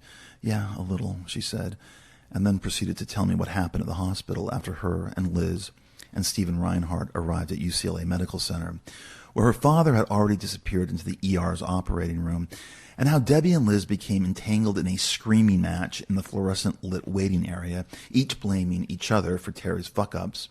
Liz was drunk and flailing angrily as Debbie screamed back in tears and began coming down from the cocaine, while Liz kept referring to me as "that boyfriend of yours," until Stephen, talking to the emergency physician and Terry's own personal doctor who had driven over from Brentwood, interrupted the two women because he was told by members of the staff it would be a good idea to take Liz and Debbie back to Bel Air, but not before Liz demanded to be tranquilized. And after one was administered, wept in the car as Stephen drove them to Stone Canyon, where he basically carried Liz to her bedroom, and Debbie cried herself in and out of sleep, exhausted, until she finally took something and was knocked out until 2 in the afternoon. "I thought my mother liked you," Debbie said. "I had no idea what she was referring to," she said. I explained what I'd seen on Labor Day in the living room, her mom drunk and naked, and Debbie realized something and said, "Oh, maybe that's it. She's so erratic." She then asked me why I hadn't waited for her at the house last night, and I told her I had no idea she was coming back or not, and what could I have done anyway? Debbie only sighed and murmured, "I guess." I asked about Terry and what actually happened. Did he say anything? Does anyone know? She said Stephen told her that Terry was under sedation and that he'd be at UCLA for a few days and then transferred to Cedars, where he'd have to undergo a number of operations. The damage was so bad that Terry wouldn't be able to get around on crutches for weeks, and Debbie and Liz wouldn't be able to see or talk to Terry until Monday. "There was so much blood," Debbie finally said. And then, "I need to see you. I need to be with you." She paused and then asked, "Why didn't you leave any messages?" I asked her what she meant, and she explained that there were 6 empty messages on her answering machine when she woke, just silence and then a hang-up. "Wasn't that you?" I didn't know what to say. I hadn't called. Oh, yeah, I said. I wanted to see how you were. I found myself blushing at the lie. But, you never picked up, so I just, I trailed off. I need to see you, she said again. Yes, of course, I said. Do you want to come over? Yeah, she said. I've got to get out of here. I don't want to be around when Liz wakes up. I'll see you soon, was all I said. I took a shower and felt nothing. It was as if the water wasn't hitting my body, but somewhere else, and yet I was standing in the stall, and it was warm enough so that the bathroom's air was curling with steam. When I dried myself, I couldn't feel the cotton towel, even as I watched it move along my legs and arms and chest, but I knew I was doing this when I looked into the bathroom's mirror. I floated into the bedroom and didn't choose what to wear. The T-shirt folded at the top of the drawer was what I put on, as well as the first pair of shorts I came across. I have no idea why I made the bed, or neatened my desk, and stacked my school books, or swept the Quaalude and the 2 volumes into the nightstand drawer. I had no idea what was motivating me that day, and I realized there was no point to any of it either, and so I just sat on the bed and waited for Debbie. I had a vision of Deborah Schaefer that seemed not totally fair, as if I had mainly viewed her in a position of neediness, and that she seemed like some kind of spoiled and entitled airhead around me. That wasn't the truth. She was just a beautiful and genuinely intelligent girl who made a bad move when she fell in love with me, a person who wasn't remotely clear about his own desires. She was also by far the coolest girl in Buckley. She was far cooler than Susan Reynolds. She actually possessed a knowing irony about the world, but she wasn't numb to it in the way Susan Reynolds had become. And maybe Debbie was so self-aware because of her parents being problematic in ways that Dawn and Gail Reynolds weren't.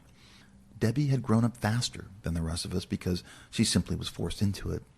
There was trauma in the family that exceeded just a divorce or having a parent who was cold and distant. Her mother was an unstable alcoholic, and her father was a barely closeted homosexual. And though Debbie had never mentioned to me the possibility of her father being gay, and I had never brought it up, she must have known something. I hope she just didn't care, that it didn't matter to her in the ways that music and bands and her horse and exclusivity did. This would also be something cool about her, or so I imagined if it were true. Debbie seemed so much older than 17. She arrived around 4, and we tried to have sex, but I couldn't get hard. And Debbie seemed aroused in only a desultory way. And so I went down on her. I had, by the time I started having sex with Debbie, watched enough straight porn to kind of know what to do. And I always managed to make Debbie have an orgasm. After its release, she cried, and I held her. And then we walked to the kitchen, where she found a bottle of white wine in the back of the refrigerator and opened it. She poured herself a glass of the Chardonnay, and I made sure Shingy had enough food. And then we moved silently back to my room and laid on the bed while I used the remote to try and find something to watch on TV. It was night by now, and through the large bay window in the bedroom, I could see the ground lamps in the yard lit up by the automatic timer. The sound on the television was low, and I finally asked very quietly, "How long have you known about Susan and Robert?"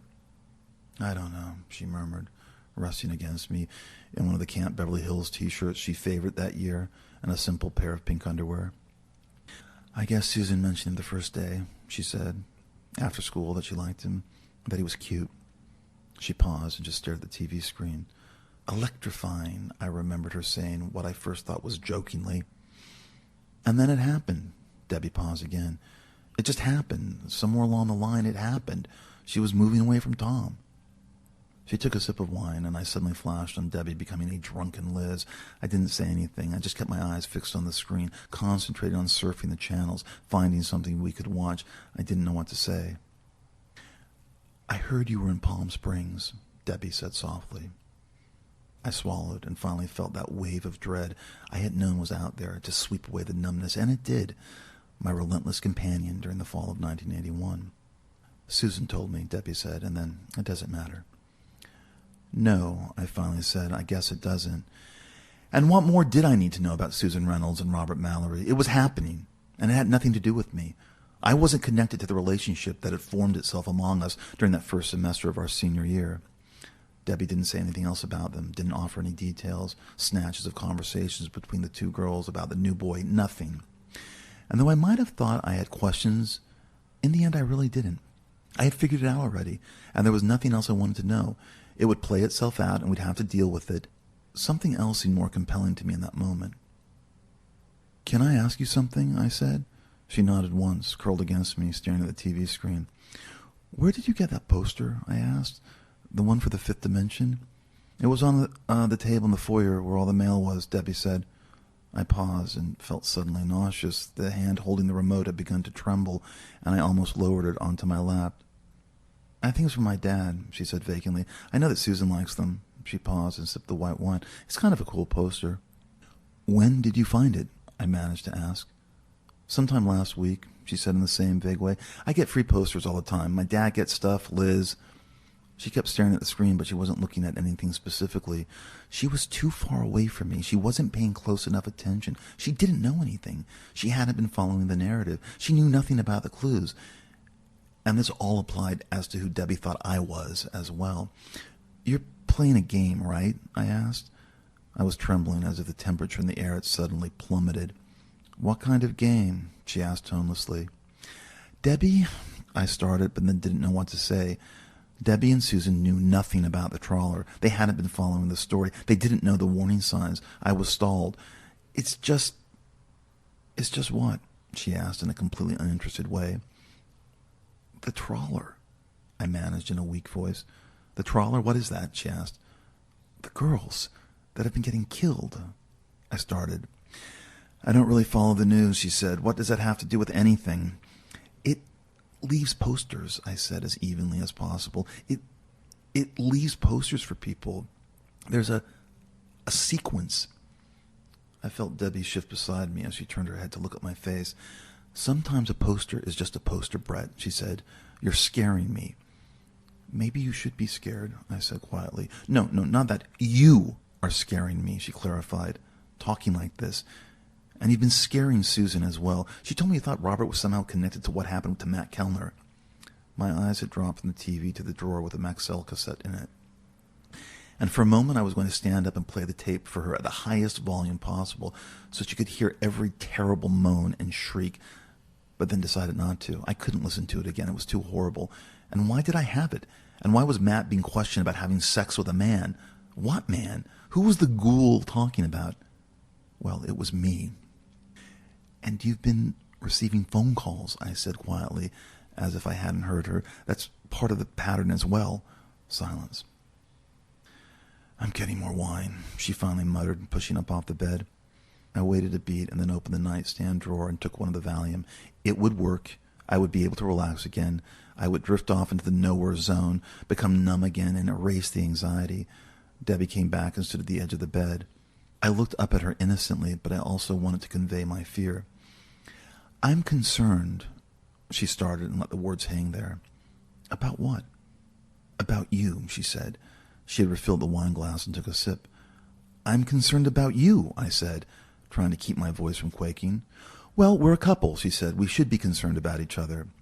In any other scene, this would have deeply irritated me, a reminder that we actually weren't a couple, and that Debbie only thought we were, and that this was ultimately my fault. I had helped create the illusion that she was buying into. I know things that you don't know, I said. I felt I was spacing out and that no matter what I could manage to explain to her, it wouldn't matter. It would, in fact, become part of a larger concern she'd have about me. You know things about a serial killer, Debbie said, and you know things that connect Robert to Matt Kellner's death. Is this what you know? Yes, I think so, I said in a faraway voice. Have you ever thought about talking to someone, she asked. She sat down on the edge of the bed. I'm talking to you, I said, confused. Do you mean the police? No, I meant a professional, she said gently. Something got activated. What do you mean? I asked. I mean someone to talk to about these concerns. She let the sentence hang there. Someone you could talk to about these fears. You mean a shrink? I said hollowly. Yes, Debbie said. A psychiatrist or a psychologist? You don't know anything, I said, and I do. I think you twist things, she said. I think you don't like Robert. Debbie, if you only knew, you wouldn't. And I understand that, she said. You're close to Tom. We're all close to Tom, I said loudly. The fear was ratcheted up. She wasn't listening. But that doesn't mean, Brett, that Robert's out there abducting girls and that he had anything to do with Matt. There's a timeline, I stressed quietly, closing my eyes. There's a timeline, Deborah, and he's dangerous. He's a liar and he's dangerous. I paused. I'm worried he's going to do something to Susan. She didn't say anything. She looked at the wine glass she was holding, and I realized she was reconsidering my sanity. And it was all suddenly hopeless as I became spacier. I slid down until I was prone on the bed, my eyes shut tightly. A maddening helplessness I couldn't control was washing over everything. I wanted to explain the timeline to her, but something was holding me back. Okay, I finally said, I understand. What do you understand? She asked. She was staring, expecting me to relinquish my narrative and conform to hers. I was already performing this to a degree, and so it ultimately wasn't difficult to keep moving through the pantomime I'd built for us. I told myself vaguely that I would figure it out, whatever that meant. I had no idea. Everything was formless, just air. I'm sorry, is all I said. I'm tired. I paused. I'm sorry, I said again. You're crying, she said. Why are you crying? I touched my face. I hadn't realized my cheeks were wet. And then I burst into a massive sob. I covered my face with both my hands as I started convulsing with sobs on the bed, completely overwhelmed. Baby, Debbie said. I heard her put the wine glass down on the nightstand, and then the weight on the bed shifted as she leaned into me and tried to gently take one of the hands off my face. The sobbing was so intense I sounded like an animal. And then I forced it to stop, and I turned away from her, folding into myself, reaching for a Kleenex and wiping my face, and then blowing my nose. I was lightly panting from the force of the tears. They had come from fear, from the stress of being afraid all the time, along with the relief that the Valium was bringing me. But I didn't tell Debbie that. She had wrapped her legs around mine and was softly running her hand through my hair, telling me everything was going to be all right. And I fell asleep in my tennis shorts and the T-shirt, and the Valium kept me unconscious until Debbie woke me up at 7:30 the next morning by gently kissing my lips, reminding me I was going to be late for school. She was dressed. She'd been up since 7 and fed Shingy and let him out and took a dip in the pool. And Rosa had just arrived earlier than usual, and Debbie said she had to get back home to change into her Buckley uniform, and that if she didn't see me beneath the bell tower before 9, then we'd meet by the lockers after first period. I nodded and watched her walk out of the room and down the hall. I could hear her speaking Spanish to Rosa, then laughter, the clattering of Shingy's paws as he followed Debbie to the front door, and then she was gone. I arrived at Buckley late on that Monday in November after first period began and pulled the 450 SL into a space in the senior parking lot, and then made my way under the bell tower and headed for the administration building, fingering the Maxell cassette that was in the pocket of my blazer. The hush in the office was occasionally interrupted by a phone ringing and the sporadic clicking of an electric typewriter as I waited until one of the secretaries, Mrs. Davies, hung up the phone and told her that I needed to talk to Dr. Croft. Concerned, she asked me if I had an appointment, and I told her no, I didn't. She made a questioning face and then looked across a piece of paper on a clipboard and asked, "What is this about, Brett?" And I said, "It's just very important that I speak to him." She stared at me. "It's private," I said brusquely. "It's personal." Mrs. Davies lifted the phone even though I could see the entrance to Croft's office from where I stood, and the door was open. I could have just bypassed her and walked in, but the formalities at Buckley never would have allowed that, even as a senior, and all the perks that came with being a member of the 12th grade. I heard the phone ring, and then Croft picking up, but I didn't hear what she quietly said as I paced away from her desk, my eyes scanning past a giant vase of stargazer lilies, the Leroy Neiman painting, the grandfather clock that announced it was 9:15, all the while fingering the cassette tape in the pocket of my jacket. Croft actually came out of his office. He was dressed in a suit and tie and was looking at me curiously. "Why aren't you in class, Brett?" he asked. I muttered, "I need to talk to you. It's very important." Croft must have noticed how upset I looked, even though I'd been careful putting myself together that morning so there could be less of an excuse to not believe what I was about to tell him. The tie wasn't loosened. I was wearing a regulation white shirt, not something Polo or Armani. I had shaven. My hair was neatly brushed. I was wearing the traditional penny loafers and not topsiders. I wanted to look like the model Buckley student. Croft said, "Well, come in." I followed him into the office, and he took a seat behind his desk. The office was elegant, a sleek and uncluttered mahogany desk, 2 chairs across from it, a rolled-arm sofa with an identical floral pattern behind the chairs, and flanked by floor lamps, A coffee table with a black and white chess set laid out. Lush ferns bordered the sides of a wide window, offering a view of two walkways leading to the first rows of stucco bungalows that led into the rest of the school, one in which was being taught a class I should have been in, Mr. Robbins' American Fiction, and where I should have been sitting next to Susan Reynolds and should have been talking about the symbolism in Slaughterhouse-Five while I tried not to look at Ryan Vaughn. The only institutionalized touch in Croft's office were the panels of fluorescent lights above us, and that I glanced nervously at as Croft waved me in, repositioning himself in the leather swivel chair behind his desk, and I asked him if I could close the door, and he paused before he nodded, as if realizing he didn't want to agitate any further an already nervous student. I had known Croft for almost 3 years by that point. He first arrived in the fall of 1978. But I had no idea where he was from, where he had worked before, what his interests were, why we referred to him as Doctor. He was good-looking, no older than 40, and there was something masculine about him that I vaguely responded to, as with Coach Holtz and Coach McCabe. Brown wavy hair and a beard that accentuated a pair of thick lips, and his eyes were almond-shaped, and there was something youthful about his overall demeanor. He was in no way the bureaucratic disciplinarian that the much older Headmaster Waters was, someone far more invested in the original idea of the Buckley tradition and its principles. Croft was casual with his students, and certainly looser than the last principal we had, who had been a chain-smoking elfin Frenchman who wore silvery Yves Saint Laurent suits and who seemed to have an amusing disdain for the job as well as the students he'd been hired to preside over. There was something about Mr. Renaud that always suggested he was better than Buckley, and that the job was somehow beneath him. Croft was younger, and the students liked him. He had a friendly vibe. There were no nasally impressions or gross rumors connected to him, unlike with Renaud. He was approachable, and I'm sure there were female students who found him attractive. I suppose I knew he was married, but I didn't know if he had any children, and I realized as I sat in his office on that first Monday of November that Dr. Croft was a blank, because he was an adult, and therefore was someone I didn't quite know yet. I was just beginning to enter that world. He actually knew far more about me than I knew about him. For myself in that moment, he was just the most easily accessible authority figure available, and I needed to talk to someone.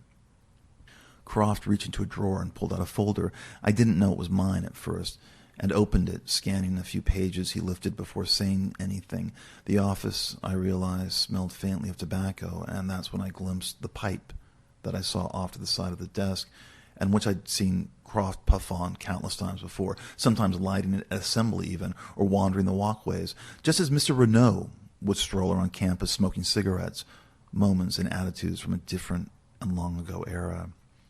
Croft looked up at me and suddenly asked quizzically, as if he also already knew the answer, "Did you retake the SATs last week?" I looked at him surprised that this was what he thought I wanted to talk about, or that he even knew this about me. No, I rescheduled them," I said haltingly. He sighed, as if a little disappointed, and then said, looking through the file, "Mrs. Thompson says you made and then canceled a number of appointments with her." "It was only 2. I interrupted Croft. In that moment, I thought I was going to explode with frustration as I tried not writhing in the chair. "I'll make another appointment with her after I leave here, but I'm not here to talk about that, about colleges and SATs. I glanced over at the wide window, and even though no one would be able to clearly make us out because it was tinted a light green, I still felt exposed sitting there. My hand was in my pocket, the fingertips pressing against the cassette tape. "Okay," Cross said, leaning back in his chair. "So what's up?" I immediately started talking.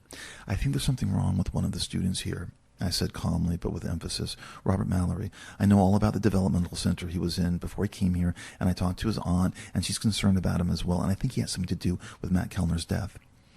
I was looking at Croft directly when I said this to underscore the seriousness of the situation. My eyes didn't dart nervously around the room. I wasn't fidgeting or crossing and recrossing my legs. I was completely still. Croft was just staring at me, his expression unchanged, even though I sensed he was disturbed that this was what I wanted to talk about.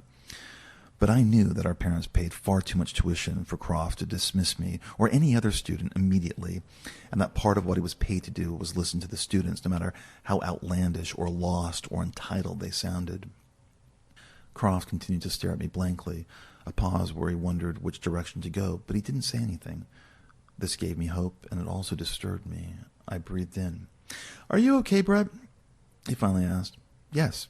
Yes, I said. I am. I realized something. No, I'm not on drugs. I'm not high, if that's what you're thinking. No, no. He held up his hand in surprise. I wasn't thinking that. Then why did you ask that? I interrupted him. You just seem very agitated, Dr. Croft said. I'm a little concerned.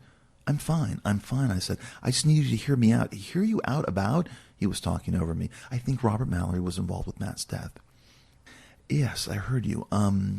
Croft considered this, but his expression was becoming creased with concern. You know that Matt Kellner's death was ruled accidental, but his parents don't think that. I cut him off. Ronald Kellner doesn't think it was accidental at all. He thinks, well, Ronald Kellner is very upset, as he should be. Croft interrupted gently.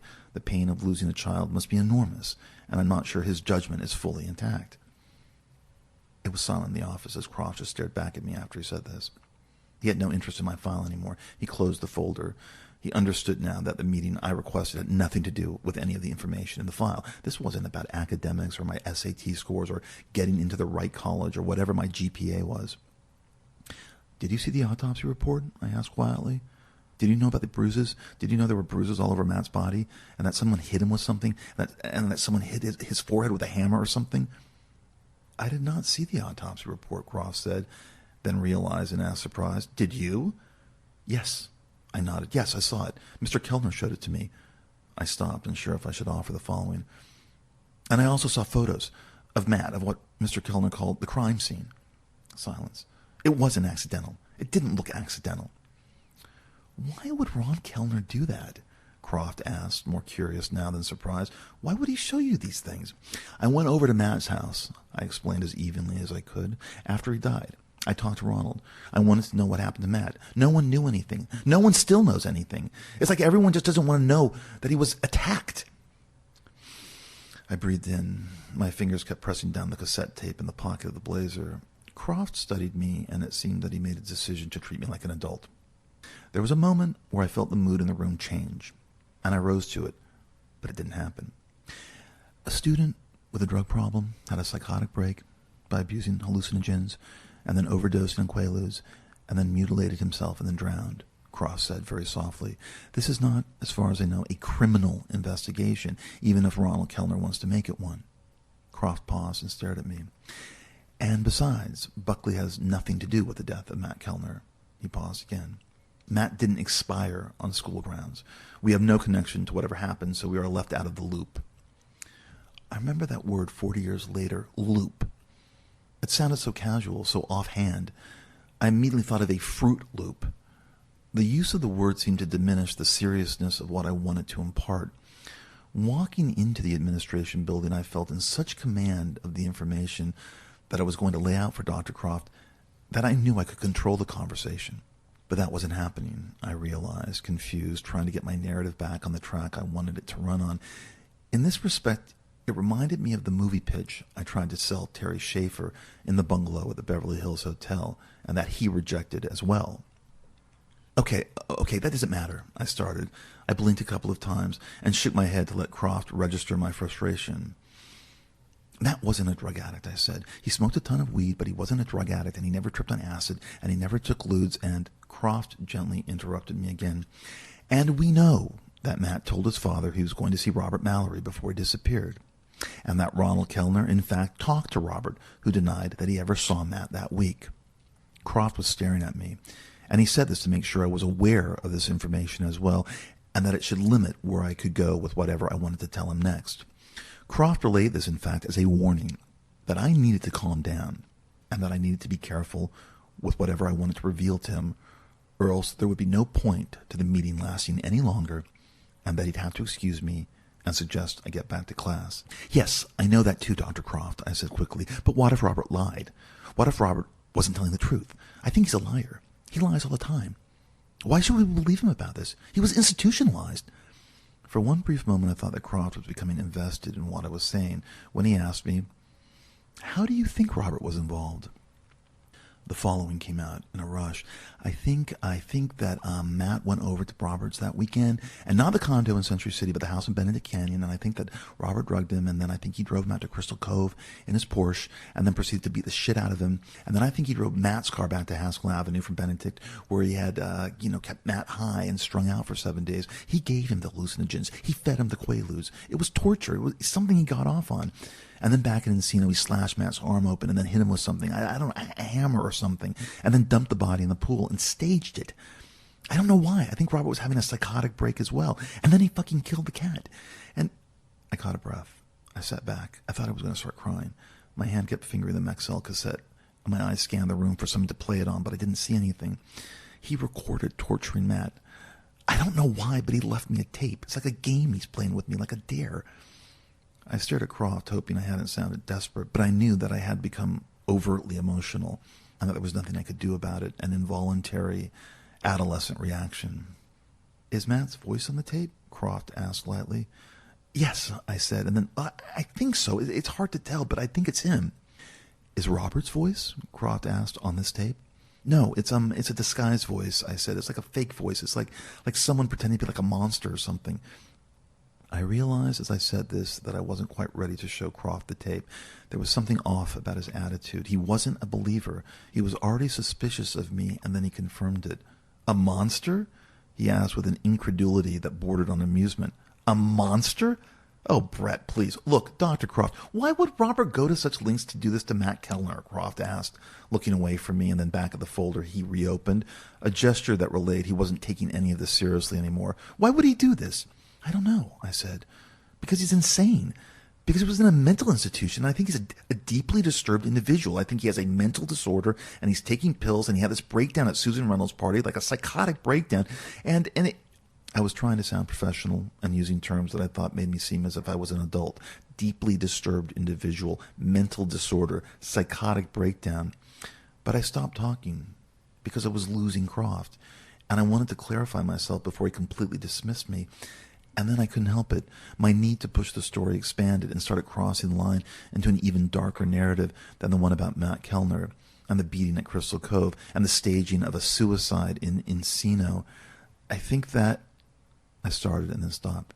You think what? Dr. Croft asked, looking up from my file blankly. Do you know what the trawler is? I asked. The trawler, Croft asked back. You mean the serial killer? Yes, I said, the serial killer. 4 girls, well, 3. I mean, they haven't found the 4th one yet. And then maybe there have been more, and we just don't know. I mean, maybe boys, too. I've been reading about the case, Croft said hesitantly, wondering where I was going with this. It's very disturbing. Robert Mallory went out with the first girl who died, I said, Catherine Latchford. He dated her in the weeks before she disappeared in 1980, when he first came out here and was staying with his aunt. Croft studied me, and I thought from the expression on his face that he had become increasingly concerned about what I was telling him, or so I hoped, and that he wanted to hear more. I continued, unable to stop myself. And there's a timeline. There's this timeline that fits whenever Robert was in L.A. The home invasions and the assaults that began in the summer of 1980 started when Robert was first out here from Chicago, and then they stopped once he left. They began again when he returned for the holidays, and then in January, while he was still here, Sarah, I'd suddenly forgotten her last name for a moment. Sarah Johnson disappeared, and then her body was found, and the same with Julie Selwyn. He was here just after Royceborn in June, his aunt told me. And now, Audrey Barber. I was so keyed up I had to stop and look down. I was clutching my knees and trying to steady my breathing. My fingers had left the cassette what seemed like a long time ago. Finally, I heard Cross say softly, "That's an awfully big leap." This caused me to look up and stare directly at him again. "Did you know what happened to his mother? How she died?" "She had a terrible accident," Cross said, nodding. "Something about a fall." "Just like Terry Schaefer fell on Saturday night," I said. "It was exactly like what happened to Terry Schaefer. And Robert was at that party, and I believe he was responsible." A silence lasted longer than it should have as Croft studied me, deciding what to say next. "I heard about Terry," Croft finally murmured. Does anyone know what happened? You're close to Debbie, aren't you?"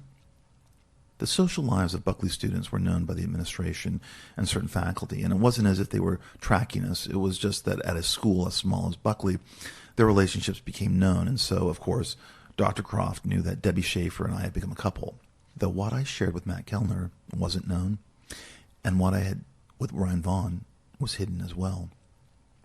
I believe Robert was responsible for that accident, I was saying. I think he pushed Terry off the landing, just like I think he pushed his mother. Croft looked at me helplessly as if he was getting increasingly impatient with my presence. Again, why would he possibly do this, Brett? Because he's insane. He's sick, I said. He raped his stepsister. Did you know that? That he told her to shave her pussy and that he raped her? I was startled by someone walking past the window, and I jumped in my chair. But it was only Miguel, the head of maintenance, with one of the other gardeners. Brett, Croft said, his face a strained grimace, I really want you to calm down. I am calm, I said, trying to sound as cool as possible. I'm calm, but you don't seem to be taking any of this seriously. You don't seem like you're calm, Croft said. In fact, you're saying some fairly incendiary things, and you're accusing a classmate of some pretty serious stuff. Stuff.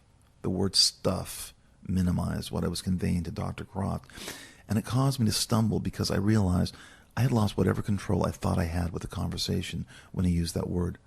Look, I'm fine. I don't think you are, Croft said over me, his eyes wide with concern. You seem to be freaking out. I'm not freaking out, I said. I'm the only one putting the pieces together. I think this all sounds kind of speculative, Croft said in a sympathetic way, as if to suggest I needed to not only relax, but to rethink everything I was telling him. You don't know what I know, I said. Croft breathed in. I guess I don't. He closed the file again and leaned back, studying me. With the door closed, Croft's office was completely silent. You couldn't hear the phones ringing or the electric typewriters or the sounds of faculty leaving the lounge and heading toward their second period classes, the soft murmurs of the secretaries. I stared back at Croft. It seemed he was hesitant about telling me something. He cocked his head and continued taking me in. He sighed. Liz Schaefer called me last week, Croft said. I just stared at him. Yeah? So, what did she say? I asked. I don't know what prompted this, but she was under the assumption that you and her husband are, somehow, Croft didn't know how to say this without being indirect, involved with each other somehow, that you've become close to Terry. I continued to stare at him, paralyzed, even though it felt like my entire body was dropping through the air with no landing in sight, just one continuous free fall that would last forever. It was cool outside, and the office was air-conditioned, but I was sweating beneath the Buckley uniform. My armpits were wet, and my back was damp. Croft kept talking. Now, she seemed a bit out of it when she called, and I assumed this is a delusion of hers. She's an alcoholic, I managed to say. Croft closed his eyes and held his hands up in a diplomatic manner. Yes, I'm aware of Mrs. Schaefer's problem, and I know that she can be rather high-strung, but she seems to think that she has proof. I kept staring at Croft. The world was receding. Robert Mallory was receding. My whole reason for being in Dr. Croft's office was becoming dismantled. This was no longer the conversation I had wanted to have. I had mentioned the trawler, and somehow Liz Schaefer was taking precedent over a serial killer. About what? I asked. Proof of what? That you and Terry are having, some kind of relationship. Croft shrugged, widened his eyes. I just stared, frozen. She says she has proof? She was vague, Croft said. She didn't say what it was exactly, but she seemed to have convinced herself of this. He paused. Something between you and Terry. She's a sick drunk, I said. Croft ignored that and instead conceded, seemingly to side with no one. You're not legally an adult, but you're almost 18. However, Brett, it's not true, I said. It's a lie. Well, I hope it is, Croft said. It sounded unlikely. But he didn't seem entirely convinced when he said this. He had an expression on his face that suggested the student sitting across from him was capable of anything, and saying anything, and making horrendous shit up, and that whatever acquaintance I had with Croft was now irreparably damaged. He would never look at me in the same way again. He would always be distrustful of me. He would always now think I was crazy, but I suddenly didn't care. I'd be out of Buckley in 8 months. Fuck him. This isn't about Terry or Liz, I started. But you brought Terry up, Brett. This is about Robert Mallory, I said. This was always about Robert Mallory. I paused.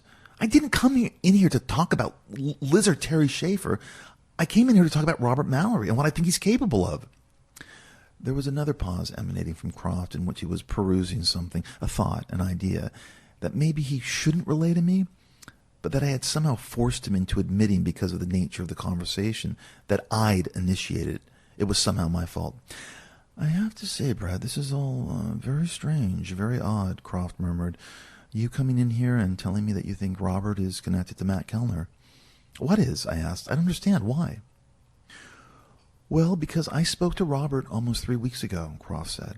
I actually wanted to talk to him about Matt and find out what he knew, considering what Ronald Kellner told us, that Robert was the last person Matt had mentioned to him. Robert was in here? I asked. I don't understand, I said, squinting at him. I had shifted to the edge of the chair.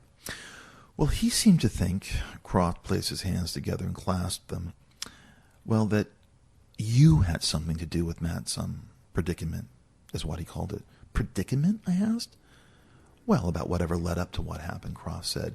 Not what ultimately happened, of course. I mean, he didn't accuse you of that or anything like that. But Robert said that you and Matt were, again, involved in, Croft trailed off and then found his voice, a fairly intense friendship, and that my hands were clenched into one fist on my lap. Wait, I said, my eyes closed. Robert came in here and told you that I was involved in a... I said softly and then stopped. Now, not with his death exactly, Dr. Croft clarified, but that Matt and you had a falling out over something. I felt any hope quickly drain out of me. I was suddenly lightheaded and exhausted, even though I had slept for almost 14 hours last night. It was over. Did you like sucking the cock? Did you like inserting the cock into your asshole? Did you enjoy the cock in your anus? Why was the person asking Matt that? Who was the person that had inserted his cock into Matt? Who was the person whose dick Matt sucked? It was mine. I had done all of these things to Matt, and people knew. Susan, Ryan, Robert, probably Debbie. This was the moment when I realized why I hadn't played the tape for anyone, and that I probably was never going to play the tape for anyone. I mean, what are we to believe? Croft asked. Two boys with rather active imaginations? He paused. Do you have something against Robert Mallory? He asked. Did he do something to you? He's a liar, I muttered. Don't compare me to him. And then in a helpless voice asked, he actually said I had something to do with Matt? I looked down and muttered, he's a liar. He lies all the time. You do know that Ronald Kellner doesn't think Robert Mallory had anything to do with Matt's death, Croft said. Ron certainly told you that, correct? I realized I wasn't going to play Dr. Croft the tape because he was now the enemy. He was never going to be on my side. Even if he had heard the tape, he would dismiss it, accuse me of recording it. That wasn't Matt's voice. That wasn't Robert's voice. This was a crude and disgusting prank, Croft would tell me. You should be ashamed of yourself, I imagined him telling me. What are these boys talking about? Me and Matt and the sexual relationship we shared for over a year. I would become a suspect if I wanted to pursue this, I realized. You want to be a writer, I heard, Croft was saying, placing the folder about me back into the drawer he had lifted it from. Mrs. Thompson told me that you were looking for college with a good writing program, and Mr. Robbins said he read a couple of pieces you wrote and that you have real talent. He paused. They were rather provocative, Mr. Robbins said. Really wild, were his exact words. Very imaginative. He paused. I had shown Mr. Robbins 2 sections from an early draft of Less Than Zero, a chapter where Julian was the narrator and describing a sexual tryst he had with an older businessman in a motel room. And there was another chapter that involved a missing girl who turned up dead in a backyard in Bel Air, mauled to death by what turned out to be a werewolf. The details were gory, lurid, sexualized. Her vagina had been torn open. This fact seemed to sum up and then prove something about me for Dr. Croft. I stared. I had thought this meeting was going to resolve something, but the revelation that both Liz Schaefer and Robert Mallory talked to Dr. Croft about me before I even came in to see him on that Monday in November became a template about my unworthiness as a witness, as a truth teller. And the fact that I wanted to become a writer added to this emerging storyline. Yeah, I'm writing a book, I admitted, a novel, but what does that have to do with anything? Croft had already stood up, which silently announced the meeting had ended, and soon we could hear the chiming of the bells indicating that first period was over, and in 5 minutes second period would begin, and the day would move along in its contained and regulated way. This meant I was supposed to stand up too, and I grabbed the arm of the chair to steady myself as I stood. I suddenly wanted to lunge toward him, grab him by his jacket, and plead that he had to believe me, that if he didn't believe me, I wouldn't know where else to go, what else to do. Everything would be lost. Robert Mallory would get away with everything. Who knew if Audrey Barber was dead or still alive? Something could get saved if Croft believed me. Susan Reynolds was in danger, and so was Deborah Schaefer, my girlfriend. And then I remembered Tom Wright would be back tomorrow. How long have your parents been away? I heard Croft ask. They left the week before Labor Day, I said quietly. And when are they coming back? He asked. They are coming back. I had to think about it, do the math. Next week, I suddenly said, surprised how soon they were returning, as well as how long they'd been traveling. So they've been gone about 2 months now, Croft said, confirming this. Yes. I realized that Croft had stepped around the desk and was guiding me toward the door he was opening. The sounds of the office returned, but were louder now, with faculty walking in and out during the break between first and second period, and a few students were inquiring with a number of secretaries about schedules and requests. My guess is that you've been alone and isolated, Croft said, and that maybe this has affected you in ways that might have ignited your imagination. He said this in a way that was supposed to make me feel better. I still had enough strength and self-respect to say, no, that's not it. Okay, well, I want you to take it easy, Croft said, and let the authorities figure this out. Let them handle it. He paused, and then he felt the need to add, I want you to realize this conversation was confidential. It wasn't on the record, cone of silence and all that. I didn't know then that cone of silence was a reference to a sitcom from the 1960s, Get Smart, but I nodded anyway. He suddenly called out to his secretary, Sherry, are the Wilsons still coming in at 10? Sherry nodded yes, and Croft turned back to me and smiled. Look, if you need to talk to someone, the school has references for a number of doctors that we could recommend. I smiled shakily at him and muttered that I was fine. Everything was fine. I was sorry I bothered him. Maybe I'd been isolated. Maybe I've been fitting the pieces together in the wrong way, and that I'd take a break from all this and, just focus on my homework, and that I'll reschedule retaking the SATs and make an appointment with Mrs. Thompson. I just had a long weekend, I said, not clarifying what long meant, because it didn't mean anything, because it was all fake. Croft clapped me on the back as I walked away, and then I left the administration building. I made a left and took the walkway that would lead me back to the senior parking lot and away from the rest of Buckley. I noted where Robert's Porsche was parked and then got into the 450 SL and headed to the house on Benedict Canyon. At 10 o'clock on that first Monday in November, there was very little traffic heading up Beverly Glen.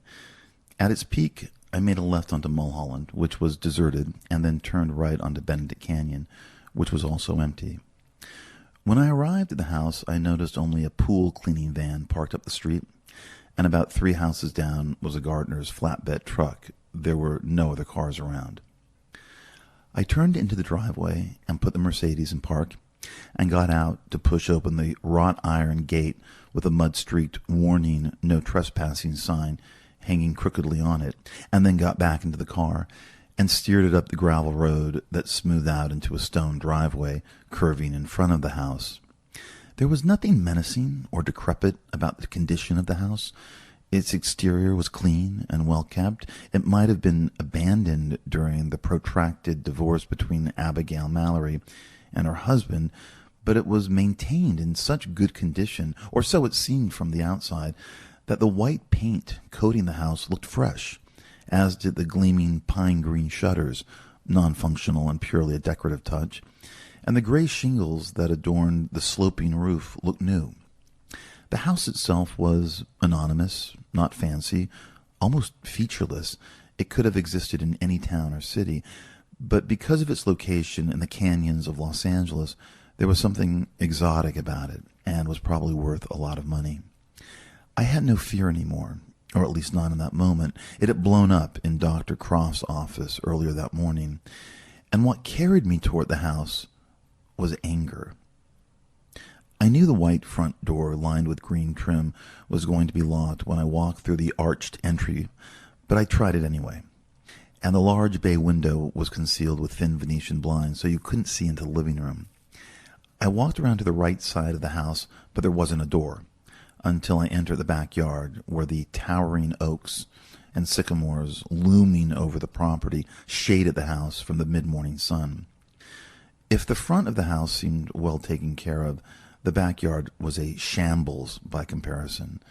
The old tennis court with a sagging net was still strewn with leaves, and the pool was mostly empty, except on that day there was about a foot of blackish water in the deep end, also strewn with leaves. along with the rusted patio furniture scattered around the deck.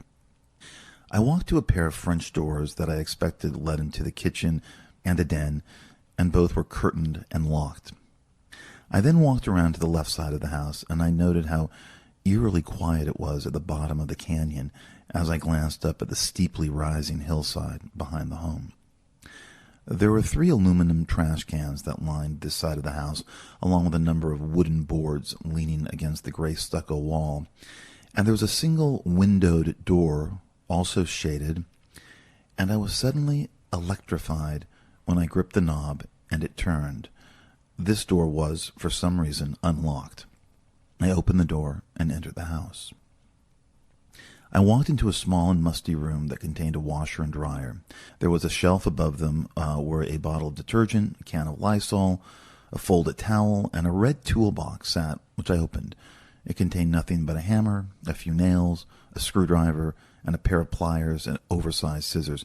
It didn't mean anything. It didn't prove anything. The tools were clean. They were just objects in a toolbox. They weren't weapons. My mind raced calmly. I left the laundry room and moved down a short hallway and past a guest bathroom, and then I was standing in the foyer where the living room and what was probably the den or a dining room and a kitchen were all within my line of vision. Huge rooms spread out in a vast space, and the house was almost completely devoid of furniture, though there was a couch in the empty living room and a table with no chairs in the kitchen.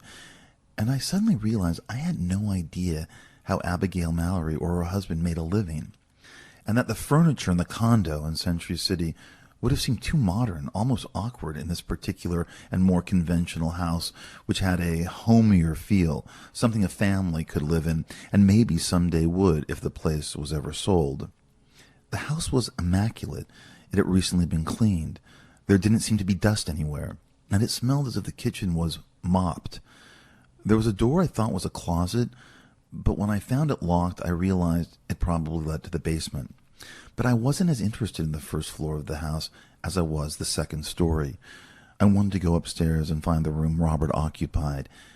As I made my way up the staircase, set off by the foyer and across from the kitchen, the house was so silent that I involuntarily jumped when the heel of the penny loafer I was wearing slipped and knocked against one of the wooden steps that led to the second floor. Again, there wasn't any fear, just a pulsing sense of anger. I had been reduced to this by Robert, and no one was trying to put the pieces together but me. And then I remembered Tom Wright was returning to L.A. that night, and the anger enlarged itself. The second floor of the house was much larger than it seemed from outside. The sloping roof had suggested something smaller. There was a big empty space at the top of the stairs, its windows concealed with Venetian blinds that I assumed was the master bedroom. And then I walked down a wide hallway and past another large empty room, again darkened with Venetian blinds. There was a long stretch of hallway where there weren't any doorways or rooms, but suddenly I stopped at the door of a bathroom when I noticed that there were items in it: a can of shaving cream, a bar of soap, towels hung from a rack. And when I looked in the shower stall, there was a brown bottle of Vidal Sassoon shampoo, a jar of Noxzema, and a razor. And then just past the bathroom was the space that Robert occupied, which was the room at the very end of the long hallway, a futon mattress with a large bunched-up gray blanket and a couple of pillows with gray covers, and a tensor lamp sat on the bare wooden floor next to the mattress. This was beneath a window that looked over the driveway. An empty bottle of 7-Up sat on its ledge. The room smelled like weed, and I automatically located a small bag next to the futon. There were rolling papers and a glass pipe and an ashtray, and large white candles surrounded the futon, and they sat on paper plates, some melted down further than others. There was an electric typewriter on a small makeshift desk made from the boards that were leaning against the left side of the house, and a boom box similar to the one in Robert's bedroom in Century City. Cassette tapes scattered around it, the English beats, What Happened, Was Not Was, Tom Verlaine's Dreamtime, along with a small stack of mass-market paperback books that we'd be reading that term: The Catcher in the Rye, On the Road, The Grapes of Wrath. There wasn't a chest of drawers, but I noticed a closet door that was slightly ajar, and walked over and opened it. a pile of mostly black t-shirts, a couple pairs of tennis shorts, sandals, 2 pairs of black jeans. I didn't see any underwear, and suddenly wondered if Robert even wore them when not at school, and became faintly aroused. I wanted to smell a shirt I lifted off the floor, and that's when I saw an issue of Penthouse from July and a Hustler from June. And the first thing that shocked me in the house on Benedict Canyon was the jar of Vaseline that I reached for and opened, and the image of the gel traced by his fingers was abstractly erotic. I then went back to the makeshift desks, where there were 2 spiral-bound notebooks, but nothing was written in them. I froze anyway, but since it had already been revealed to me, what I discovered in one of them wasn't a complete surprise, just quietly ominous. A number of articles about Catherine Latchford that had been clipped from the Los Angeles Times during the summer of 1980, laying out a long narrative of what happened to the girl. Articles about her disappearance from the party, about her social life, her academic life, articles detailing the weeks she was missing, interviews with family members and friends, the first details about the mysterious phone calls and the rearrangements in her bedroom, and then the discovery of the body, and countless follow-up articles about the murder. There was a copy of Los Angeles Magazine from November of 1980 with Anne Margaret on the cover that also had an article about what happened to Catherine Latchford, but there were no clipped articles about the other girls, nothing about Sarah Johnson or Julie Selwyn or Audrey Barber. I closed the notebook and noticed a number of keys were on the desk, and one was marked CC 2802. This was a key to the door of Abigail Mallory's penthouse on the 28th floor of the Century Towers in Century City. I pocketed it, and then I realized I wanted to see if any of the other keys would open the locked door downstairs, but none of them opened it. None of them even fit into the keyhole. I went back upstairs and replaced the keys on Robert's desk. I reopened the notebook with the articles about Catherine Latchford because some of them were paper-clipped together. And I pulled one from a 2-page article and unfolded the paperclip as I walked back downstairs. This was all done in a calm and purposeful manner. My anger had dissipated, and there wasn't anything else replacing it. I was alone in an abandoned house off a canyon road where murderers sometimes resided, but whatever fear and dread I should have experienced, there was simply a numbness that blanketed everything. The paperclip slid into the keyhole on the handle, and I quickly unlocked the door, revealing a darkened stairwell that led to the basement. It was completely silent. There was only a moment of trepidation before I started moving toward the stairway, and then my hand wandered the wall in the darkness and landed on a switch, and a lone light bulb in the ceiling at the bottom of the stairs suddenly lit up. I noticed nothing unusual about the space as I slowly made my way down the stairs. In fact, it seemed totally unused. It was just an empty room that smelled damp and faintly of rot. And then I realized that the stairway led to another door, deeper into the basement. But the paperclip would not open that door. There were 2 keyholes, and it was seemingly bolted tightly from within. When I turned away from the door, I was surprised to see that a small corner of the basement was actually being used as storage space. There were deflated rafts, and a number of blue kickboards for the pool, a broom, a mop. I neared a large wall of floor-to-ceiling cupboards. I opened one and didn't understand what I was looking at. It took a moment to adjust. There was a large bag half filled with dry dog food, maybe 20 tins of Purina cat chow, another bag of birdseed, and then I saw on the bottom shelf a row of empty glass bowls that would seem innocent enough, but these were, I realized, for fish. These were empty fish bowls lined in a row. In the adjoining cupboard were a number of small steel cages that were used to transport animals, a pet, a small dog, a cat, a guinea pig, hamsters. And then I became genuinely startled when I noticed something staring at me from a glass box. It was completely still, and I didn't know what it was at first, only that it was alive. It was, I realized finally, an iguana in a sad facsimile of whatever its natural habitat would have been. The glass cage was lined with sand dotted with rocks, and there was a small bottle of water affixed to the side of the cage with a spigot. The reptilian face just stared at me until it didn't, and I finally found my breath. I suddenly felt sick, and I quickly closed the cupboard doors and shambled up the staircase and was able to take the extra moment to make sure I locked it before closing the door. I rushed down the hallway that led to the laundry room and burst out of the house, making sure to slam that door shut as well. I walked quickly to my car and got in and started it. I drove the car across the stone driveway and then down the gravel path that led to Benedict Canyon. I drove the car past the open gate, put it into park, and got out to close the gate. I pulled the gate closed, and then just as I was about to get back into the car, I saw a vehicle parked about 4 houses down on the other side of the canyon road, just idling as if it was waiting for someone or had made a pause before heading to Hutton and the stoplight there. It was the beige-colored van. I don't know why exactly, but I started walking toward it, and slowly at first, a horrible curiosity overwhelming whatever fear had suddenly enveloped me, and the need for an answer. And then I started running at the van as it pulled away from the curb. I yelled out, "Hey!" and ran faster along the canyon road, and then I tripped over something and fell hard onto the asphalt as the van sped away. My palms were scratched up, and I had torn the knee on the gray slacks and scraped the skin. I pushed myself up and saw that the van had stopped, and I scrambled toward it, and then the van lurched away from me. But then it braked suddenly, the red taillights flashing on, the windows of its back doors tinted black. I realized I had hurt my leg more than I initially thought, and I was limping toward the van. There were no other cars coming either up or down the canyon road, and it was so quiet. It was almost as if whoever was driving the van was taunting me or being instructed by someone else inside the van, I thought.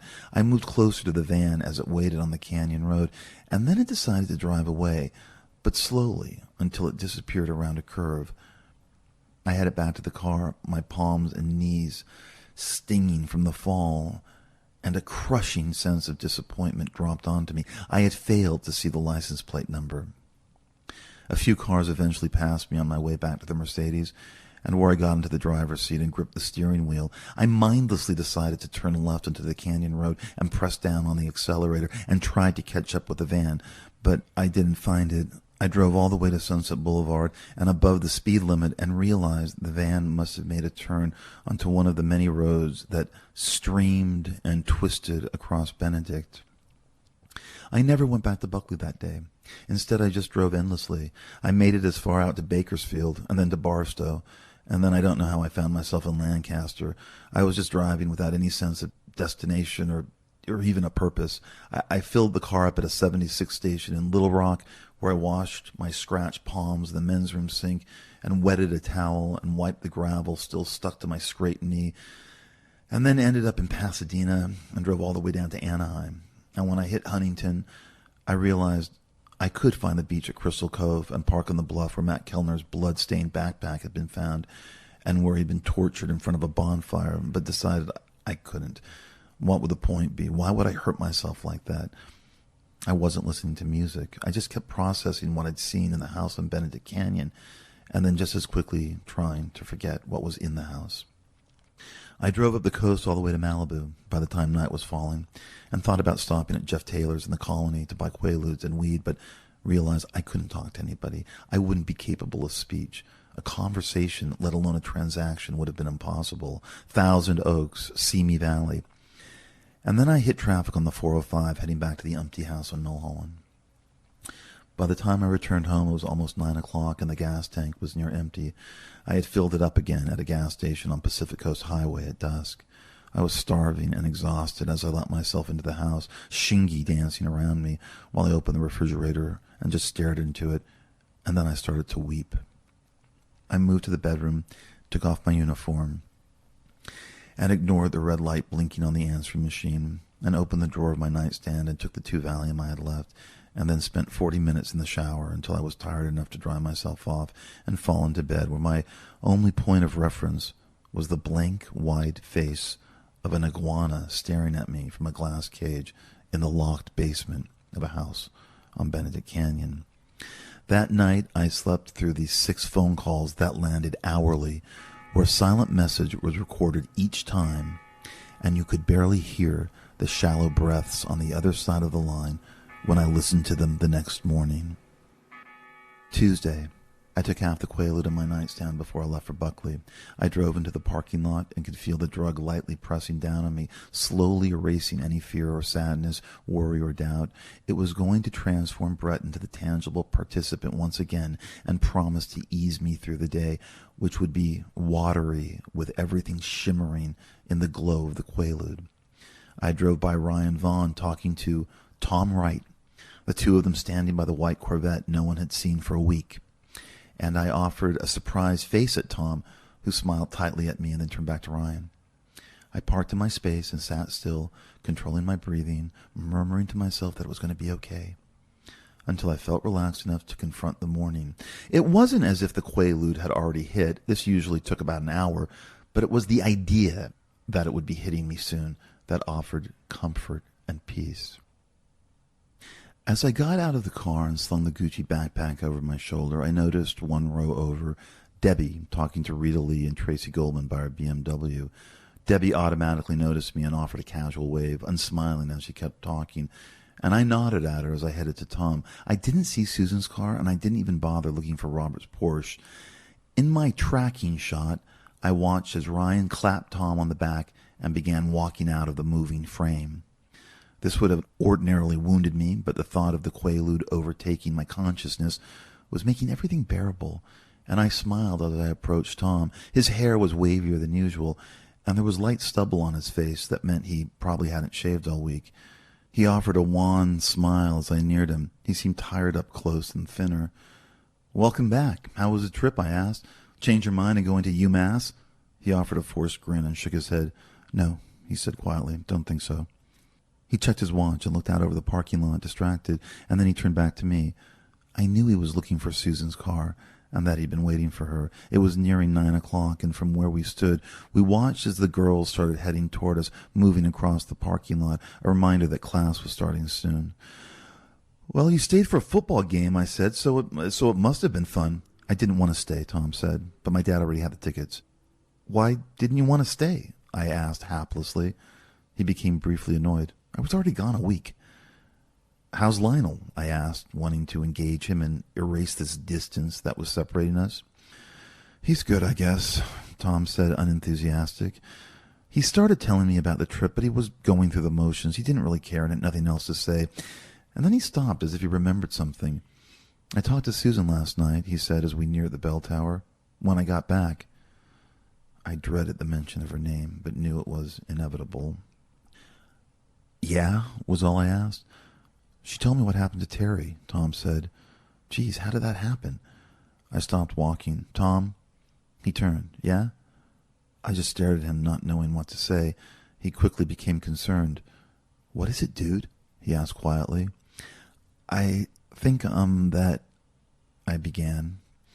I felt I could say anything. I was about to start melting, and I was feeling so loose that I could have simply blurted out the truth. "Susan and Robert are together." And I almost did before we were interrupted. I saw Tom looking up and felt a hand on my neck, and then Debbie kissed me on the lips and smiled up at Tom as Rita and Tracy passed us. "Welcome back," she said. "Hey, Debbie." Tom cocked his head. "There's something different about you." Debbie cocked her head as well, waiting.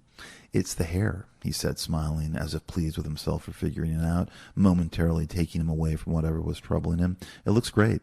Thanks." Debbie walked with us beneath the bell tower, heading toward our first class. "We were just talking about what happened to your dad," Tom said. "You talked to him?" I asked her. "Did you find out what happened?" "No," she said. "He doesn't remember. He had been, in his own words, inebriated and wasted. He remembers nothing. He doesn't even remember what he was doing upstairs." Liz and Debbie had visited him separately at UCLA Medical Center on Monday afternoon. "Where were you yesterday?" she softly asked me. This was how Terry was going to play it, I realized in that moment. He wasn't going to blame anyone. No one was pushed. He wasn't going to bring Robert Mallory into the narrative, which would now fade away because it was an accident Terry couldn't remember. I ignored Debbie's question. So he doesn't remember if it was an accident. What would it be otherwise, she asked. Why wouldn't it be an accident? Maybe he was pushed, I said, remarkably calm. Pushed by who, Brett? Debbie sighed heavily. I mean, I just wondered if he actually fell or if he was pushed, I said. I guess Terry doesn't remember. No, she said. My father doesn't remember. She said this with a finality that I translated into, don't ever ask me this again. We arrived at the bungalows just past the administration building, and Tom paused at the classroom I was about to enter, and then checked his watch, and without saying anything, headed off to his first period, and Debbie waited until he was out of earshot to ask me if I was all right. This was becoming her mantra for me, and if I hadn't been on the verge of getting stoned, I might have said something elusive and bitchy, but the Quaalude let me kiss her on the forehead and assure her I was fine. She wasn't convinced and stared at me hard. What? I asked, feeling completely relaxed. What's wrong? Are you high? She said. You're high, aren't you? A little, I confessed. I took half a lude before school. Why? She asked. Are you still upset? No, I lied. I'm better. Everything is fine. What were you talking to Tom about? Nothing, I said.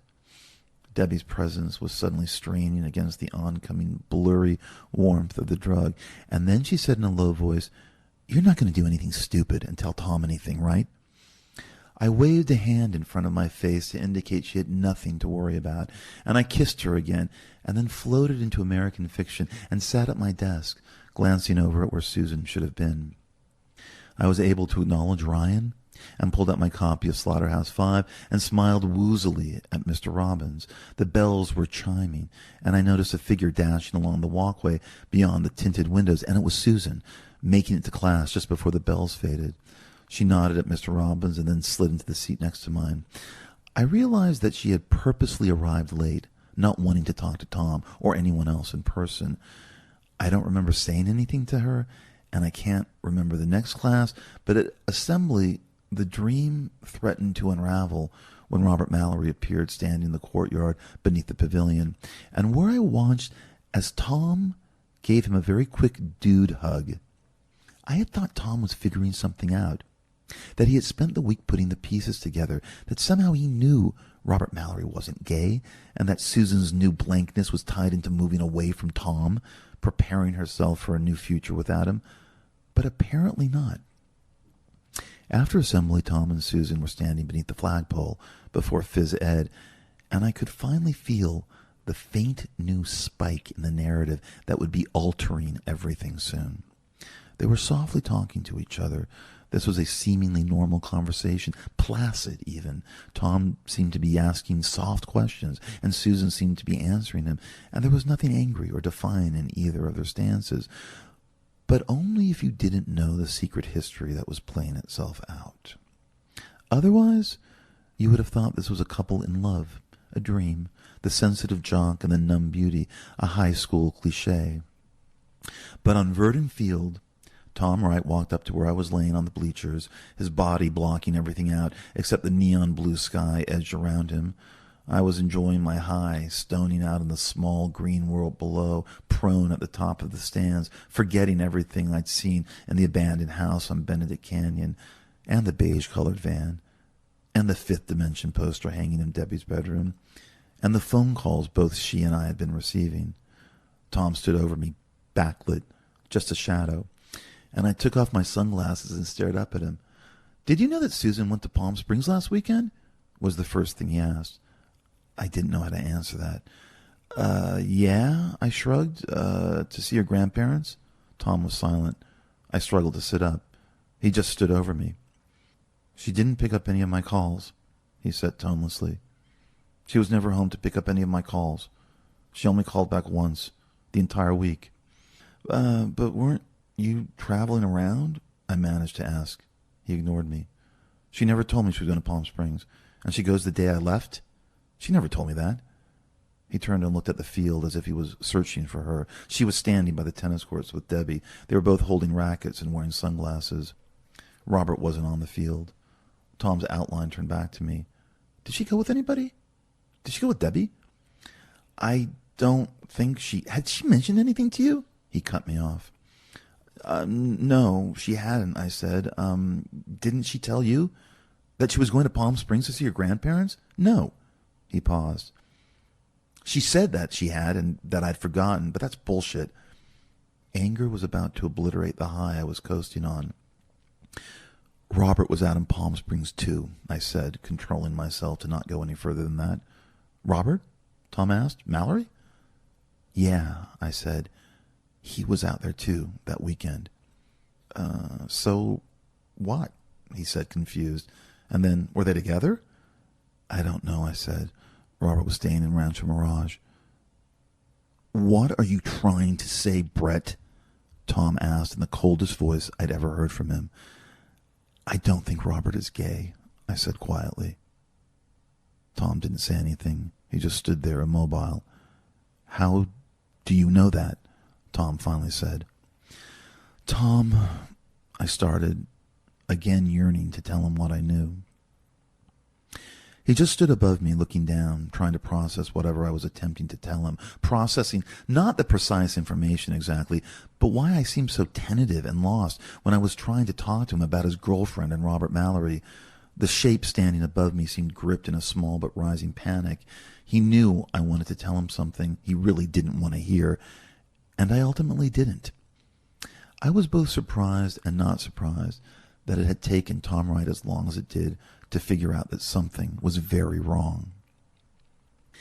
He made the connection at lunch that day, and I remember I had never seen anything as magical as Tom silently staring at Susan and Robert at a table beneath the shadow of the pavilion and realizing something. I didn't want to sit with anyone, so I arrived at the row of senior tables early and sat 2 over from the center table. I didn't want my high interrupted. But when Debbie saw where I was sitting, she just slid in across from me, followed by Susan and Tom, who sat across from each other as well. And I noted that Tom hadn't brought a lunch. The talk between Debbie and Susan was chatty and perfunctory, and with Tom and I often not saying anything. And then Robert showed up and sat next to Susan. And it was in that one moment where Susan and Robert casually ignored each other that gave Tom the meaning he needed to help him expand on the narrative. I watched Tom while Susan and Debbie kept talking, and though they tried once or twice to engage me and Tom, they completely ignored Robert. This was the wrong move, the bad tactic, the thing that made everyone suspect. The strain was so obvious. I stared as Tom noticed this, and his face subtly shifted expressions. It was so light there was barely a signal, but I was the one watching Tom, pretending to listen to the girls' conversation. I was the one who saw his eyes moving from Susan to Robert as the conversation continued. I was the one who felt his frustration and the betrayal. He actually pushed away from the bench and scowled lightly to himself at one point, as if he suddenly remembered something he had to do after school. It was a very small motion, but I was the one who saw it. No one would have noticed this but me. Robert was concentrating on his lunch, finishing off a sandwich, his eyes looking anywhere else but at Susan, not even when the girls made a joke and both loudly laughed, but Susan leaned against me and not Robert, who continued to silently eat his lunch. Tom's face blossoming with awareness was an amazing special effect. He was seeing the light, and though it would sear him badly, Tom would also gain a new kind of knowledge through this enlightenment. Life was pain, and it kept burning you. Tom would be purified through this. I was praying for him. And I prayed that Robert Mallory was going to cancel his 18th birthday dinner at Le Dome. Why would he push any of us through that now? Because he's cruel and sick, a voice inside me answered. Enough, I thought, closing my eyes for a moment. So you were out in Palm Springs too, Tom finally said, staring at Robert with something like wonder. He had interrupted the conversation between the girls and it suddenly stopped. 2 weekends ago, Tom said quietly, when Susan was out there, visiting her grandparents. Robert said, we didn't even know we were both out there until I got back to school on Monday. How did you know this? Susan asked Tom, curious. I mean that Robert was out there. Brett told me, Tom said flatly. I could tell Susan looked over at me, but I was staring at Tom. Oh, she said. I heard her ask me, you did? I ignored her. What were you doing there? Tom asked. Visiting some friends, Robert said. What friends? Tom asked. I didn't think you had any friends. Friends from L.A.? Who else do you know in L.A. but us? Friends of my family, Robert said. Friends from Chicago. Really? Tom asked. They're out in the desert? In Rancho Mirage? Your friends from Chicago? Yeah, Robert said. Why? I don't know, Tom said, looking between Susan and Robert, his eyes darting from one blank face to another. It just sounds weird. No, it doesn't, Susan said. You sound weird. Yeah, babe, it does, Tom countered. You're both out there the same weekend and you never told me you were going out there in the first place? The way Susan said, "What are you trying to say?" was both an awful tease and a rehearsed denial. What was maddening about witnessing this was that if you knew the truth, as everyone at that table did except Tom, who was just now realizing it, this was a kind of torture for Tom, and I didn't understand what their plan was, how they were going to let him down easy, if they were even going to tell Tom at all. Maybe they just hoped he'd figured it out for himself without any confirmation, and then he'd move easily away from Susan and on to someone else. I'm not trying to say anything, Tom said casually. He shrugged. Hey, dude, Robert said, leaning forward. Stop it, Tom snapped. Just stop it. I think you're tired, Susan said, reaching over the table and grabbing his hand. I think you had a long week, and we haven't talked, and we need to hang out after school, okay? Can we do that? Is that okay? Tom stopped pulling away and relented. He wasn't saying anything. Tom, Susan asked, trying to refocus him, can we hang out after school today? I have practice, Tom muttered. After practice, Susan sighed. Sure, babe, he said tightly. He then glanced over at Robert and changed his mind and softened. It's been a long week, dude. I'm sorry. Susan's right. I'm so sorry. When Tom admitted this, the mood at the table lightened up, even though he sounded just as rehearsed as Susan had. I just glared at Debbie through the haze of the drug, hoping she would notice my disdain, but she wasn't looking at me. The pantomime had been saved and was put back into play. And then the school day ended, sitting in the passenger seat of Jeff Taylor's Porsche 924, as he sorted a number of white pills out of a plastic baggie and dropped them into my open palm, which was lightly scratched with scabs from where I fell on Benedict Canyon, and which I pocketed and then handed him $50. The car reeked of weed. It had settled into the upholstery and the dashboard, and Jeff was tan from surfing, and his hair was bleached by the sun, and I was still high from the half Quaalude I'd taken. 150 milligrams of methaqualone could usually carry me over 8 to 10 hours, but I wanted to make sure I had a supply in case of another anxiety attack. And the bus boys were singing Did You See Me? And I felt I had to tell Jeff that I wasn't taking the lewd recreationally. For some reason on that afternoon, it was necessary to impart this onto Jeff. I needed them to get through my days. I don't care, brother, Jeff said good-naturedly. Do whatever you want. I watched through the windshield as Robert walked by himself, a load of books under his arm, to the black Porsche, and simply got in without looking around. I heard you and Tracy were invited to Robert's birthday dinner, I said, feeling a coldness, a dark chill drifting over the sunny warmth of the drug. Yeah, Jeff said tentatively, sealing the bag and reaching over my lap and placing it back in the glove compartment. I'm not sure we're going, he clarified. At least I'm not going. Why not? I'm getting some weird vibes from whatever the situation is, Jeff said vaguely. What's the situation? You haven't noticed, he asked. Noticed what? What's going on between Robert and Susan? He looked at me. That, I said, quietly stunned that Jeff had paid attention and knew about this. Until they all figured out, or at least tell Tom about whatever they're doing, I'm staying out of it, Jeff said. And then, don't you know what's happening? No, I don't. Of course. Of course I do, I said, watching the Porsche glide out of the parking lot. I wondered if Robert was heading to Century City or the abandoned house on Benedict Canyon, and then pushed the thought over a cliff. Jeff smelled good and was sexy in a low-key way, though I was never distracted by him in the manner I was with Tom Wright or Matt Kellner or Ryan Vaughn or Robert Mallory. Though I was jolted and intrigued about the Ron Levin sex for cash stories, and realized we could have sat in his car for the rest of the afternoon peacefully, and I'd doze off in the passenger seat while Jeff listened to the busboys, and maybe he'd drive us out to Malibu, and I could spend the night away from the house on Mulholland, which was feeling less safe to me for some reason, even if nothing had presented itself within it yet to make me feel that way. But instead, I got out of Jeff's car and floated to the Mercedes and drove home. It was around 3:30 in the afternoon when I pulled into the garage.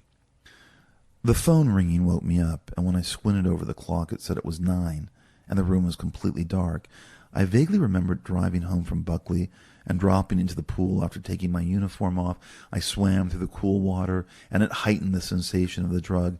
And then I remember actually trying to work out in the makeshift gym, something I had been doing regularly because it helped manage the fear. Push-ups, bicep curls. I had muscles now. There was definition.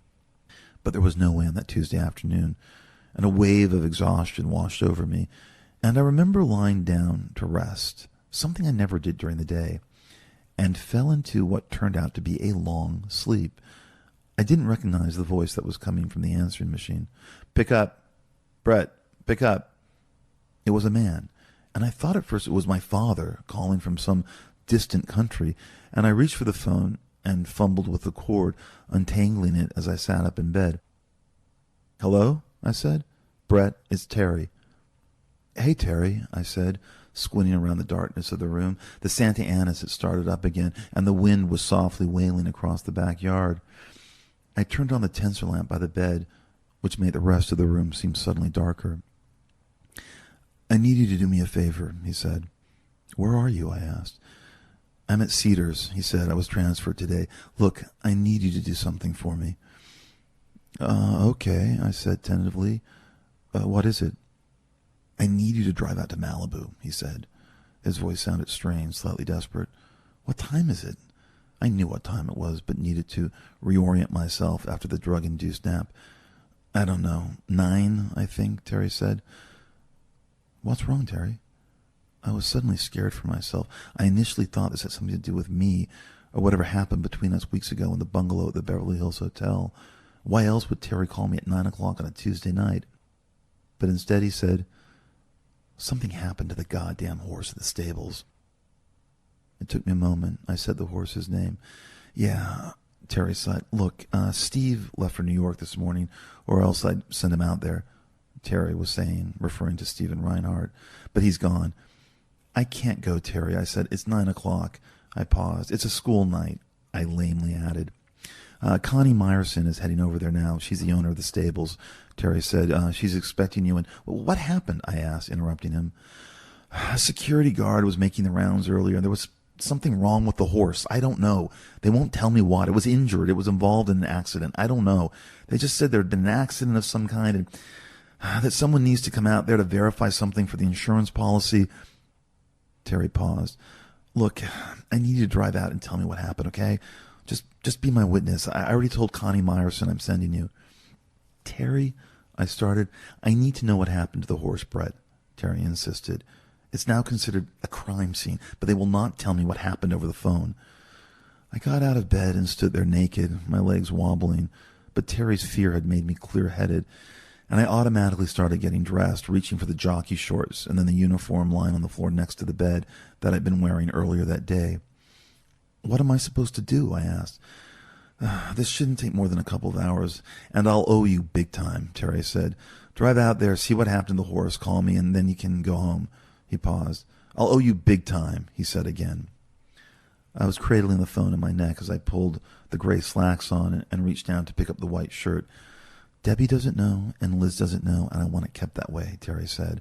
"I want you to call me directly from the stables and inform me on what happened. It's simple. I'll owe you." I sighed and then slipped my feet into the loafers I'd worn to school. "You know where it is?" he asked. "Windover Stables?" Yeah, I muttered. "I remember." "And call me as soon as you find out," he said. "They have the number to reach me there. Connie has it." I took Mulholland to the 405 and drove the brightly lit freeway through the darkened Sepulveda Pass until I reached the 10 and curved right and moved across the empty lanes until it merged onto the Pacific Coast Highway. I assumed this would be faster than taking Sunset all the way to the beach, which was usually my preferred route out to Malibu, and one that I'd probably take home after checking out Spirit and leaving the stables. I passed the Jonathan Club and sped along the coast, flying through every light until I reached Malibu. The Santa Anas were gusting, and the ocean off to my left was alive with waves below a huge orange moon. As I neared the turn for the Wendover stables, whatever sparse traffic there had been lightened up to the point where it seemed there was no one around, just faraway headlights slowly cruising toward me down the coast, only darkness in the distance mirrored in the rear view. The road leading up to the stables wasn't lit, and so I relied on my high beams to guide the Mercedes up the winding hillside until I arrived at the parking lot where 2 Malibu sheriff's cars and a Wendover stables van and a Volvo station wagon were parked outside the front office. I parked next to one of the sheriff's cars and got out. The wind thrashed the bending trees lining the trail behind the front office leading to the stables and then died down just as quickly as it rose up toward the sky again. I breathed in and opened the door to the offices. A woman in her early 50s, elegant yet also vaguely haggard, was smoking a cigarette while talking quietly on the phone, dressed in a long wool coat, wearing a flowered headscarf. Behind her were 2 Malibu sheriff's officers conferring with each other next to a table where a security guard sat with his arms on his knees and looked almost ashen, shell-shocked, and the officers were subdued as well, talking in low murmurs. The atmosphere surrounding the narrative about whatever happened to Spirit suddenly changed for me as I stood in the office. It was more serious than I thought. There didn't seem to be any sudden rush to repair the horse. It seemed that something had already concluded itself. There was no accident, there were no injuries, no life to save. The 4 people noticed me, but no one said anything. Connie talked to whoever was on the other line about the problems with the cult in Venice and then in Santa Monica, the incidents that had been occurring along the coast. She didn't say the name, but I knew she was talking about the Riders of the Afterlife. Connie Meyerson hung up the phone and stared at me wearily. "I'm Brett Ellis," I said. "Terry Schaefer sent me." Connie nodded and motioned for the sheriff's officers. "They'll take you to the stables, and then you can come back and call Terry from here," she said softly.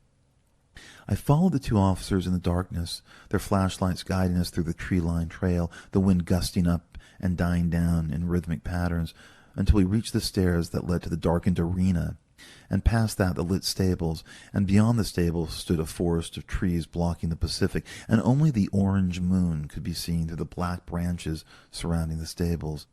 There was another sheriff's officer standing by a barn, who held a walkie-talkie to his mouth, and which he lowered as he saw the other officers approaching, with me trailing behind them. A jolt of fear struck me as I saw how grim-faced he looked. None of the men said anything, just nodded at each other. "What happened?" I asked. No one answered. One of the officers gestured at me to follow him into the stable. I noticed how eerily quiet everything was once we entered the white and green striped structure. The floor of the stables were packed with dirt and lit with fluorescent lights, and the officer stopped at a door, its top half open and where I could hear a loud whirring. The officer stepped into the space and made a gesture with his hand. It meant I should follow him. We walked into a darkened area. He flicked on the lights.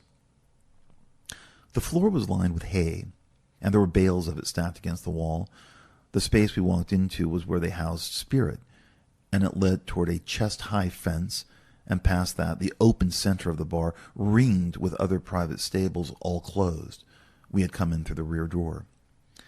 There were 2 large rotating fans moving back and forth across the room, where something huge was covered with what looked like a beige canvas tarpaulin.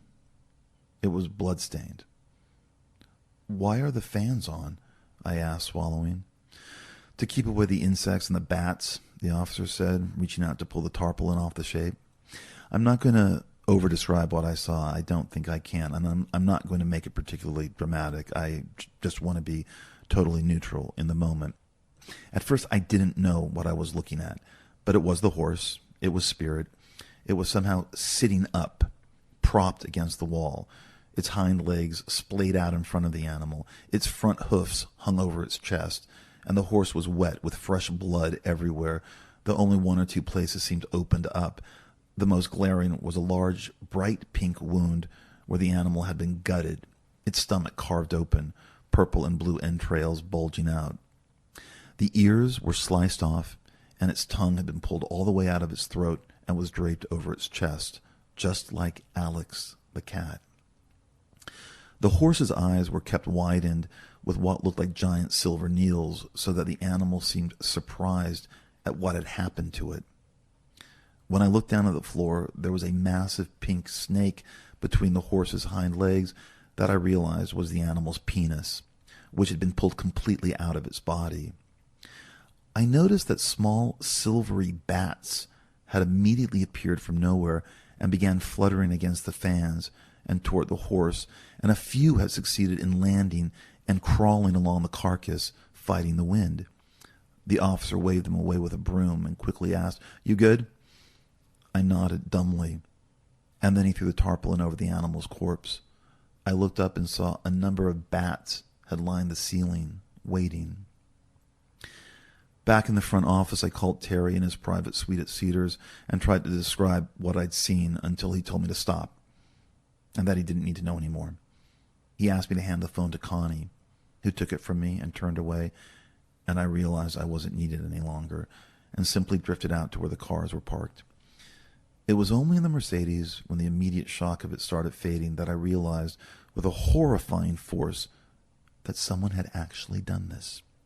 Whether it was the trawler or the riders of the afterlife didn't matter. Someone had felt the need to move through the grounds of the Windover stables on that Tuesday night in November and target Debbie Schaefer's horse and then kill and mutilate it. I drove across Sunset through the darkened hills and canyons, the orange moon always visible through the branches of the trees, and I was shaking and moaning out loud. Fear was the only sensation. I knew everything was ending, and the paranoia that had been humming around us was now flowering everywhere. It was back in the house in Mulholland, where I became positive that someone had broken in and rearranged the towels in my bathroom, though I had no proof and I couldn't remember. I made sure all the doors were locked like I always did. I made sure the butcher knife was in the drawer by my bed. I made sure Shingy slept next to me so we could bark out a warning when the intruder wearing the ski mask broke into my room, his eyes wide with madness. Debbie didn't make it to school on Wednesday, and no one but me, not even Susan, knew why yet.